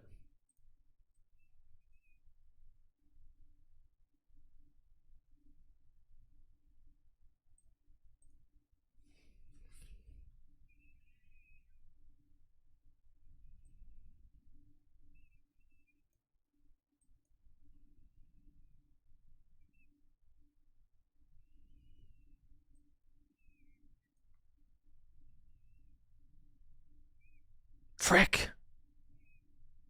Frick. Amp.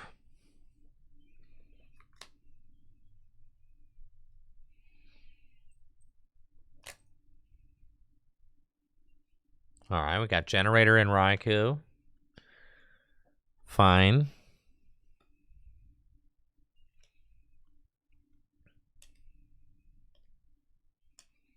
Doesn't Growlithe do like 120 or something?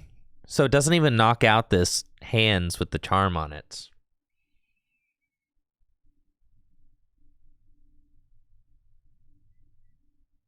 Oh, but I guess, yeah, I should have knocked out the monk. Yeah, the monkey. Yes, yes, yes. That was the optimal play for sure.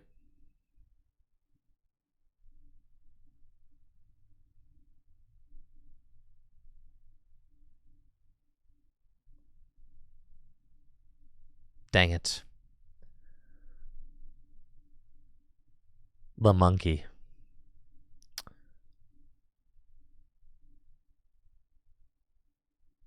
We're still alive out here, though.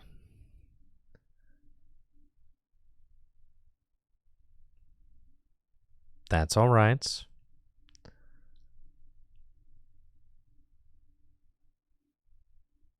Yeah, all right. That's a little annoying. That's adding up way too fast. Double turbo. That's great.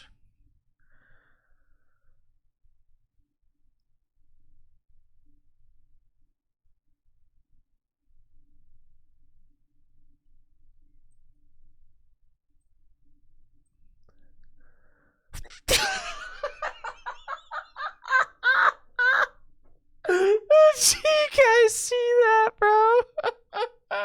Did you see?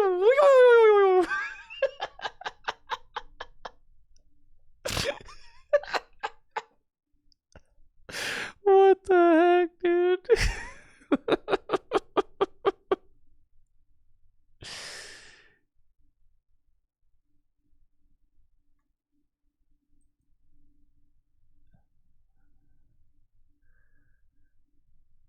Man, that was so sick.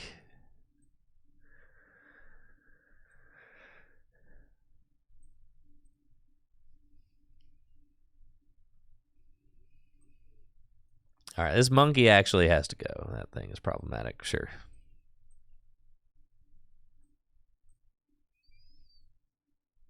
We've figured out the source of your power. It's that.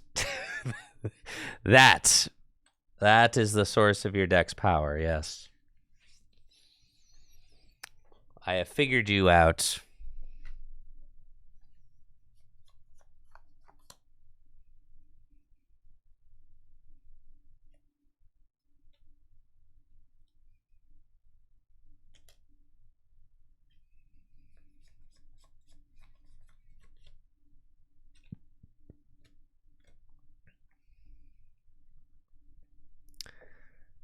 You can't monkey.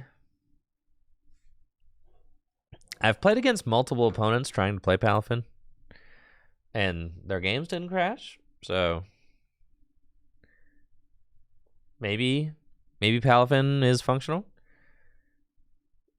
Functional. I mean, functional, though. You know, we're talking about functional. Probably about as functional as that generator was.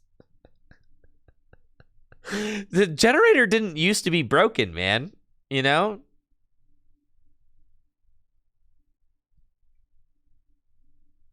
Like, generators used to...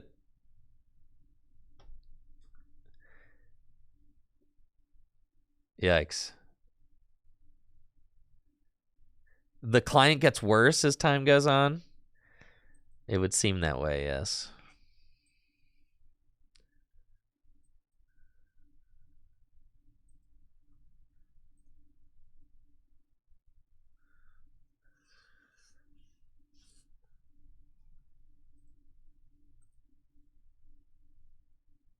The crazy thing is, like, all these cards that like accelerate stuff from the deck now are like weirdly broken. Not broken, visually broken, right?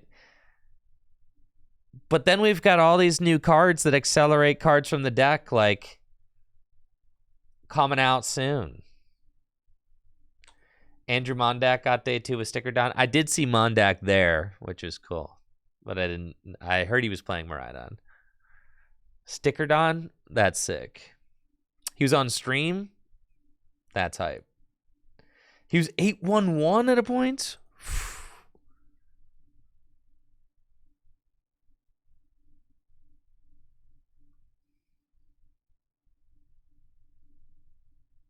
Four stickers? That's so hype. 4?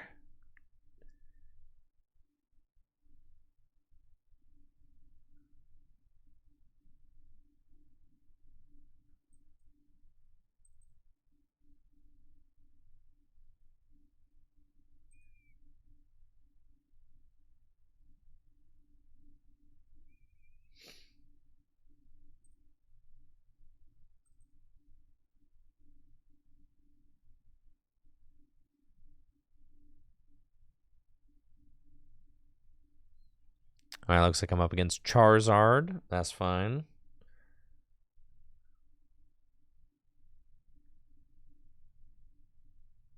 Turn 1, Iron Hands coming right up. Ain't no way they got the response. Ain't no way, bruh.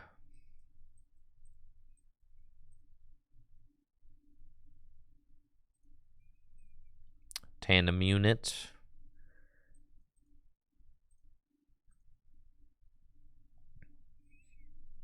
Brain off, just Dawn.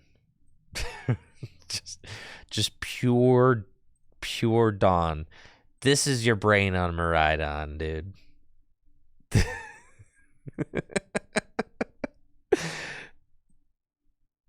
Jesse, we should have never stopped, man. We should have never stopped.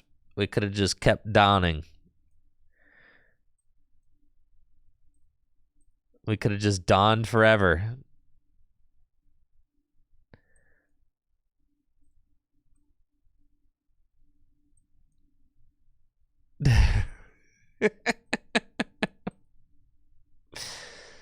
Caw.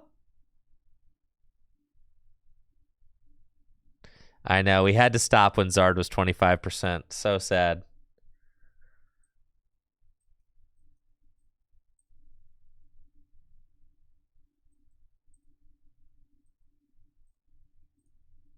Yo, give me that charm, dog. Yeah. Big boy. Let's go. Big man. He's so big. He's so big. Wow. How will you deal with my 280 hit point hands?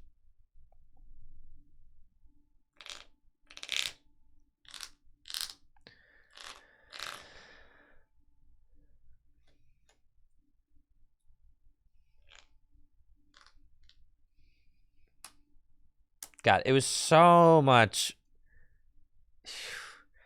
Trying to play Lost Box was so sweaty compared to this. So unnecessarily sweaty. Why would we sweat so much? There's no reason.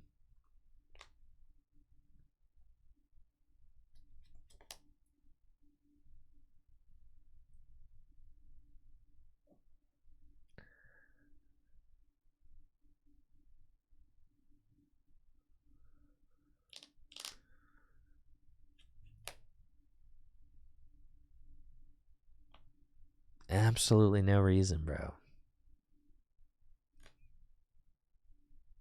We could just dawn and chill.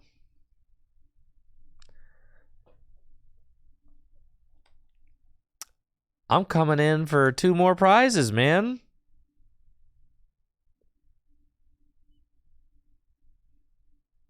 Yeah, just like that.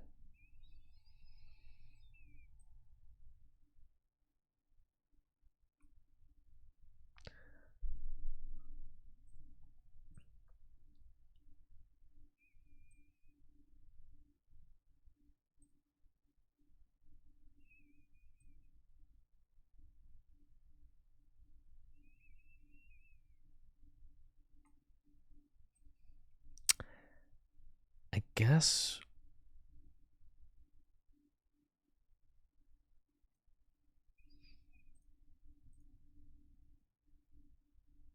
No, we don't want to do that. We just want to put the Mew down, actually.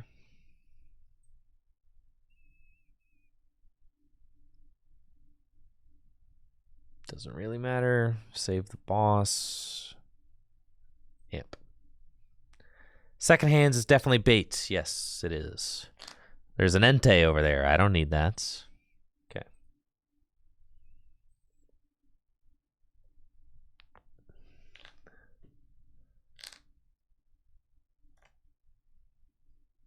Also, they might evolve into Pidgeot. So, easy win con is Energy Boss Pidgeot. Knock it out with Raikou V.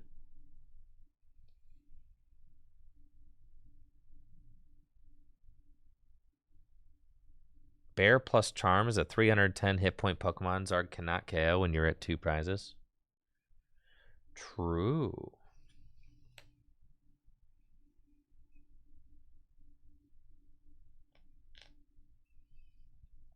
Oh, they got all the spice in this deck. But they haven't set up a Charizard yet. Which I suspect is something that they would like to do.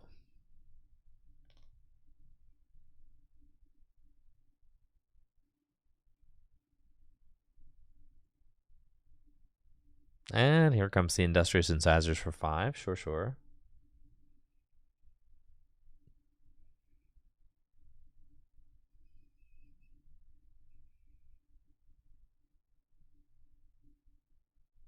Temple of Sinnoh. Bro, it can't be that bad. You're not just going to sit there and let my hands just take all 6 like that. Oh.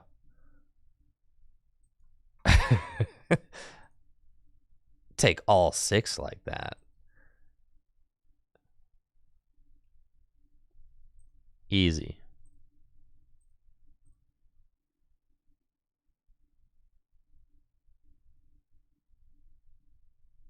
Again.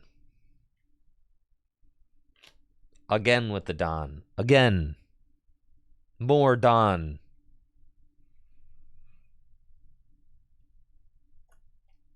I gotta get some... I gotta get some more tabletop gameplay scheduled for sure. I got Jesse coming in next week. We got Ogie Dogie deck. We've got Crobat's deck. I'll get somebody on to do Gym Leader Challenge.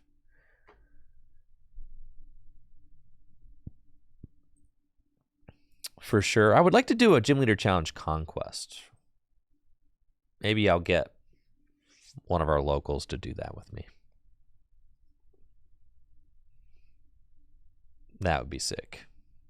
I think we lose here.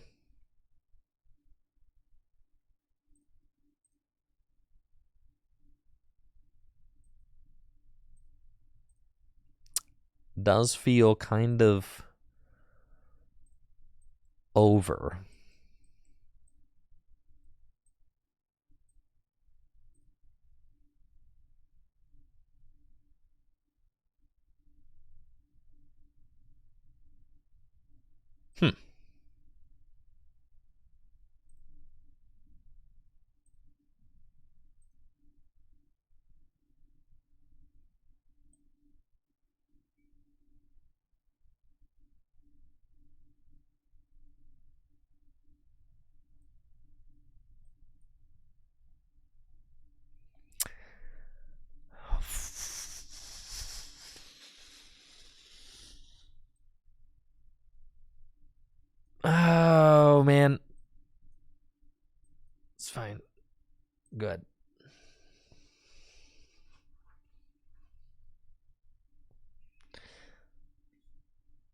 We just gotta hope that they don't pop off. That'd be nice.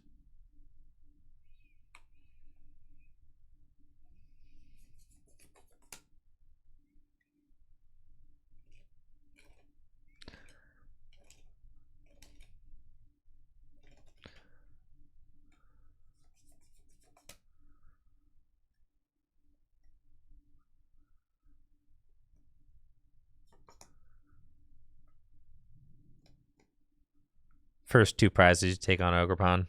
That makes sense. It does just feel terrible, though. 240 is not a number that this deck wants to hit.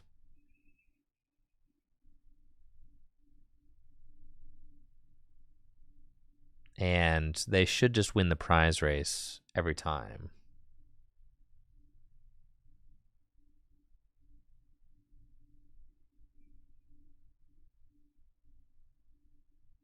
And you have to back-to-back Gust. Yeah, that's kind of nasty.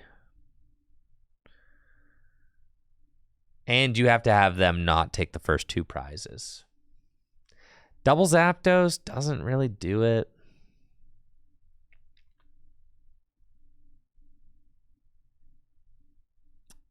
Because you still are like having to hit all your generators and run very hot.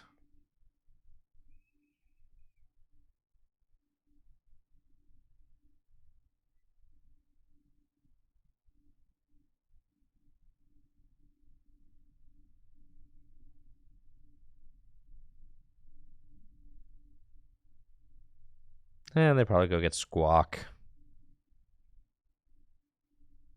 Yeah. Squawk and Seize. And if they just find a fighting energy to attach, so it's turn 1, 280. Kind of tough. Yeah.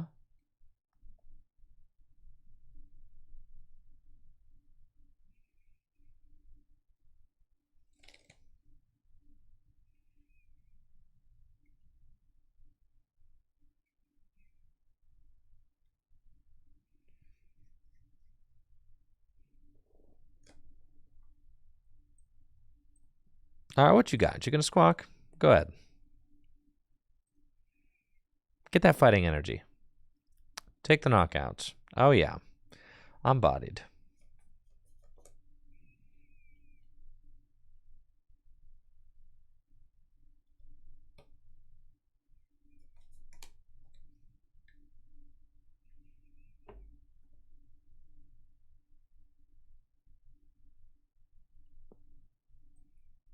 This is not great. Gotta play the double Zapdos, dude. Thank you, Heavy Metal Zoe, for the sub in the 38 months.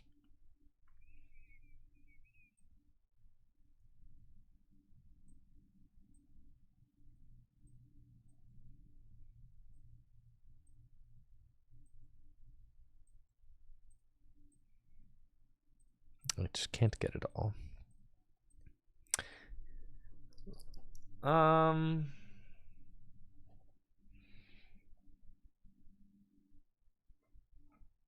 Hooray.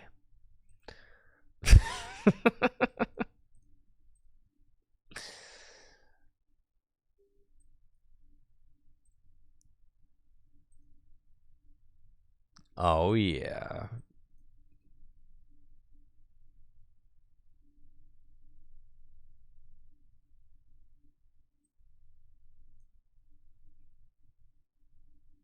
Go ahead.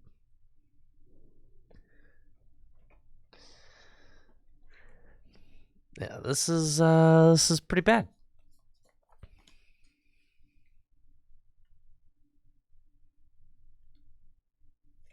I think I've seen enough.